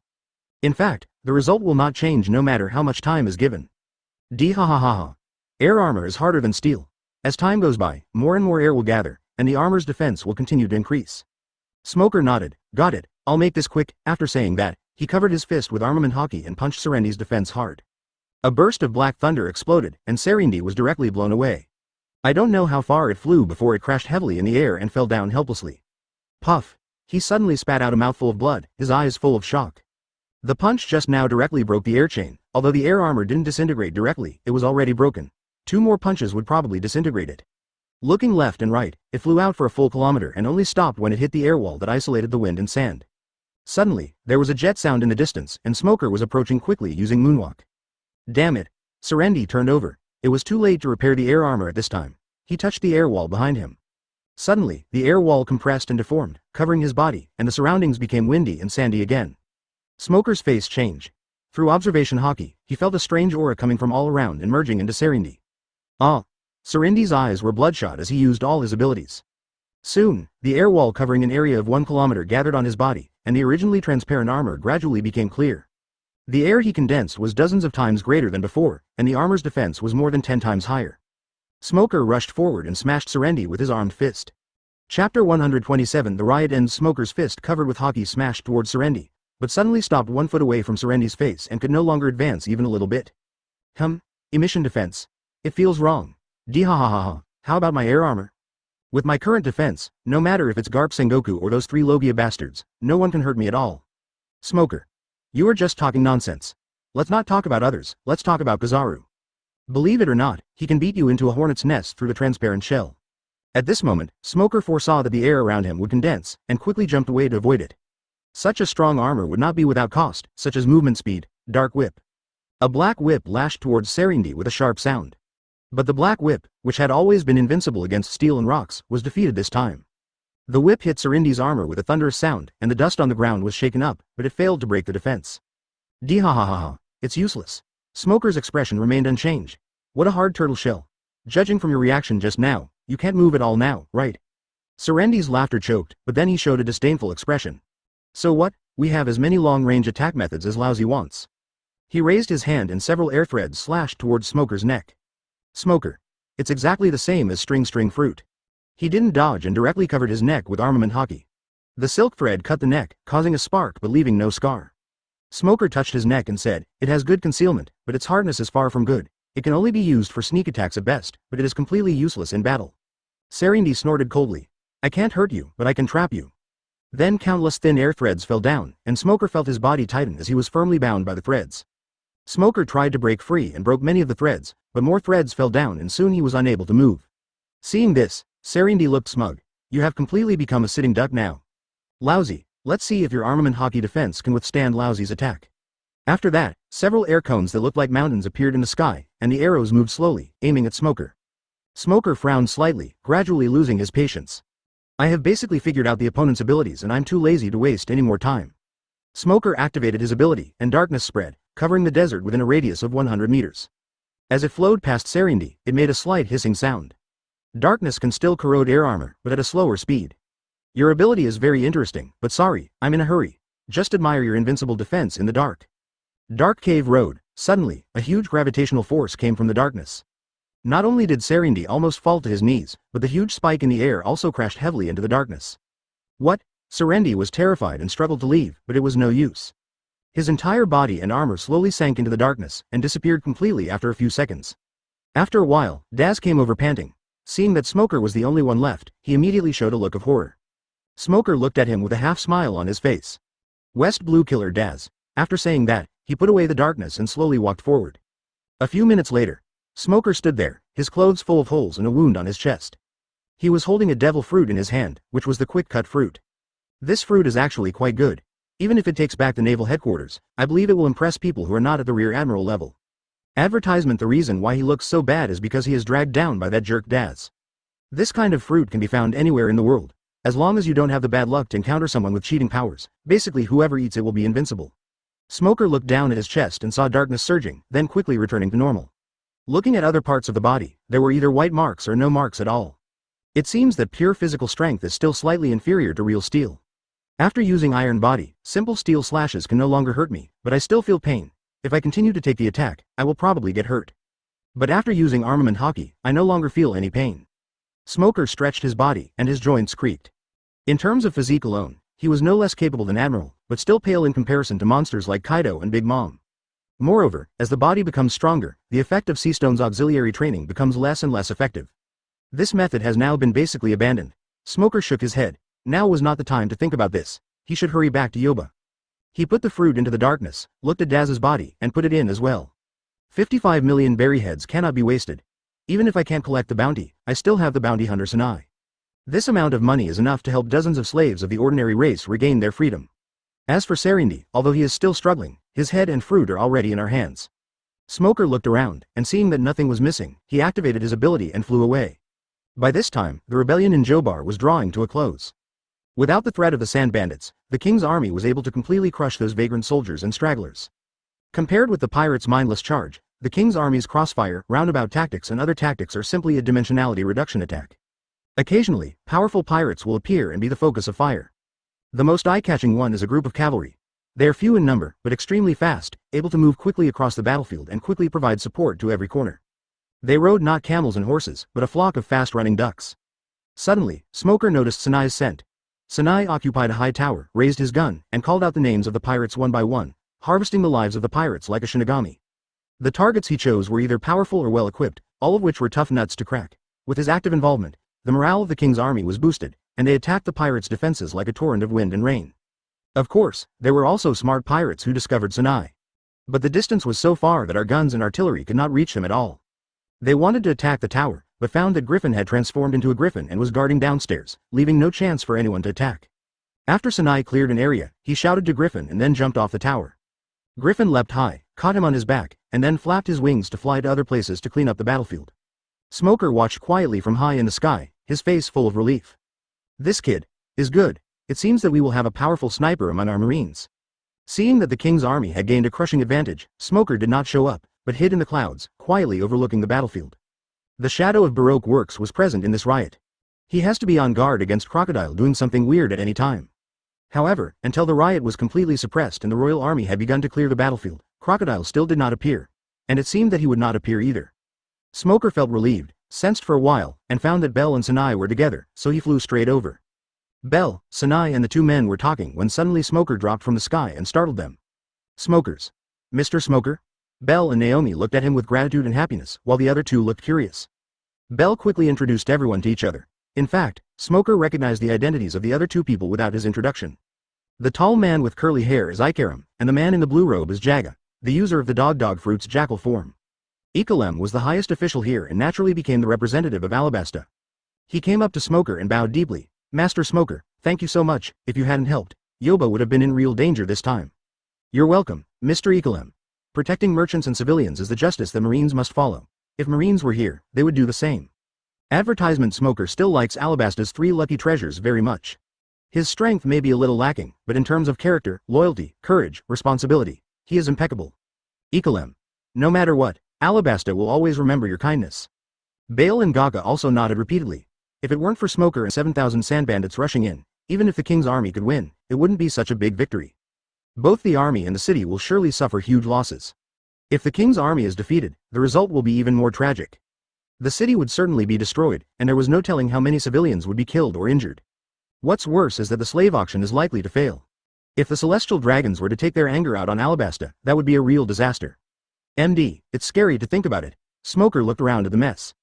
The slave auction is only a month away, right? Is this all right? Ikalem waved his hand. Thanks to you, this level of damage is nothing. It will take more than a month to repair. Don't worry, it won't delay the auction. What about civilian casualties? Fortunately, the pirates' attacks mainly targeted merchant groups, and the civilians were not greatly affected. We have already organized follow-up rescue and resettlement. Smoker nodded. Most merchant groups bring guards with them, so they are not completely defenseless against the pirates' attacks. Plus, this riot came and went quickly, so their losses are unlikely to be too great. Master Smoker, what are your plans next? As for me, I am just a tourist. Naturally, I will continue to experience the customs and culture of Alabasta and see this auction. However, I have a request. Please go ahead. I would like to have a chance to visit King Cobra. That's no problem at all, I'll help you make an appointment. If it were someone else, Ikalem would definitely ask the king first. But Smoker could be said to be Alabasta's great benefactor, and King Cobra would never refuse, so he agreed immediately. Smoker nodded. Thank you very much, any time is fine with me. Good. Deep in the desert, where Smoker and Serendi fought. Because of Serendi's power, a large area of the desert turned into stone. Suddenly, the stones seemed to be weathered, the surface began to crack, and soon turned into fine sand again. Then, a huge lizard crawled out of the sand, looked around for a while, and opened its mouth wide. 2 figures walked out of the lizard's mouth.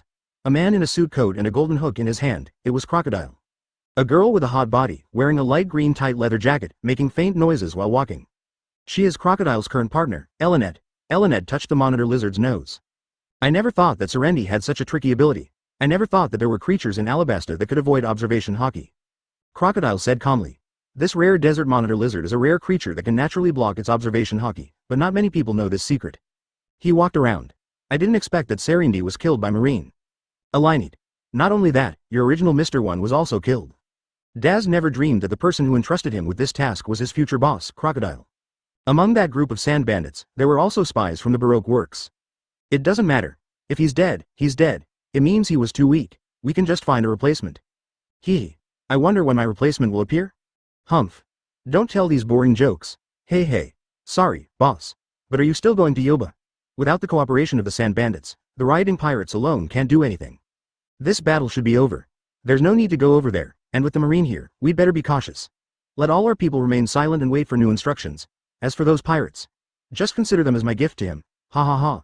Crocodile smiled and turned away. Alinete also trotted after him. 5 Seconds Chapter 128 Research on Dark Fruit and Oasis somewhere outside of Yoba. Smoker and Sinai have been together for several days. In the center of the oasis, a huge iron body was hanging on a big tree. The big tree was bent over and became a sandbag. Sinai was shirtless and punched iron body repeatedly, his hands were already covered with bruises. Under the scorching sun, sweat flowed like a stream, dripped onto the ground and evaporated in a few seconds. But Sanai didn't care, he just stared at Iron Body and continued to swing his fists. His diligence is no less than that of Smoker back then. Not far away, Smoker was sitting on the ground, holding a seastone pendant in his hand. The 30% pure seastone pendant is out of date and has been given to Hina. This one was specially given to Zephyr for himself, and its purity is 50%. Smoker holds the pendant. Although most of the power was blocked, there was nothing unusual on the surface. A few years ago, thanks to the seastone necklace and the recovery ability of the dark fruit, Smoker's strength soared like a rocket. He thought he could continue practicing like this forever, and even wondered why the 3 admirals and 4 emperors didn't practice like this. It wasn't until more than a year ago, when he adapted this seastone necklace and increased its purity again, that he finally understood why. For some reason, the effect of using this method has become minimal and is no different from normal exercise. At first, Smoker was also shocked, thinking that there was something wrong with him, and hurried to ask those strong men. It turns out that Sengoku, Akainu, Aokiji, everyone is like this. Advertisement. Even through intelligence and information, we learned that those powerful pirates were also like this. After reaching a certain level of strength, Seastone can no longer assist in training. As for the reason, they couldn't explain it either. Smoker had no choice but to accept this cruel reality. Previously, they were either busy with G12 construction or slave trade. I have never had time to think about how to practice, but now I finally have a lot of free time to think about it. Smoker placed the pendant into the box and then put it into the darkness. Then he waved his hand, and a ball of darkness left his palm and turned into a ball floating in front of his eyes. The black ball is only the size of a fist, but it also emits tremendous gravitational force, and the surrounding air, rocks, and sand are continuously sucked in. Smoker moved his fingers left and right, and the black ball moved according to his will, like a ball of lightning. Soon, the black ball absorbed sand and gravel equivalent to tens of thousands of times its volume, leaving a deep pit on the ground, but the black ball itself seemed to have not changed. Smoker raised his hand, his palm turned black, and slowly approached the black ball. After a while, the black ball began to shrink slowly and soon disappeared. Smoker let out a long breath, took out a notebook and pen from the darkness, and began to write. He has always felt that when it comes to fruit development, summarizing and thinking are more important than simple training. So he kept a notebook to record his experiences and rules, and he has used most of it now. Those with this ability can separate darkness from their bodies, but they cannot create darkness out of thin air. When darkness is connected to the ability user can freely control gravity and shape. But once the darkness leaves the body, the ability user can only manipulate movement and shape, and can no longer affect gravity. Advertisement: darkness is extremely stable. No matter how strong the gravity is or how much matter it absorbs, it will not be degraded. Darkness has a lifespan. If the person with the ability does not intervene, the darkness that leaves the body will suddenly disappear within half an hour. And within this time, in order to eliminate the darkness, either the ability user actively removes the ability, or a large amount of hockey is used to offset it. The dark ability is still effective on the user himself. Smoker thought about it and added another sentence. Regarding Devil Fruit, all rules are staged, and are just the upper limit of the current development level. The development of fruits is a process of breaking the rules and turning the possible into the impossible. Then he sighed heavily and closed the book. Griffin next to him could no longer hold back, and seeing that Smoker stopped thinking, he ran over with a huge iron basin in his mouth, and rubbed his head, which was as big as a human, against his chest. Smoker stroked its chin. Have you finished eating again? You can't eat like this, it will give you a stomachache. Griffin didn't react either, he just nudged back and forth. Okay, I got it. Smoker released the darkness, and a huge block of ice emerged and fell into the iron basin. Griffin shouted with joy and immediately lay on the ice and started licking it. Smoker knew that Alabasta was a desert kingdom, so when he left the Drum Kingdom, he broke off half of the iceberg and took it with him. I didn't expect that I couldn't use it, and Griffin enjoyed it all. Smoker ignored it and went to find Sanai. Chapter 129 Physical Training. Smoker came to Sanai. Okay, take a break. It's okay, Mr. Smoker, I still have strength. It's not that bad, be careful. Yes, Sanai grimaced as he untied the bandage on his hand. His fist was already bloody and stuck to the bandage, and when he tore it off, pieces of flesh and skin were pulled off. After spending these days together, Sanai also realized the shortcomings of his own strength. After seeing so many truly strong people, he was full of desire for power. After all, the death of my parents and the disappearance of my sister now are all due to lack of strength. Smoker also discovered that although Sanai was a pirates hunter who loved freedom, he was actually kind-hearted and full of belief in justice. So he accepted him as his apprentice and told him that he could absorb damage. Sanai was surprised and delighted, and from then on he began to exercise regardless of his life. Smoker can no longer use the Seastone plugin, but Sanai is trying hard to use the Dark Fruit plugin. Because his starting point was relatively low, he made rapid progress and his strength improved almost every day. Smoker helps him absorb the damage. Actually, you don't have to work so hard. It won't be too late to practice after I treat you. No, I'm far from being as strong as you were in the pain tolerance training. Advertisement. Smoker. Lousy had to do targeted training because of the Dark Fruit. What are you and I fighting about? Oh, by the way, I thought of a good idea, maybe exercise will be more effective. Sanai was curious. What is it? Smoker stood up, moved Sanai away from him, and began to release darkness. He took a deep breath and turned the object of gravity into himself. In just a moment, Smoker felt as if a mountain was pressing down on his back and he almost fell to the ground. He managed to stand with great difficulty, but his bones were crackling all over. This heaviness is not like simply carrying a heavy object, but an overall pressure from the inside out. He controlled the gravity to slowly decrease, and his body became looser and looser until he reached a point where he could move. Then, he slowly gathered the darkness under his feet. Smoker walked slowly towards Sanai and past him. What do you feel? Sanai was confused. I don't feel anything. Smoker chuckled. Very good. It seems that the current ability only affects oneself and has no effect on the surroundings. In Dragon Ball, where the physical body has a ceiling, in addition to fusion and transformation, the gravity room is the most powerful training plug-in. The smoker applies stress to himself, achieving the effect of increasing gravity. Advertisement. Then he ran around the oasis a few times. The amount of exercise that he could complete by holding his breath in the past now made him breathless and sweat dripping down his face, as if he had been fished out of water. Smoker sat down on the ground. Although the posture has changed, the feeling of heaviness still exists. The effect is good, and most importantly, you can exercise anytime, anywhere. Sanai came over and asked eagerly, Teacher Smoker, can I practice using this method? Smoker shook his head. Not now, wait until I become more proficient. You don't want to be crushed by me, do you? Although Sanai looked disappointed, he still shook his head wildly without hesitation. Time flies. The master and the disciple have been practicing, but Smoker often leaves alone for a day or two, and no one knows what he does. A few weeks passed in the blink of an eye. That day, Smoker suddenly received a call from Bell. I'm a big smoker. The slave auction will begin in 3 days. And King Cobra has arrived in Yoba and is ready to see you. Chapter 130. Alabasta's garrison plan. Griffin dragged Smoker and Sanai and quickly returned to Yoba from the oasis. Ikalem was not exaggerating. In just a few weeks, peace and prosperity returned to Yoba. The previously destroyed buildings and streets have either been completely demolished or rebuilt and renovated, and there is nothing unusual about them. On the contrary, many new buildings have been added and there are many more people on the streets. As the auction approaches, hidden human traffickers are beginning to emerge. Some even sold slaves directly on the roadside, just like the American farmers who sold black slaves in the past.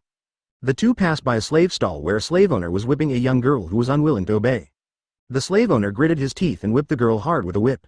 Although the girl's face was dirty, her back was covered with scars and her clothes were stained with blood. Although she couldn't help screaming and crying, she still refused to obey. Sanai stared at the boss with a gloomy face and strode over.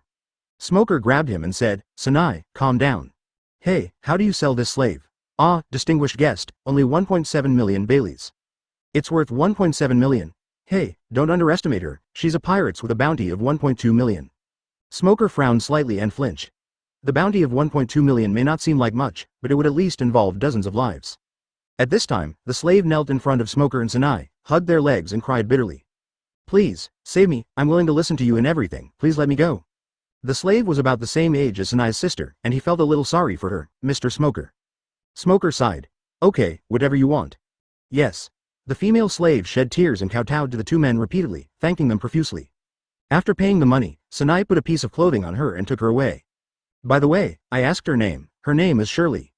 She used to be a pirate, but when her country was destroyed, she had to fend for herself and later joined the pirates. Later, her pirates were defeated and she became a slave. Advertisement. Naomi walked with a limp, and when she lifted up her trouser legs, she saw that her ankles had been rubbed to a bloody mess. So he sighed and removed her shackles. Several people walked together. Seeing that Sanai was in a bad mood, Smoker asked, Are you thinking about the past? Sanai nodded silently. If you catch the people who made your sister a slave, what will you do to them? Of course, kill them all. Smoker sighed. Too extreme. The one who killed your parents must pay with his life, but your sister is still alive, so just send them to be slaves. Sanai.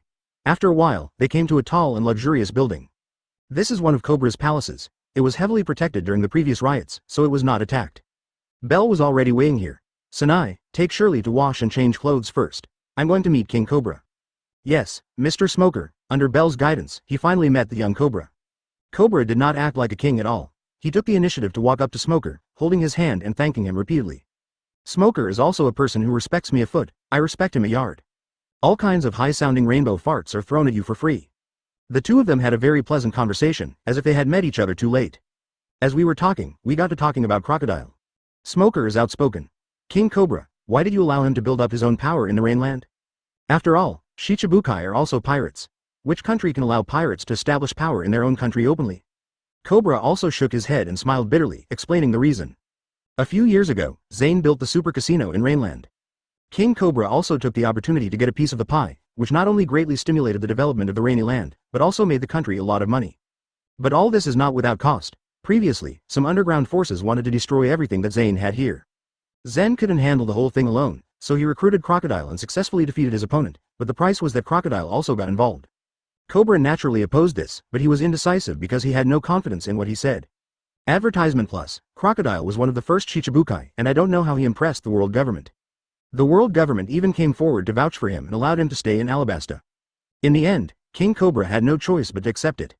Initially, Zane was able to overpower Crocodile with ease. But after a few years, Zane went to Sabaody Archipelago. As the king, it was not easy for him to take over the gambling industry, so Crocodile's power took the opportunity to expand a lot. Cobra didn't know about the Baroque works, but the security of the Rainland Casino alone was a big force.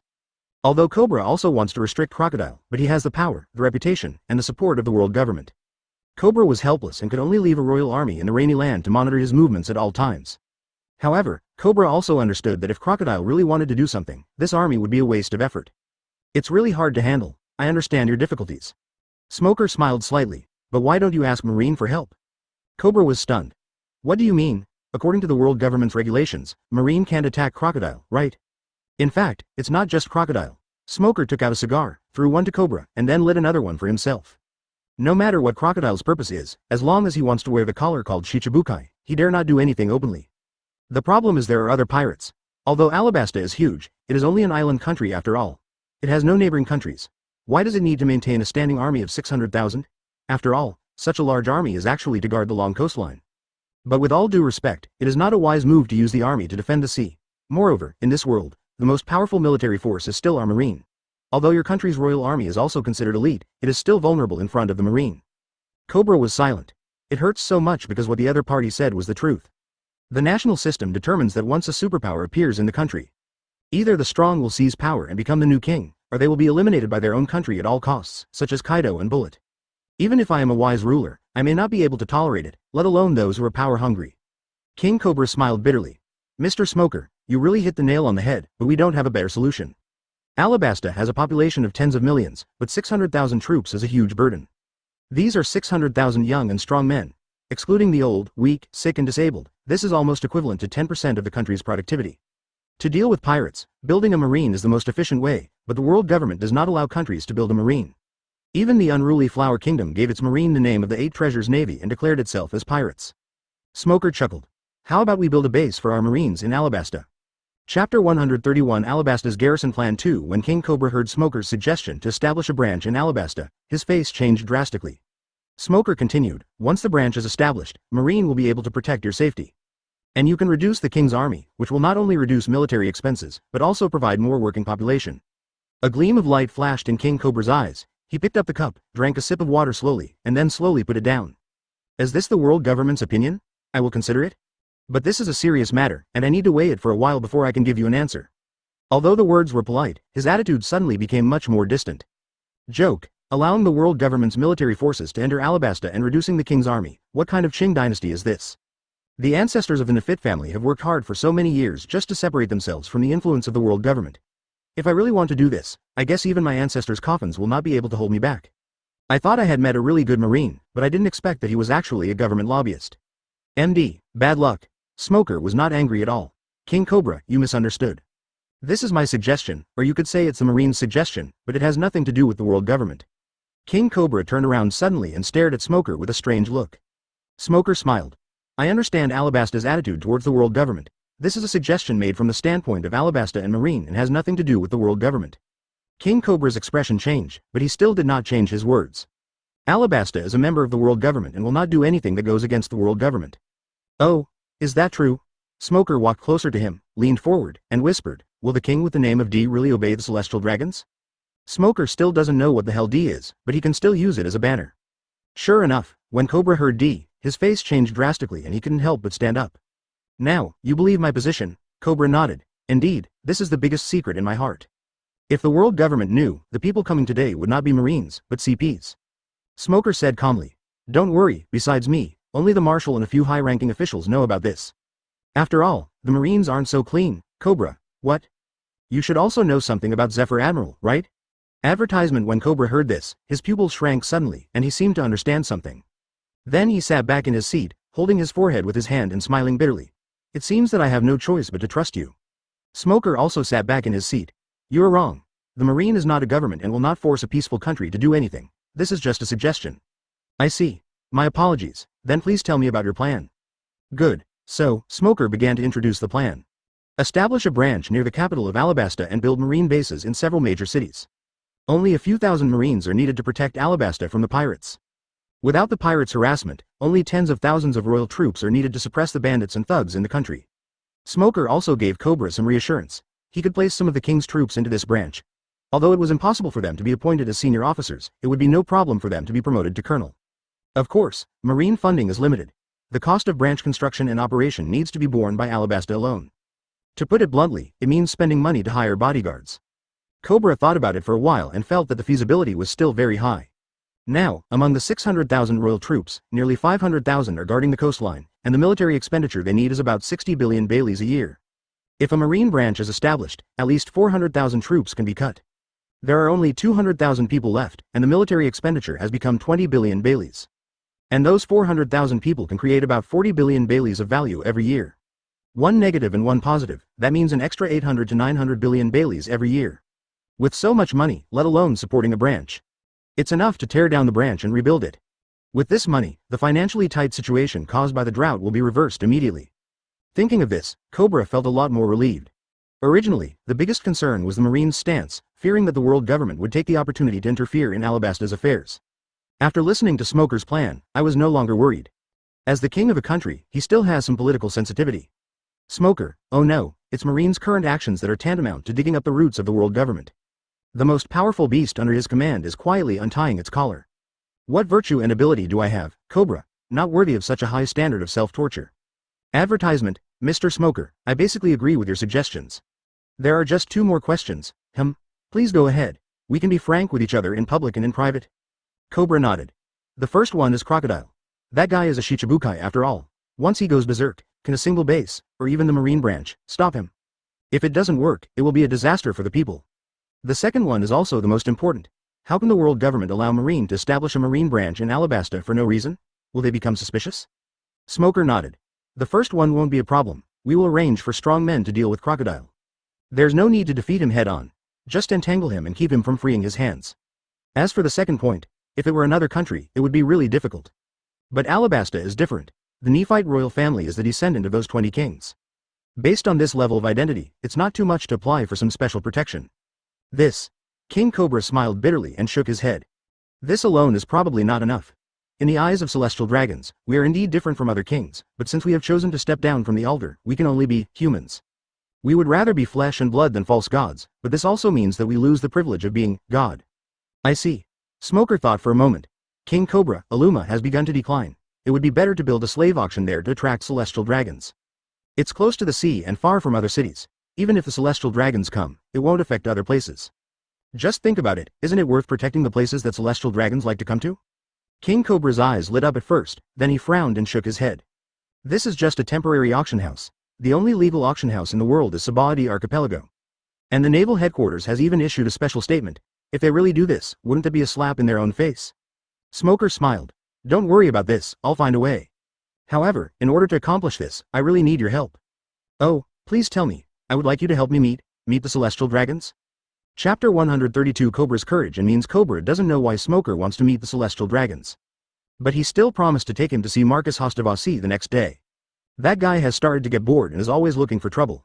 Smoker went to see him and it helped him kill some time. After the two discussed everything, Cobra asked a question that many people were wondering about. Mr. Smoker, how did you deal with those sand bandits? More than 7,000 people disappeared silently, without a single bloodline at the scene. How did you do it? Smoker. This is my ability and my secret. I'm sorry I can't reveal too much. Many people know that darkness can devour, but few people know that the straight path can release true love. Although Cobra is trustworthy, their friendship has not reached that point yet. So, are they alive or dead? Alive. I've asked around, and these are criminals who have killed people. Even if you beg me, I won't let them go. So, Mr. Smoker, what do you want to do with them? After such a long time, those bandits are still not dead. It is obvious that Smoker has other plans. Smoker did not hide anything and told Cobra bluntly that he was going to sell them as slaves. 7,000 people. It's enough for Zen to digest for several months. Cobra lowered his head and remained silent. After a while, he stood up, walked to Smoker, and knelt down heavily. Smoker was surprised and rushed over to help him. King Cobra, what are you doing? Advertisement, do you want me to let those bastards go? I don't have any morals, moral blackmail won't work on me. Cobra slowly raised his head, his eyes firm. Mr. Smoker, Alabasta can still squeeze out 2.7 billion Baileys. That's all the money we can use. I'm begging you to sell all these slaves to me. Smoker was stunned. More than 7,000 slaves, 2.7 billion berries. If it were an ordinary slave, the price would actually be quite high. The problem is that the bandits are physically strong, and there are many bounty hunters among them, so it can be said that each of them is a high-quality slave. Although it has not been clarified, Smoker must have suffered a great loss at this price. King Cobra, you bought them for. Are we going to let the tiger go back to the mountains? Cobra sighed and stated his purpose. These days, I have been secretly investigating and found that many slaves are actually civilians who were kidnapped and looted. They are all innocent people, but they have suffered misfortune because of the greed and cruelty of others. Although I want to use the National Treasury funds to rescue them, once I do so, the slave owners will definitely take the opportunity to raise the price. A mere 2 billion Baileys can't save a few people, but if too much money is used, it will affect the livelihoods of the country's residents. So, I want to buy your slaves, using the method of exchanging people for people, using these criminals to replace those innocent people. These bandits are strong, and there is no reason for the slave owner to disagree. Moreover, exchange is not a sale, and it can also avoid malicious price increases. Smoker immediately looked at Cobra with new eyes. I thought a benevolent ruler like you would let them go and give them a chance to reform. Cobra was stunned and his expression became very strange. Like contempt, but also like complaint. Mr. Smoker, do you have any misunderstanding about me? I'm not a fool. Smoker was ashamed, he had taken it for granted, advertisement. People only think that Cobra is a benevolent king and forget that he not only rules the country with kindness, but also has great courage and means. In the original plot, faced with the rebel attack, Cobra simply abandoned the capital and led his troops to the rainy land to attack Crocodile. When he learned that Vivi needed a few seconds to attract other people's attention, he blew up the 1,000-year-old palace without saying a word. Everything shows that this monarch is definitely not a fool. By the way, after you redeem the slaves, will you send them back to their own country? How is that possible? Since we paid for them, they are naturally our residents. I will provide them with decent jobs. As for the issue of their reunion with their families, I will negotiate with other countries through diplomatic means. Smoker. As expected of you, however, Smoker found that Cobra still didn't know much about the slave trade. Since you were ready to help him, then just give it your all. So, Smoker began to impart his experience to King Cobra. King Cobra, I don't want the 2.7 billion either. When the branch is built, you can add 3 billion to the military budget. I will hand over these 7,000 people to you as soon as possible. However, the slave trade is a complicated matter. Please do not simply exchange them one for one. The quality of these bandits is quite good. Even without the bounty, their price is more than 3 times that of ordinary slaves. Also, don't just take them to exchange. You can give them some medicine first to make them excited. This way you can exchange a few more people. Your royal family has plenty of water, so add some to it and feed it to them. Just make sure they don't die right away. There is also something called murderous medicine on the Fishman Island. Let's see if we can get it and feed it to those bandit leaders. Cobra. After a long time, the two finally finished their chat and said goodbye reluctantly. When they could no longer see each other, they each spat fiercely on the ground. Bah, so dirty. Chapter 133 The Silence of Celestial Dragons. 2 days later, King Cobra helped Smoker meet with the Celestial Dragons. Hostavihi was almost going to die in Yoba, and his only hope was the auction. If I wasn't afraid of missing out on the best slaves, I would have requested to hold it earlier. When he heard that a marine wanted to see him, he was surprised and curious, so he agreed immediately. After getting permission, Smoker was led to the Celestial Dragon's palace by 2 guards. Hastvasi was sitting on a recliner made up of a dozen slaves, drinking wine leisurely. Behind him stood 2 agents in black suits guarding him closely. It was unknown what their relationship was. Seeing Smoker coming, Hastvasi stretched his head, and a pretty and sexy slave girl quickly took out a handkerchief inlaid with gold thread to wipe his mouth, and threw it directly into the trash can after wiping. Marine, what do you want from me? It is a capital crime to delay this saint's enjoyment. In front of celestial dragons, admirals and even marshals have to be humble. Now facing a vice admiral, I naturally won't be polite. Smoker saluted respectfully. Great Saint Machas Hostavihi, I came here to meet the greatest man in the world. Please allow me to introduce myself.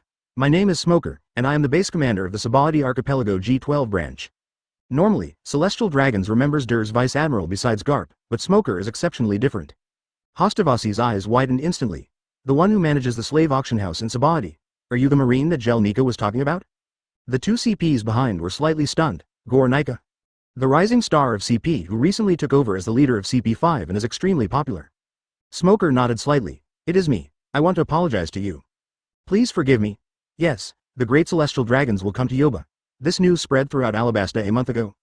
But a few days ago, a group of sand bandits were so bold that they attacked Yoba with armed force, regardless of the fact that celestial dragons lived here. This is a blasphemy against the supreme dignity of celestial dragons. The Genin could not tolerate this and defeated the lowly bandits without permission. Hostavasi suddenly realized. Oh, I see, it's okay, you did a good job. Isn't it just permission? I allow it? Smoker suddenly showed an excited expression. Thank you for your tolerance and wisdom. I have selected 500 of the strongest guys from those sand bandits and would like to present them to you as slaves. Master Duo. Hastvasi cried out loudly and jumped off the recliner where he was lying. 500? For celestial dragons, 500 ordinary slaves are nothing. It's just a matter of giving CP an order, even if it means kidnapping civilians, enough slaves will be gathered quickly. But pirates, sand bandits, and revolutionary army are completely different. Advertisement not only is it stronger, but the key is that it is not that easy to catch. Even if you use CP, it will take a lot of effort. Therefore, slaves of this status are not easy to find, and their prices are rising. In the eyes of celestial dragons, such slaves are just a way of showing off. I heard that a guy took a fancy to a revolutionary slave named Ginny and went to great lengths to get her. A few years ago, that B*** D Gizmonda brought back 200 pirate slaves, and he really showed off. And this time, Smoker's 500 bandits are enough for him to pin that B*** D Gizmonda to the ground and rub him. Celestial dragons live in a world that has everything it needs. The only pursuit is to compare with each other. Smoker smiled coldly in his heart. After so many years, he has already understood the celestial dragons and can deal with them with ease. These 500 slaves were carefully selected from the sand bandits. Not only are they physically strong, they also have good looks, and many of them have special skills. In fact, these 500 people were enough to exchange for 2,000 ordinary slaves. King Cobra was so heartbroken that he couldn't breathe. But Smoker appealed to his emotions, reasoned with him and used his fists to finally convince him. Ask him to send out a dozen people to help pick out these slaves before the slave auction. Hastvasi picked up the half-empty bottle of wine on the table, drank it all in one gulp, and then threw it to the ground. The sharp fragments cut the slaves' faces, but they still dared not move. Ha ha ha, that's great. When I get back, I'll teach those idiots a lesson. Marine, I like this gift very much. Tell me, what reward do you want? Celestial dragons belongs to you. Serving me is your duty, not serving me is your sorrow. He seemed to be in a very good mood to offer to reward Smoker. But Smoker doesn't care about any reward. What he wanted was to establish a branch. You are too kind, Saint Hostavai. Making celestial dragons happy is my highest duty. By the way, sir, what is your impression of the country of Alabasta? Impressions? Hostavai blinked. It's okay. The desert is interesting, but it's boring. King Cobra had already sent people to keep a close eye on him. As soon as he shows any movement, we will just clear the area and evacuate the civilians. Therefore, no matter where Hastvasi went, he saw a deserted scene, and the only rough men he met were either middle-aged women. Occasionally, I saw some graceful figures from behind, and when I looked closer, I found that they were either transvestites or slim middle-aged women. Damn it, Lousy has taken off his pants, and you are just watching me? He was so angry that he chopped these poor guys to pieces. But the problem still has not been solved. The Nefertite family had a special status, so he couldn't directly question the king like he did with other countries. So, he was extremely angry these days and killed more than a dozen slaves for no reason. Today he met Smoker, who not only gave him gifts but also spoke nicely, which made his mood change from gloomy to amorous. Advertisement. The two couples standing next to them couldn't help but marvel in amazement when they saw this. Why are you, a marine, so good at licking? We look stupid, okay. Ruining the place. After hearing what celestial dragons said, Smoker had a clue in his mind. My lord, I have a suggestion that will bring you a lot of fun. More importantly, it will make you look better in front of other adults. Oh, Hostavasi's eyes lit up. Tell me about it. Smoker looked at CP behind him with a smirk on his face, pretending to be embarrassed. Sir, I would like to report to you alone. There are outsiders present here. The two Seep's faces turned dark. Nima, what do you mean? We are the direct descendants, okay. Hostavasi was also curious. What's going on? You can't even listen to CP, are you sure? This is my loyal dog, Smoker. I have no doubt about CP's loyalty to celestial dragons, but that's the problem. They serve all celestial dragons, not just you. If other adults ask about it, given their position, they will never hide anything. CP. Deida, Hastvasi was stunned, and then he thought about it and looked at CP with a strange look. CP. Opening parenthesis, Smoker continued to stab. In order not to make things difficult for them, it's better not to let them know. I am different. As long as they don't tell anyone, I will never reveal a single thing. While speaking, he also threw the blame on CP. Hastvasi's eyes lit up. You're right, sorry, Vernal, get out. CP's heart was bleeding and he wished he could eat Smoker alive.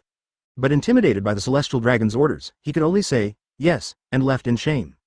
Yes, you have thought it through very carefully. I never thought that these guys would reveal the secret. Think about it carefully, there are many things that you hide very well, but they are known to others within a few days. At that time, he thought that the slaves were too talkative, so he ordered all the slaves' mouths to be sewn shut and let them starve to death. Now that I think about it, it might really be CP. Nima. You bunch of dogs. Smoker smiled. It seems that the thorn was inserted smoothly. CP is the most loyal dog of celestial dragons, which is their greatest honor. But sir, is a dog that everyone can command still your dog? Hostabahi was struck by lightning and fell silent. Chapter 134 I trust you to do the job. Hostabahi's silence was deafening. Smoker was secretly happy. CP is loyalty to the Celestial Dragons group. But I forget that this group is also made up of individuals. Being loyal to everyone means being loyal to no one. This is not just Hostabahi's problem, but a problem faced by all Celestial Dragons. This guy doesn't seem to be a tight-lipped person. If he goes back and talks to the other Celestial Dragons a little more, CP will be in trouble. If CP does not make changes, Celestial Dragons will be condemned by everyone. But if changes are made and factions are formed, will CP still be an iron barrel? Is it still worthy of the title of the strongest shield? No one has discovered this problem before. It's just because Celestial Dragons have too rich material lives and too simple minds to think about these things. Now that there is a scarce resource called high-quality slaves, conflicts will naturally arise. It's a contradiction for God, but it's a matter of life and death for dog. Smoker coughed lightly, interrupting Hostabahi's thoughts. Sir, may I report the plan first? Oh, okay, you go ahead.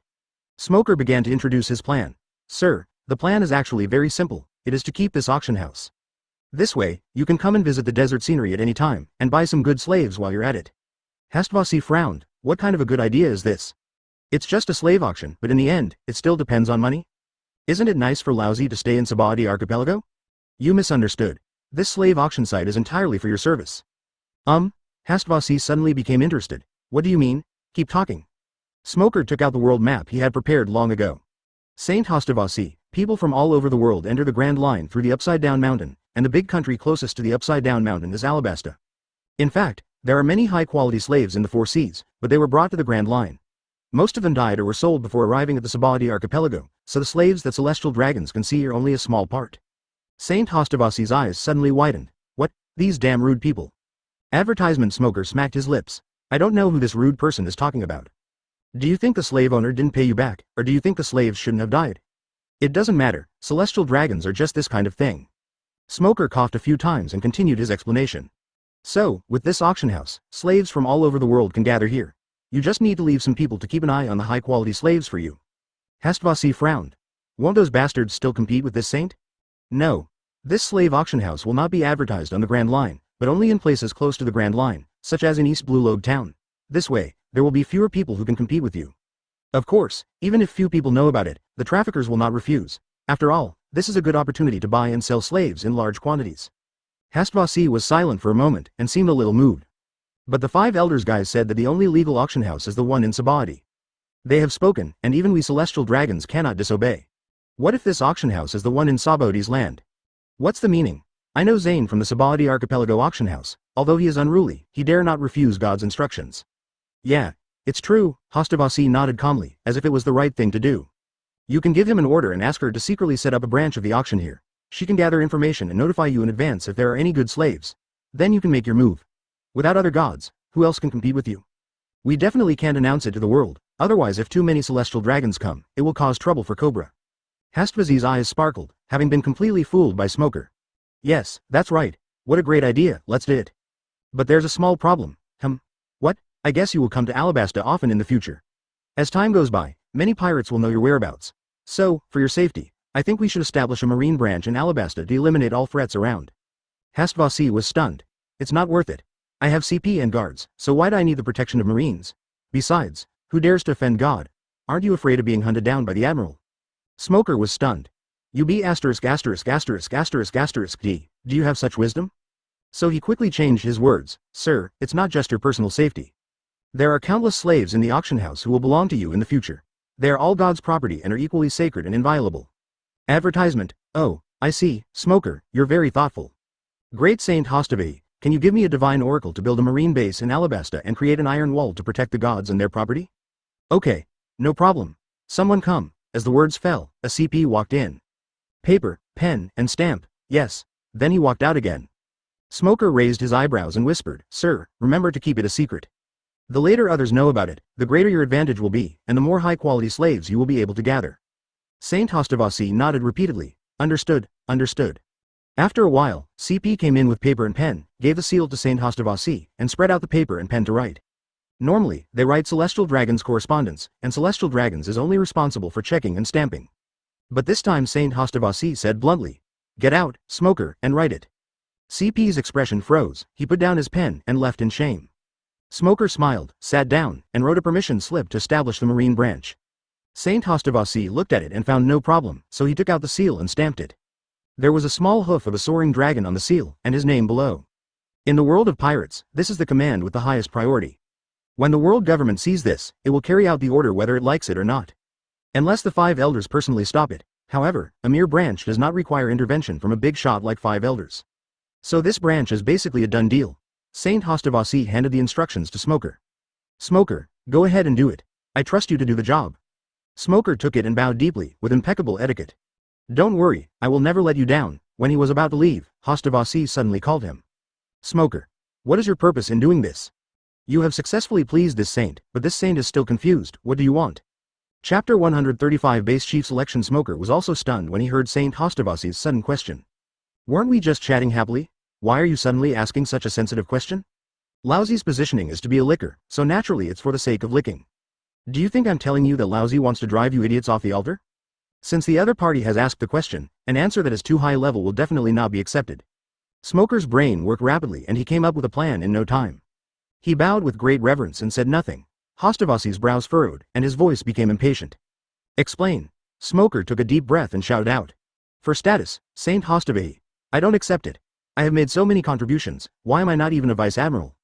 And you still want me to be your advisor? This is simply an insult to me? In terms of strength, talent, and achievements, I am no worse than anyone else. Why are you suppressing me like this? So, I want status, I want to be God's most trusted Marine, I want to be the one standing at the top of the Marines. Perhaps because he was too excited, his voice became louder and finally turned into a roar. After saying this, his face turned red, he was panting, and his expression was extremely ferocious. Suddenly, he seemed to remember something and quickly bent down again. Ha. Hostavasi suddenly laughed. Ha, funny, Smoker, you are so funny. Okay, go now, don't let me down, Smoker shouted, yes. After saying that, he took a few steps back, turned around and left. At this moment, there was a Den Mushi in his pocket that was talking on the phone. The other side of the Den Mushi is connected to the naval headquarters. Advertisement. Sengoku, Zephyr, and Crane looked at each other around Den Mushi. Zephyr. Are we really putting too much pressure on him? Is what he said true or false? But he said it himself at the beginning, Smoker yearns for freedom. If this is really the case, I will be committing a great sin. He said angrily. Don't be silly, if I really have an opinion, would I tell you this? This guy is another Garp. Ask Garp if he's willing to be the admiral.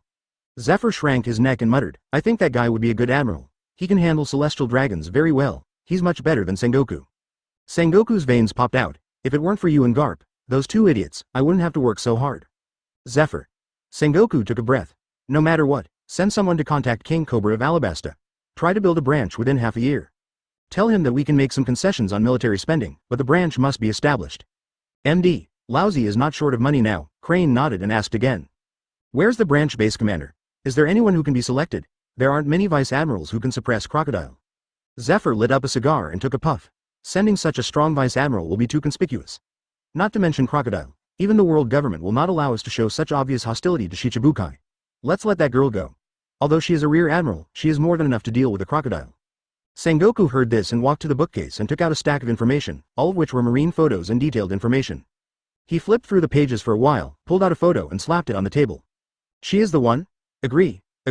Okay, let's find her a soon-to-retire vice admiral as her boss. Find one among the staff, preferably one that is good at administration but good at combat. Good. No problem.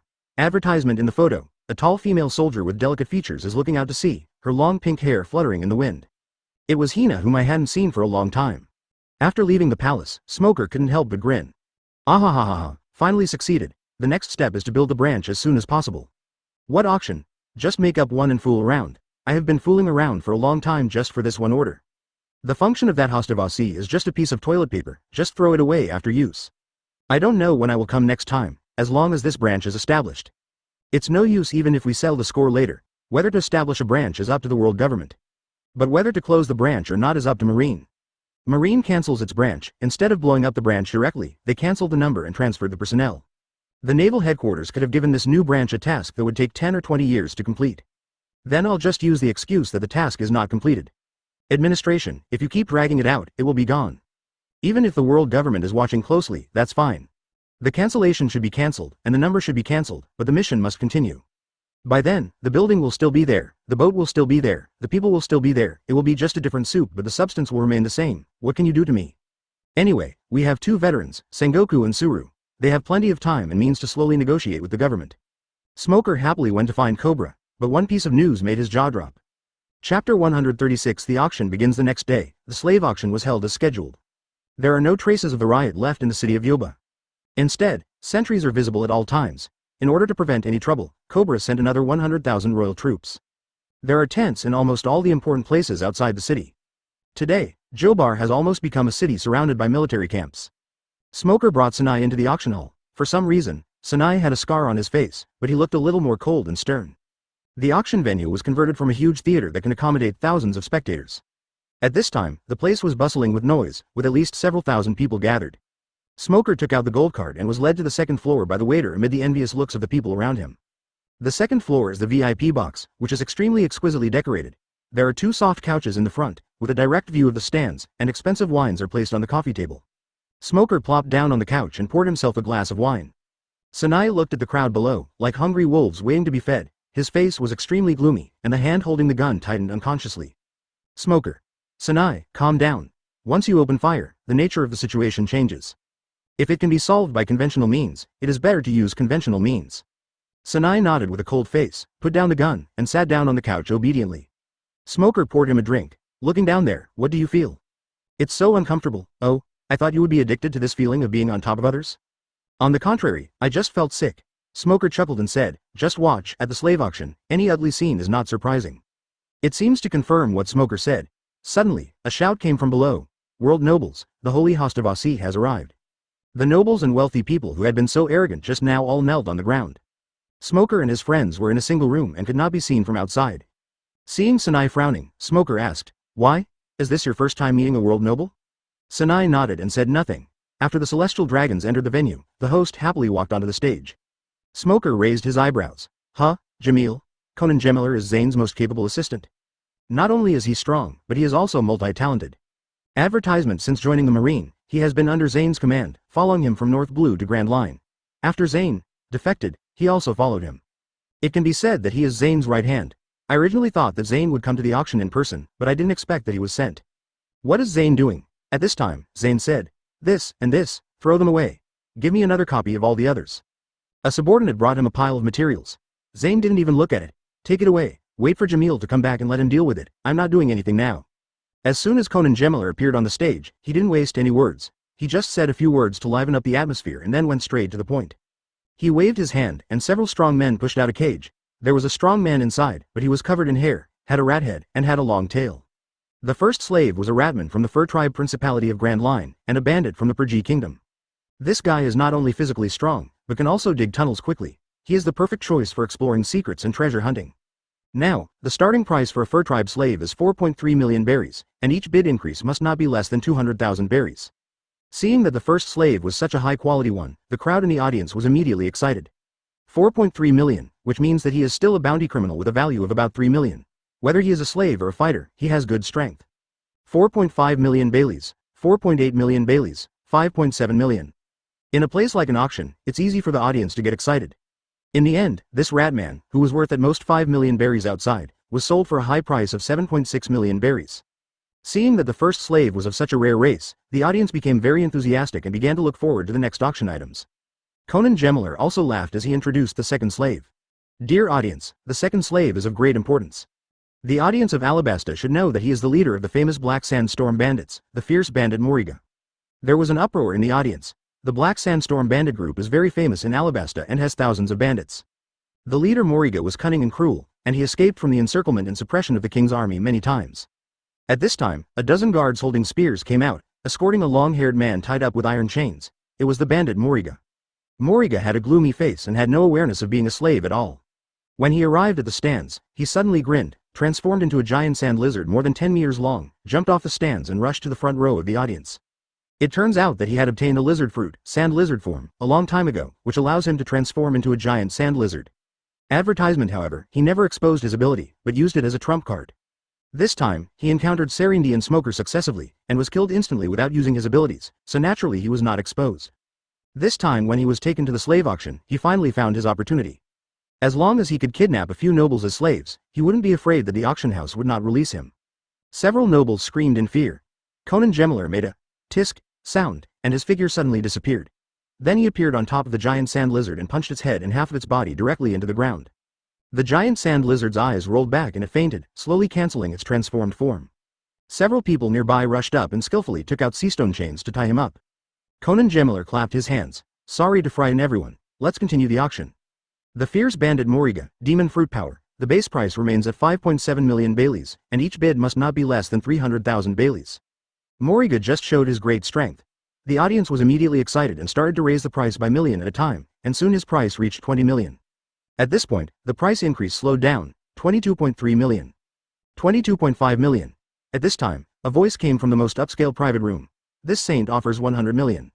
Everyone was stunned and there was silence, putting aside the price, this saint. There is only one person who can use this title here. All the audience fell silent, looking towards the room behind with complicated eyes. There is envy, admiration, fear, and hatred. But none of this affected Hostavasi, who was still excited about getting a slave to show off. So big, it must be great as a mount. Smoker is right, there are indeed many high-quality slaves here. Conan Gemmeler reacted very quickly and announced the result by dropping the hammer. In the private room, Smoker slammed the table. Damn, I missed the devil fruit. This sand bandit deserves to die. Sanai. What do you mean? Smoker. Haha. I sold this guy. What? Chapter 137 Stella's News. The auction lasted from morning to evening, and a meal was provided in between. Smoker calculated, some slaves were sold individually, while others were sold in packages. All in all, the auction house alone sold thousands of slaves. After the auction was over, they gave the place to the human trafficking gang. Human traffickers also took to the stage, sparing no effort to promote their products. Smoker observed secretly. Most of the slaves in the slave auction house were pirates, bandits, criminals, etc. Even if they were of common origin, most of them were middle-aged men, and there were very few elderly people, women and children. Although they are also pitiful, their chances of survival are greater after all. Smoker also understands this. Although Zane is a giant in the industry, he cannot save all the civilian slaves by himself. We can only try to keep more slaves alive, but the human traffickers are different. Most of the slaves they sold were abducted civilians, regardless of gender, age or even pregnant women. From here, it seems that Zane's bottom line is much higher than theirs. But for those nobles, it is obvious that Zane's slaves are of higher quality. As a result, her reputation and credibility in the slave industry have become better and better. Wait until the auction is over. Smoker and Sanai leave the venue. Throughout the auction, Sanai kept his eyes wide open and didn't even blink, for fear of missing his sister. But the result is regrettable. He looked from beginning to end, but still couldn't find his sister. Coming out of the auction house, Sanai's face was pale, as if all his strength had been drained away, and he walked lightly. Sanai. Mr. Smoker, I'm sorry, please leave me alone. After saying that, Sanai randomly picked a direction and left on his own. Smoker sighed. This failure was a great blow to him. The most painful thing is not knowing the death of a loved one. It's that he knows that the other person is not dead and is still suffering, but he has the power but can't do anything. Calm down, there's still room for maneuver, here it comes. Sanai. What's coming? At this moment, a huge seagull fell from the sky. Not Morgan's, but dozens of times bigger than the average seagull. Advertisement. It quacked a few times and handed Smoker a bundle. Smoker thanked him, took the bag, took out a passbook and handed it to Seagull, then took Sanai to a hotel and booked a room for them alone. Sanai asked curiously, "What are these?" Smoker opened the bundle and countless pieces of paper flew out, all of which were information about the slaves. Slave photos, who holds them, where they're going, everything is available. If you look closely, they're all blonde slaves. Sanai's heart couldn't help but skip a beat. Smoker picked up a document. Human traffickers come to Alabasta just to facilitate the sale of slaves, but they may not go to the auction. This is the blonde slave that recently appeared in Yoba. Many of them were not put up for auction. Let's see if there is one that has your sister. In order to find Stella, Smoker spent a lot of money. While having Morgan start the Seagull, keep a close eye on the ships entering and leaving Alabasta. At the same time, he secretly sent Vipu to Alabasta and used animals to gather information. Sanai quickly flipped through the pages, and after a while he suddenly exclaimed, "Sister, it's my sister." Smoker leaned over to take a look and saw that the picture showed a blonde slave wearing a cyan dress. She is indeed very beautiful, no wonder she can charm Tezulo. Whose hands is she in now? Did she say where she's going? Sinai looked at the information and his face turned pale. The information said that my sister was previously in the hands of a human trafficking group called the Black Dog Hunting Group. 5 days ago, they sold my sister to the Starlight Pirates. This pirates group purchased a permanent pointer to the Sabadi archipelago and set sail 4 days ago. Also, this pirates group seems to be interested in entering the slave industry. They have only been buying but not selling. It seems they are preparing to make a splash in the Sabadi archipelago. Smoker was stunned. Sabadi archipelago. That's right. According to the original plot, Stella met Tesoro in Sabadi archipelago and was later sold to celestial dragons. The play didn't mention it as Sabadi archipelago, so it's a self-made creation. Sinai gritted his teeth and clenched the gun in his hand. No, I have to save my sister. Smoker looked at the information and shook his head. No need. Sinai was shocked and angry. What did you say? The other party has left for several days with the permanent pointer of Sabadi archipelago. How do you want to catch him? Sinai was stunned. Ordinary pointers are easy to use, but they must be magnetized to point to the next island. So the route is fixed and you can just follow the direction. But permanent pointers are different. We only know the final destination, and we can go wherever we want in between, but we cannot determine the direction at all. Judging from the information, this group of pirates will definitely not stop and will continue to look for slaves everywhere. 4 days have passed. Advertisement: even the slowest pirate ship would have to leave thousands of kilometers behind. After that, he gave Wepu a subtle look, and Wepu understood and said, yes, I am also curious about Griffin. Sinai, please. Hello, it's me, Smoker. Then I'll go to Sabadi archipelago and wait for them. He had no idea what Griffin was, and he just relied on the tacit understanding that had been developed over a long period of time to cooperate with Smoker. Without a direction, I can't chase even if I ride Griffin. The specific reason, well, she didn't let me tell you. After a while, there was a knock on the door. When the two saw Smoker, they stood at attention and saluted. Base Captain Smoker. Sinai quickly opened the door, so he said hello to a few people and took VIP to the oasis outside the city. Smoker nodded. I agree with that, but have you forgotten who I am? You two follow Wepu and wait for me at Sabadi. Smoker first introduced Sinai and talked about Stella. After saying that, he took out a Den Mushi and made a call. I am now in. After hearing what VIP said, I felt embarrassed to refuse. Well, Zane, Vice Admiral, is very good, but he has been busy recently. Sinai wanted to say something, but after opening his mouth, he just nodded. Sinai, take Wepu to see Griffin first. Wepu can talk to animals. Griffin has been having a bad temper these days, so let Wepu help you find out what's wrong. Also, arrange for Sinai to enlist, and help me train this kid well. With only Conan Gemiller left, Smoker no longer hides. Smoker then said to Whip, you heard what I just said. Then, he warned Sinai, Sinai, the next destination is very dangerous, you and Griffin should not follow me. Smoker nodded. Sinai wanted to listen a little longer. Oh, you guys are together? That's perfect. Remember to increase the patrol area. If you find any trace of the Starlight Pirates, capture them immediately. Smoker. Jamal's expression became a little strange. Jamie, why isn't Zane here? What happened? They both said in unison, yes, Mr. Smoker, base captain. There were 2 people outside, one of whom he didn't know, and the other was Conan Gemiller. A few people exchanged a few words. Smoker returned the greeting. Wape, long time no see. Jamil, I didn't expect it to be you. Chapter 138. Current situation of all parties. Smoker said unhappily, it doesn't matter. I'm more concerned about the situation on Kurna Island now. Kurna Island, the location of the Grand Line non-member state of ISIS. The state of Isha was originally a very happy agricultural country because it had very fertile land. Later, for some unknown reason, a serious rat plague broke out in the country. These mice look normal when they are young, but they grow very fast and are bigger than cows when they grow up. Its fangs can bite through steel, and its fur is so tough that even machine guns can't penetrate it. Giant rats wreaked havoc, causing great suffering to all. ISIS quickly turned to the world government for help. But the world government didn't care at all. In order to prevent the giant rats from spreading, the sea transportation to Kurna Island was cut off, which eventually led to the entire population being killed by the rats. Since then, Kurna Island has become a dead island with no one paying attention to it. Over the years, Smoker and Zane have rescued countless slaves. Some of these slaves had no problems with their status and were able to return home after regaining their freedom. But some people cannot do that because their identities are shameful and they cannot appear in public anymore. For example, the father and daughter and the wounded who were rescued on Pumisoma Island. A few years ago, Smoker and Zane came to the island. After the giant rats had eaten all the edible things, they began to devour each other. Only a few giant rats were left on the entire island, but each one was as strong as a monster. The 2 of them took a lot of effort to kill these giant rats. After everything is arranged, the slaves who cannot see the light will be allowed to live here. Conan Gemler said, Mr. Smoker, there were fewer slaves before, so it was no problem for everyone to be self-sufficient. There are more and more slaves on the island now, many of whom are old, weak, women and children. In addition, they dare not communicate with the outside world. Now life is becoming more and more difficult. If this continues, once food production cannot keep up with consumption, there will definitely be a big mess. Zane, Vice Admiral, also asked me to ask if you have any ideas. Smoker nodded. This was indeed a problem. Advertisement. They cannot have frequent contact with the outside world and are destined to not live a rich life. But as long as there is enough food, business will naturally emerge within the country, which can at least ensure a decent life. Food, right. Talk to Zane and ask her to find a guy named Binz. I don't know if he has joined the Marines. He is the user of the Mau Mau fruit, which allows him to control the growth of plants. With him, we don't have to worry about food. If you can't find it, go to Dressrosa and find King Riku, and ask him to come forward and invite Greenbit's dwarfs to help us plant it. These little people are good at growing plants and are kind-hearted. They should be willing to help us. Conan Gemler nodded.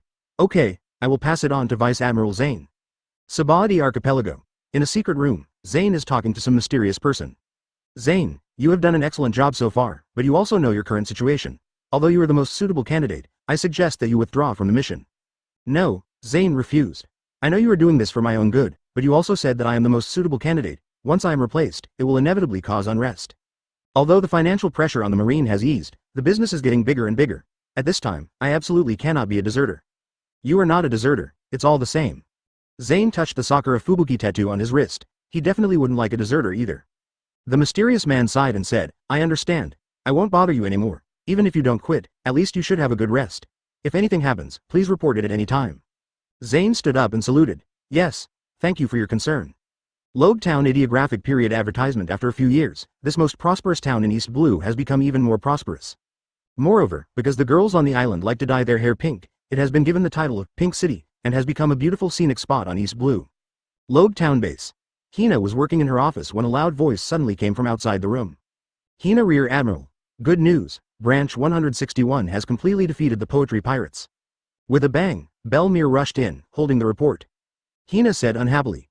Next time you come in, even if you forget to knock, at least open the door with your hand. Ahahaha. Until next time, Belmere smiled heartlessly and handed over the report. Besides those two guys, the last pirate in East Blue with a bounty of over 3 million has also disappeared. As for the remaining guys, even without the Marines, the royal armies of each country alone are enough to drive them away. In the original plot, the average bounty of the East Blue pirates was 3 million. Hina came and wiped out all the pirates above the average level, even the bandits. Well done, Hina is very satisfied. Belmere smiled and said, this is all thanks to you.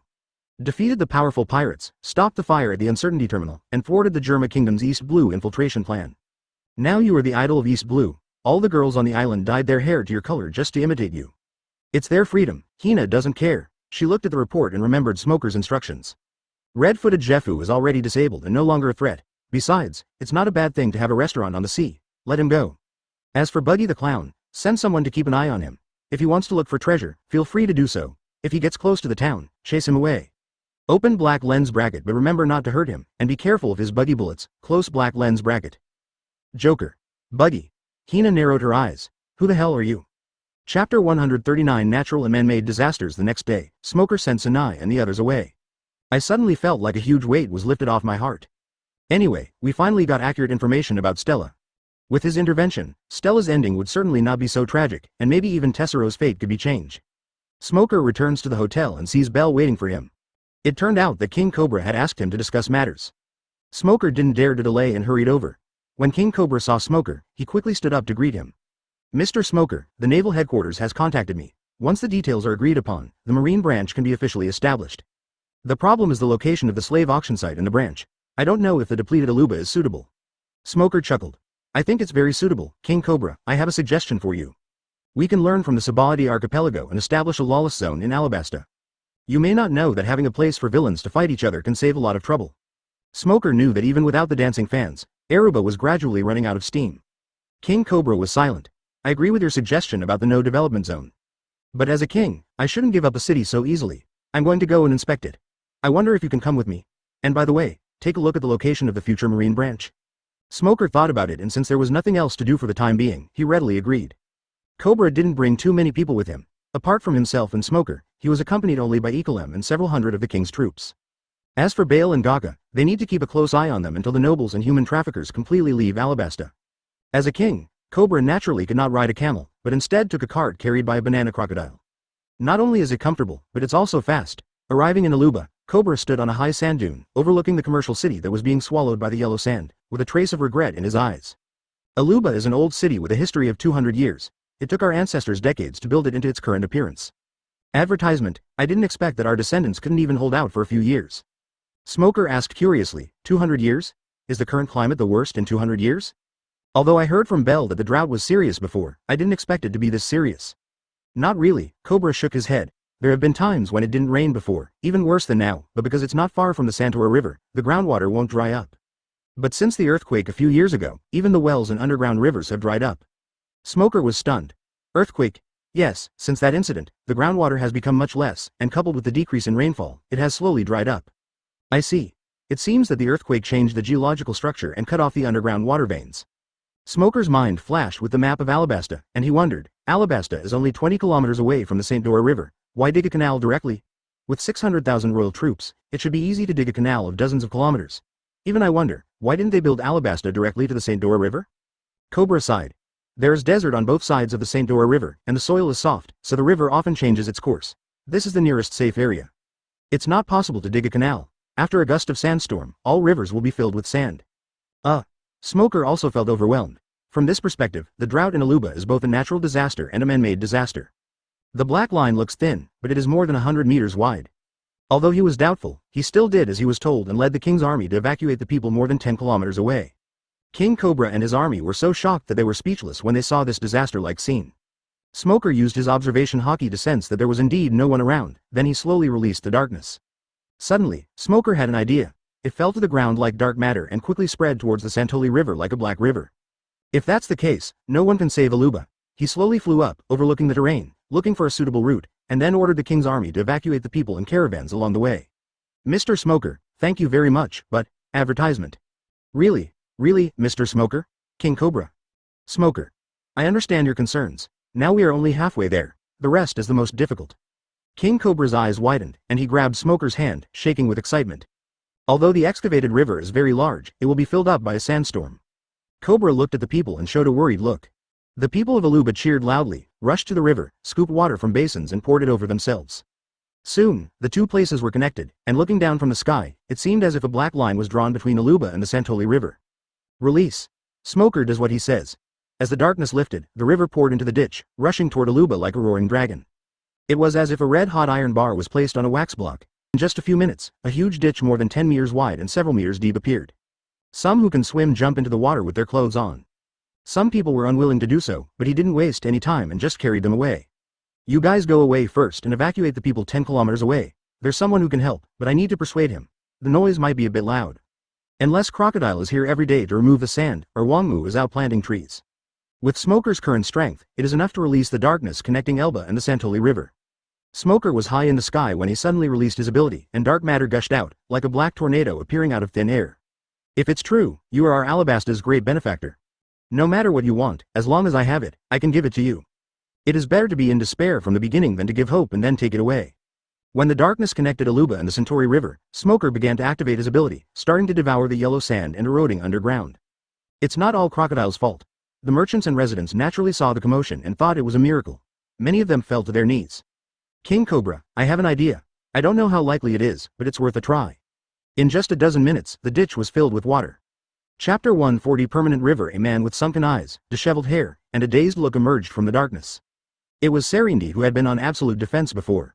Smoker hadn't spoken to him since a week before the Endeavor auction, which was quite a few days. When he first saw the sunlight, he felt a stinging pain in his eyes. Fortunately, he reacted quickly and covered his eyes, so he did not become blind. After a long while, he slowly took his hands away, but his eyes were still red from the stimulation of the sunlight. Tisk tisk, you are indeed from the pirate's world, you adapted so quickly. If it were my previous life, I would have to undergo several days of rehabilitation training before I could look at people like this. Before, Smoker had been busy with Stella's affairs. I didn't have time to kill this guy and take the fruit, but now I can use it. But, before that, I have to tame this B**************** D first. Without waiting for Smoker to move, Serindi rushed over with a roar, hugged Smoker's thighs and started crying loudly. Master Smoker, please kill me, stop locking me up. The miserable expression, the sorrowful howling, even better than Diamante back then. Seeing this scene, Smoker frowned and kicked him away. Over the years, Smoker's little darkroom has held countless vicious criminals. He was already used to these guys' reactions. Some people could not bear it and committed suicide, let alone cry a few times. In fact, Smoker doesn't know, this guy was claustrophobic and he was locked up for 3 days. Serindi hasn't gone crazy yet, which means he has a will as strong as iron. I have something for you to do now. If you complete it obediently, I can lock you up outside. If you don't want to. Smoker's eyes narrowed and black smoke began to come out of his body.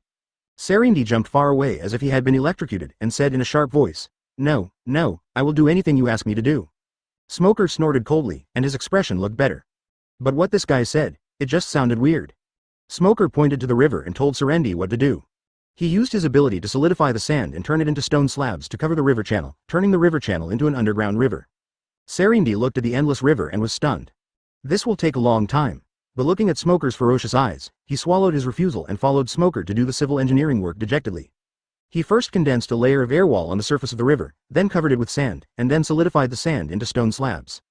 Smoker also asked him to solidify the riverbed into stone slabs so that there would be no need to worry about sandstorms. This workload is extremely huge. Even Serindi would have to work for days. This is why Smoker did not kill him to take the fruit. Advertisement Serindi is already very skilled in his abilities and is not weak in his own right, which is why he is able to handle such a heavy workload. If someone else eats this fruit, it will take at least half a year to complete the task. After repairing the river channel, Smoker is not done yet. He found a low-lying area next to Aluba and used his ability to dig a huge deep pit that was 1 kilometer square. Let Serindi harden the bottom and connect the river, and suddenly there will be a huge lake next to Aluba. The lake is connected to the Santoli River, so there is no need to worry about it turning into a saltwater lake. When the project was completed, the people of Aluba cheered and rushed towards Smoker and Serindi, lifted them up high and shouted their names. Especially Serindi, after all, his workload is much larger than Smoker's. Soon, there was only huge cheering by the lake. Selindi. Cobra knew Serindi's name, but because he was a lone ranger and not well known, he did not recognize his identity. Cobra walked over excitedly and held Serindi tightly. "Mr. Serindi, thank you so much. The people of Alabasta will always remember your kindness." Serindi had an awkward smile on his face. After resting for a few days, his strength has long been restored. It is no exaggeration to say that he can kill everyone present just by raising his hand. But looking at Smoker, who was watching him eagerly, the thought that had just arisen was like a match that had been watered. What am I thinking about? None of these people were his relatives or friends, so what if they were all dead? Although the other party is a Marine and will definitely be severely punished, his life will definitely not be in danger, and I will definitely not see the sun the next day. At this time, Cobra said excitedly, "Mr. Smoker, Mr. Serindi, it is our blessing to have heroes like you in the Marine." Serindi. Smoker. This guy is not a Marine. Oh, Cobra was surprised. What kind of job does Mr. Serindi do? Work. Serindi was stunned. In the past, no matter who I faced, I could always proudly say that I was a pirate's. But facing Cobra's blazing eyes, facing the people with admiring faces, especially the little kids hanging on his legs. I'm a traveler. His voice was as low as the buzz of a mosquito, and he glanced at Smoker guiltily. Smoker just glanced at him and snorted without exposing him. Very good. Cobra patted his shoulder heavily. "Mr. Serindi, I would like to hire you as the Minister of Water Resources and Construction of Alabasta. What do you think?" Serindi was stunned at first, but a strange feeling emerged in his heart. Over the years, I have traveled all over the country, killed countless people.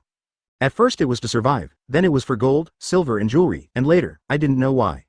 Advertisement. In addition to being chased by the Marine and fighting with the pirates, he was already tired of this wandering and strife-filled life. But his sins were too serious, and even if he didn't become a pirate, there was no way out. That's why he wanted to be a Shichibukai. Even though he was still a pirate, at least he could be more stable and qualified to settle down. The look in everyone's eyes today was that familiar look directed toward a strong person. Smoker, Serindi. He understood Cobra's plan. If Serindi wasn't a pirate, then there would be no problem. At this moment, Smoker suddenly felt a powerful aura appearing in the air, approaching this side rapidly. "King Cobra, I know he is very useful, but I'm sorry, Alabasta can't control him, so I can't agree to your request." Smoker shook his head. "Sorry. Of course, redeeming your sins is just a title in the world government. Here, you are still the Minister of Water Resources and Construction. Apart from the title of royal family and diplomatic power, all other treatments are the same as mine." Cobra sighed, lowered his head and pondered for a moment, then raised his head again. But, he glanced at Smoker and fell silent. Cobra was stunned. "Hey, King Cobra, calm down. Wherever these waterways were built, settlements could be found. Okay, I'll just say it straight then, Mr. Smoker, I've thought about it, even if he's a Marine, I'm going to ask you to transfer Mr. Serindi over." On Cobra's side, the calculations were also going very smoothly. Smoker's eyes widened. "Don't even mention that he is a free man. Even if he is a pirate or a revolutionary, I will take him." Given Alabasta's size, even the Vice Admiral of the Naval Headquarters would be tempted by such treatment. "Mr. Serindi, you are a big pirate with a bounty of over 300 million. I don't have the right to cancel your wanted order directly. Let's not talk about the wanted order for now. What if he really stays and becomes a minister? What do you think? Serendi was also frightened by Cobra's conditions. His lips opened, but he was speechless for a while. In fact, Alabasta owns the Santoli River, and it is entirely possible to artificially dig many tributaries, but it is not possible due to the movement of sand dunes. Smoker had no choice but to take Cobra and Serendi to a deserted place and told Cobra his identity. The problem is that he is a pirate, but the Nefert family has some reputation in the world government. I can apply to freeze your wanted warrant and let you atone for your crime in Alabasta. How about that? Smoker is silent. If Serendi kidnaps Cobra, it's all over. I am a real prisoner, but with Serendi, it's different. We can build waterways connecting the cities. My mouth is poisonous, but it was completely different from the past. There was no fear, hatred or greed in these people's eyes, only gratitude and hope, which made him feel very comfortable. This is not recruiting criminals, this is finding a living father. If he did something that angered the heavens and the people later, he would never be able to clear himself even if he jumped into the Yellow River. For Alabasta, Serendi's ability is no less than that of ancient weapon. Mr. Smoker, can you allow me to talk to Mr. Serendi alone? Chapter 141. Reunion. Smoker suddenly stood up and stared blankly at the sky. Open black lens bracket this breath. Close black lens bracket. After a few seconds, Serendi also noticed it, was startled, and quickly stood up. Seeing this, Cobra stood up and looked up at the sky. After a while, a figure appeared in the air, approaching rapidly with a shockwave, and after landing, it fell into Smoker's arms. Smoker stared at the pink-haired girl in his arms in disbelief, his eyes widened. Hina. It's you, why are you here? Hina raised her head after a while, staring at Smoker with sparkling eyes, then reluctantly came out of Smoker's arms, straightened her military uniform, saluted Cobra, and then took out an official letter. Hello, King Cobra. I'm Naval Headquarters Rear Admiral Hina. Under the orders of the headquarters, I'm responsible for coordinating the preparations for the construction of the G-14 base with you. Cobra. Oh, hello, Master Hina, Smoker suddenly realized. Hina, are you coming to Alabasta? No wonder when I talked to Zephyr a few days ago, he said he would send a strong man to stay in Alabasta to keep an eye on Crocodile, and he was so mysterious that he didn't say who it was, and just told me to wait. Hina nodded. Yes. Mr. Zephyr said you were here too, so I ditched the boat and sped over here first. She stared at Smoker as she spoke, her eyes looking as if they were about to melt into water. Smoker looked at Hina, his eyes also full of tenderness, but soon became sharp.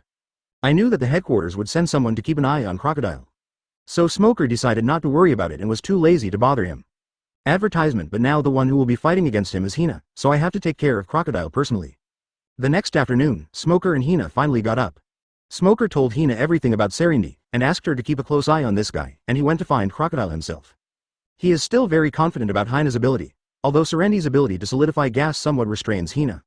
But judging from the aura of both sides, the basic combat power is a whole level lower than Haki.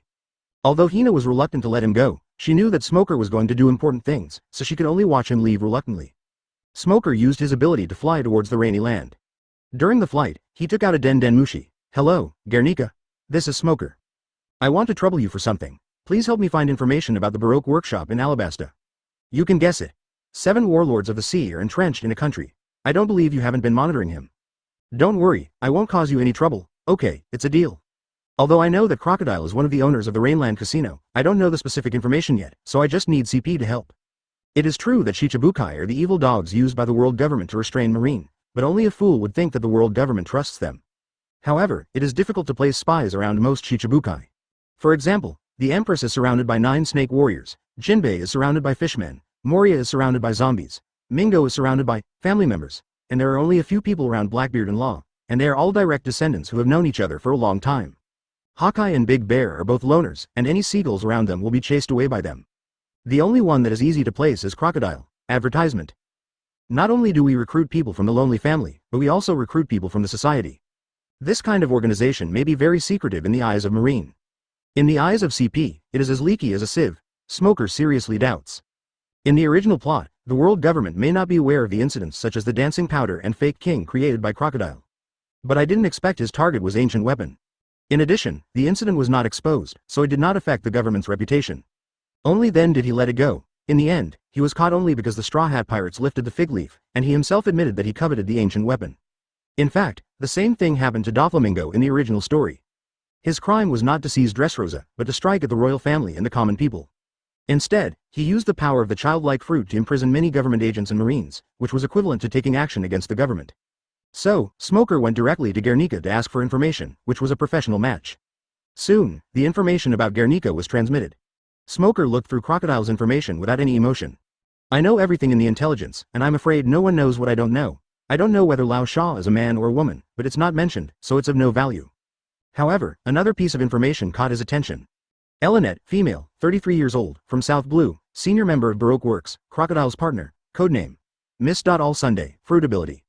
Smoker's eyes lit up when he saw her profile. I am so lucky to meet you before going to Sky Island. Chapter 142. Elinet Smoker made his way to the rainy land. Under the guidance of Den Mushi, we entered a remote tavern. When the boss saw Smoker, he was stunned at first, then he quickly closed the shop. Then he walked in front of Smoker and said respectfully, "Hello, Master Smoker. You are the one behind CP7, right? I heard from Nika that you are a trustworthy friend, so I'll trouble you for this operation." There was no expression on Huang Q's face. "You are too polite. Master Nika saved my life." "It's not a big deal, morally speaking." "That's good." Smoker nodded, and suddenly thought of something. "Is it risky for you to help me? Will it increase the risk of exposure?" Smoker learned the other party's identity from Nika. Huang K, now using the alias Bot, is codenamed Mr. 3 in Baroque Works. He is an absolute senior executive and can even get close to the decision-making of Baroque Works. Smoker was not surprised by this identity. In the CP sequence, even the weakest CP9 is not comparable to Daz. Although most of his strength is hidden, it is still easy to become a high-level spy. But if his identity is exposed due to my own reasons, the impact will be huge. The Oriole really didn't care. "Don't worry, I received an order to leave Baroque in a reasonable manner. It's just that I'm good at intelligence, not combat, so I'm afraid I can't provide you with much help." Smoker couldn't help but be stunned. Nika said that Baroque Works had planted such a high-ranking agent. Why did they want to destroy their own spies now? But I understood it after thinking about it. The Baroque Works is just a criminal organization of one country and has no intention of leaving Alabasta. No matter how much trouble they make, it is only one country that suffers. So there is no need to keep a close eye on it. It is enough to place some peripheral members and know the general movements of the organization. As for the rest, just let it be. Even if Alabasta is demolished, what does it have to do with my world government? In addition, New World and the Revolutionary Army have been very active recently, and CP is also short of rear admirals, so they transferred him away. Smoker now had a lot of information at hand and figured it all out in an instant. He nodded and said to Huang K, "You have helped enough. I don't need your help in the battle. You just need to invite people out and create opportunities for me." Huang K nodded. "Don't worry. Senior spies need to report their work regularly. I made an appointment with Elinet yesterday. We will meet at the Bitterwater Oasis tomorrow afternoon. When the time comes, you can hide in advance and launch a surprise attack directly." Smoker did shake his head. "Forget it, the risk to you is too high. It's not worth it for you to take this risk. I will just pretend to be passing by chance and confront you directly. There is no need to sneak attack her. For your safety, I will play a trick on you, and you can also tip off Crocodile. Crocodile is a shrewd guy, and it's hard to fool him without some shocking information." Smoker didn't want to put Yellow Bird in danger at the last moment because of himself. Huang K was shocked. "This is too dangerous. The opponent is Shichibukai. Shichibukai is almost always killed instantly when facing an ordinary Marine Vice Admiral. Even in CP, except for CP0 and CP1 which are full of elites, in other groups, only the officers can fight against them. Just do as you are told. Letting him witness this is part of the plan." This is, at 4 o'clock in the afternoon of the next day, in the Kushui Oasis deep in the desert, 100 miles away from the Rainland. Advertisement 2 figures appeared here, they were Elinet and Yellow Bird. "Mr. 3, how is the intelligence gathering on Cobra and the King's army going?" "Sir, King Cobra is now building a water conservancy project in Aluba, and a mysterious man has appeared to help him." Huang K explained the intelligence in detail and added a lot of analysis. After all, he is a professional in the intelligence system. With just a little effort, he reached a level that other Baroque agents could hardly reach. Elinate nodded, looking very satisfied. "Well done. The boss is very satisfied with your performance and intends to promote you to Mr. 1. According to Crocodile, Daz is gone, and Mr. 1 needs to decide on a candidate as soon as possible. In fact, think about it, this position second only to the boss and partner does not necessarily have to be known for combat power, it can be set up as an external brain." Huang K showed a surprised expression and nodded heavily. "Yes, thank you for your cultivation, boss. But in fact, I was very nervous. If I don't leave now, I will be the third in command of the organization." While he was daydreaming, Elinet continued to ask, "By the way, what is the movement of that Marine?" "Yes, about Marine." Huang K had just opened his mouth when a teasing voice came from the side. "Oh, what happened to Marine? Since we're talking about Marine, why not let me get involved?" Elinet and Huang K both looked horrified. "Who?" Turning around, I saw Smoker walking out with a forced smile. "Haha. Interesting. I originally wanted to travel to the Rainy Land, but I didn't expect to have such an unexpected gain." "Smoker!" Huang K exclaimed and pulled out a huge battle axe from behind. He jumped high and chopped down at Smoker's head. Impolite guy. Smoker didn't dodge or evade and punched forward. There was only a dull thud mixed with the sound of something breaking. The Oriole flew back like a kite with a broken string and landed heavily behind Elinet. The axe was broken into pieces and scattered everywhere. Elinette turned her head to glance at the yellow bird, and the corner of her eye twitched slightly. Huang Q's face was pale, his mouth and nose were full of blood, and his arms were twisted and deformed. MD, it hurts so much, even if you say you want to use the self-torture tactic, you don't have to be so realistic. Smoker approached Elinette step by step. Ma'am, it's your turn. If you can be obedient, I won't use any force. Don't underestimate me. Elinette stretched out her hand, and a crackling blue arrow of light shot out from her palm, heading straight for Smoker's face. But Smoker had foreseen this, and before the opponent's attack was launched, his body had already transformed into elements to avoid it. The arrow of light missed Smoker and fell into the trees behind. There was a loud boom. The huge coconut palm tree was cut in half and slowly fell down. The fracture was already burnt, with flames and wisps of green smoke. Advertisement Smoker was secretly amazed, but he was not afraid at all, and strode towards Elinette. Escaped? You were so quick. Elinette's beautiful eyes were filled with evil, and her figure disappeared in an instant. The next second he appeared behind Smoker and punched him in the back of the head. Smoker moved faster, turning and grabbing her wrist. If you don't eat a toast. Before Smoker finished saying, eat, blue light suddenly burst out from his body, making crackling sounds. In the blue light, Smoker can be vaguely seen grasping his wrists, but his figure keeps twisting. What kind of physical strength is this? Armament hockey can't cause any damage. I just didn't expect that you could combine electricity and physical skills to use the same moves as the fur tribe. The thunder and lightning raged wildly, and the overflowing energy spread to the ground several meters around, and the ground showed signs of melting. It took a long time before it slowly dissipated. Okay, this is your own choice, so I'll let you see it for yourself. Ah, ahem. Ahem, huh. It really is just like the legend says, it can release electric shocks. After several seconds, the blue light slowly disappeared. There was a dull bang, and Smoker staggered back a few steps. For a moment, the sound of electric current and screams were intertwined. The long legs were raised high, covered with armament hockey, and the whole legs turned into a huge black stick, chopping down at Smoker's head. Smoker stood there, still feeling the residual current, his body trembling from time to time. Suddenly, he coughed, and a puff of black smoke and a mouthful of blood came out of his mouth. Ah, very satisfied. Is there anything more exciting? Boom boom boom. The dazzling blue and white light made it impossible to open your eyes. Elinette landed gracefully, but without the slightest excitement of attacking the opponent, her eyes were filled with shock. After saying that, he jumped up. After hearing this, Elinette's pretty face turned red with anger. Electricity swirled around Elinette's body, condensing into a dozen lightning snakes as thick as buckets, roaring and rushing towards Smoker. Elinette sneered. Elinette's eyes suddenly became dangerous. Smoker felt extremely painful all over his body, as if countless red-hot steel needles were stabbing him. The pain was so severe that he couldn't speak at all. Smoker wiped the blood from the corner of his mouth. The lightning python instantly exploded into countless electric currents and directly swallowed Smoker. He let go of his hand, staggered back a few steps, and couldn't help coughing a few times, spitting out a few puffs of black smoke. Elinette snorted coldly. It's not just combined with physical skills. Electric snake dance. Although Smoker's expression was solemn, there was a glimmer of joy in his eyes, and a hint of expectation. He faced the electric snake without dodging. Smoker straightened up and rubbed the spot where he was kicked, which was only slightly red. At this time, a charred black pit about 10 feet square and 2 feet deep appeared on the spot. The fire in the pit was still burning, and the surrounding sand had melted into crystals. That's a beautiful move, but don't show off at this level of hockey. Your only value is the electric current attack just now. Smoker's entire body was charred black, and his hair stood on end, as if he had been burned by fire. How about it, Naval Headquarters Staff Officer Smoker, are you satisfied with my only value? After a long while, he finally recovered, opened his bloodshot eyes, and grinned hideously. Come on, keep pleasing me. Chapter 142 Crocodile. Elinette roared, don't underestimate me, you Marine. Then, her body suddenly changed. Her original height of 1.8 meters suddenly jumped to more than 4 meters.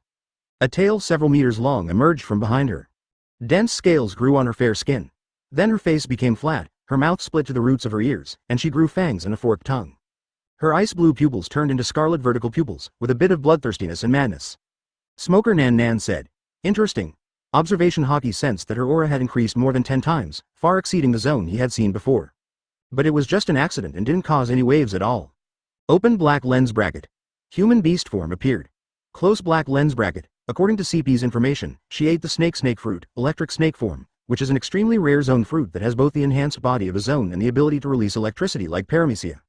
Electric snakes are real species. Elinette roared to the sky, and suddenly green hair grew on his body, and a black flame cloud appeared on his shoulders.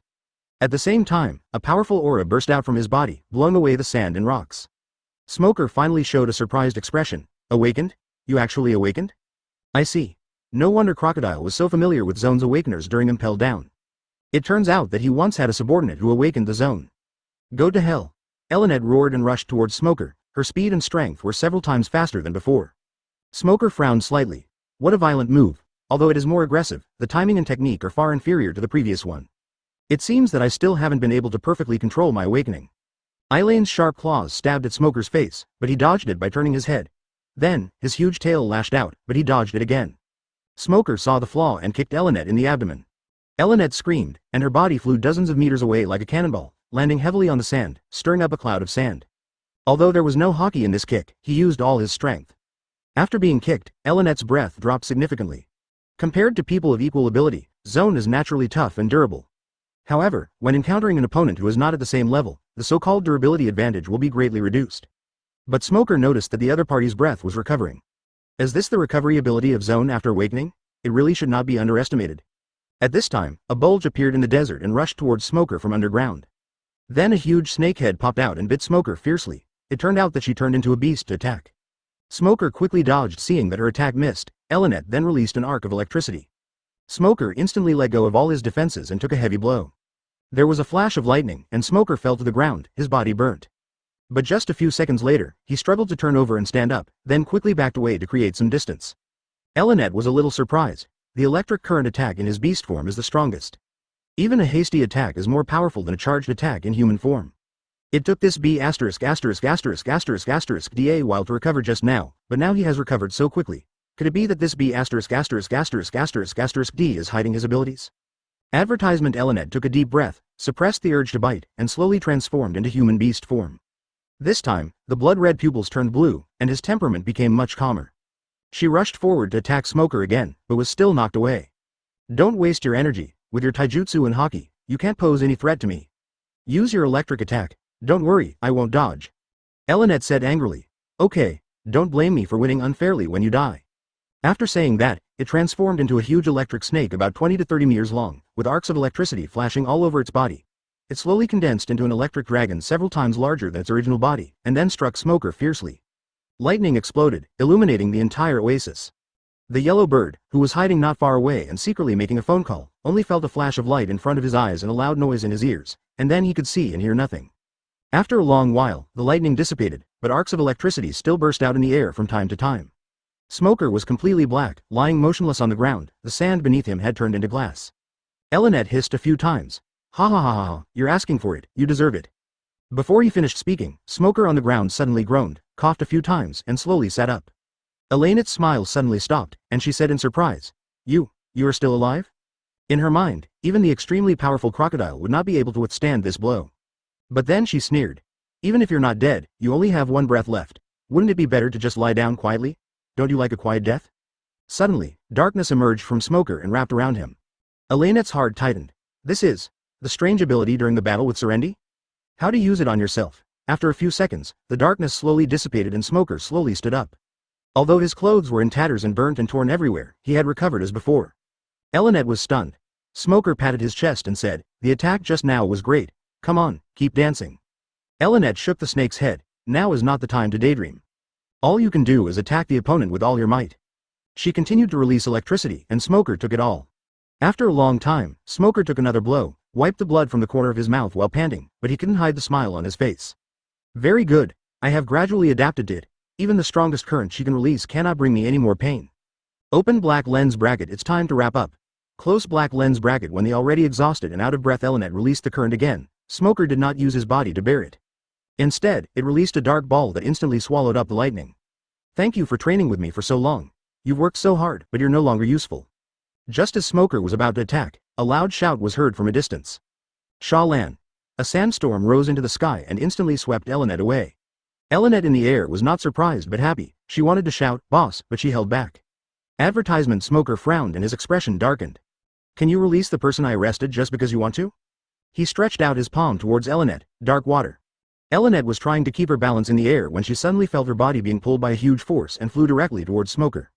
Smoker grabbed Elinette's neck, and her ability instantly failed, turning her back into human form.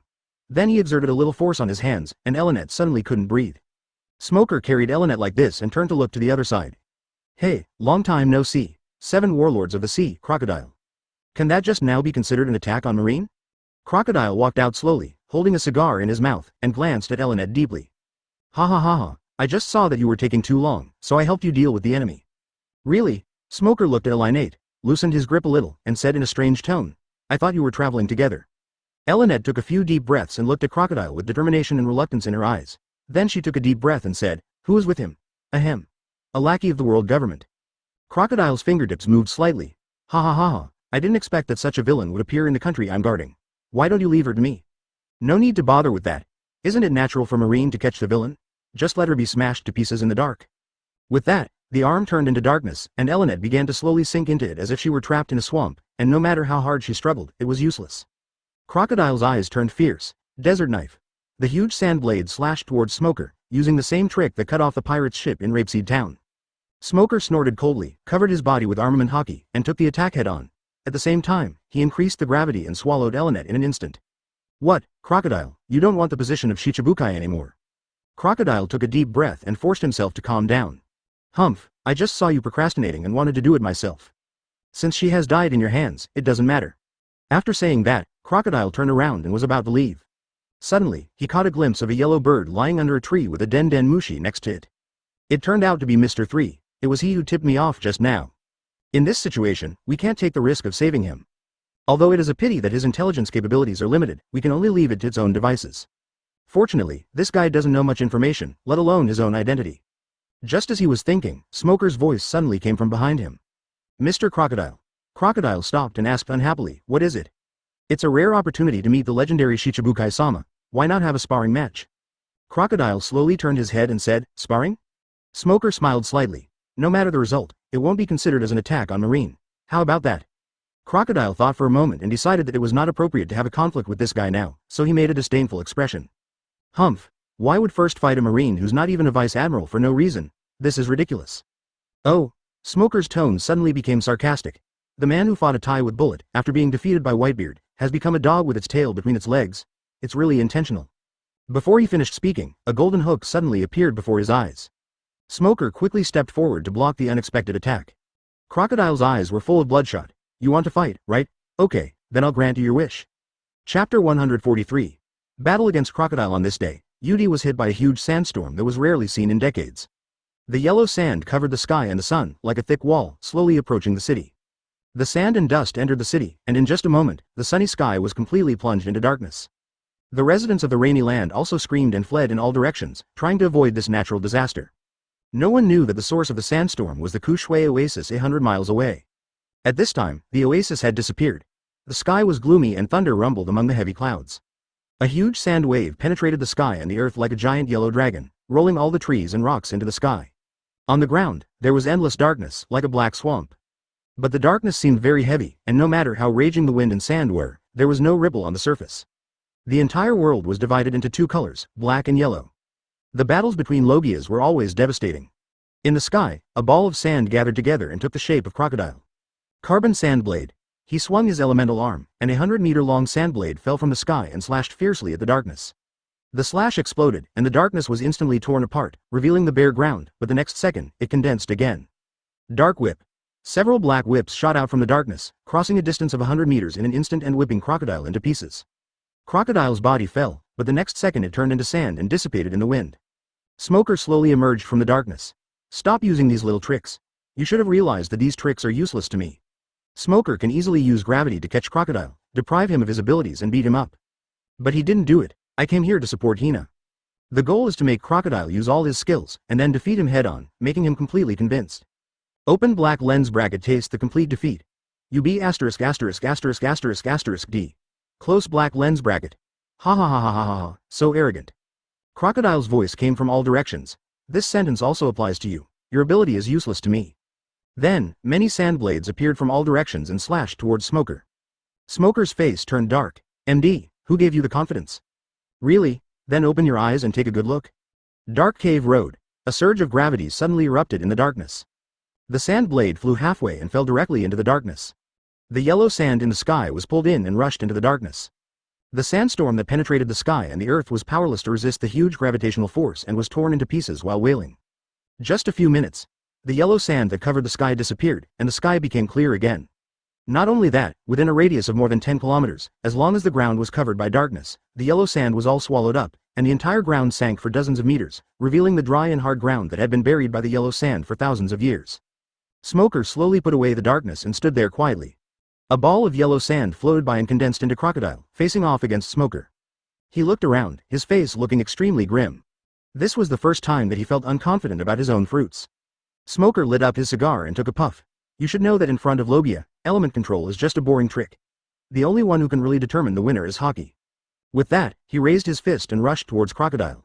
Crocodile also snorted. As you wish, advertisement. I don't know how much time passed. A figure appeared in the air, it was Belle the Falcon. There was a sandstorm first, and then the weather suddenly cleared up.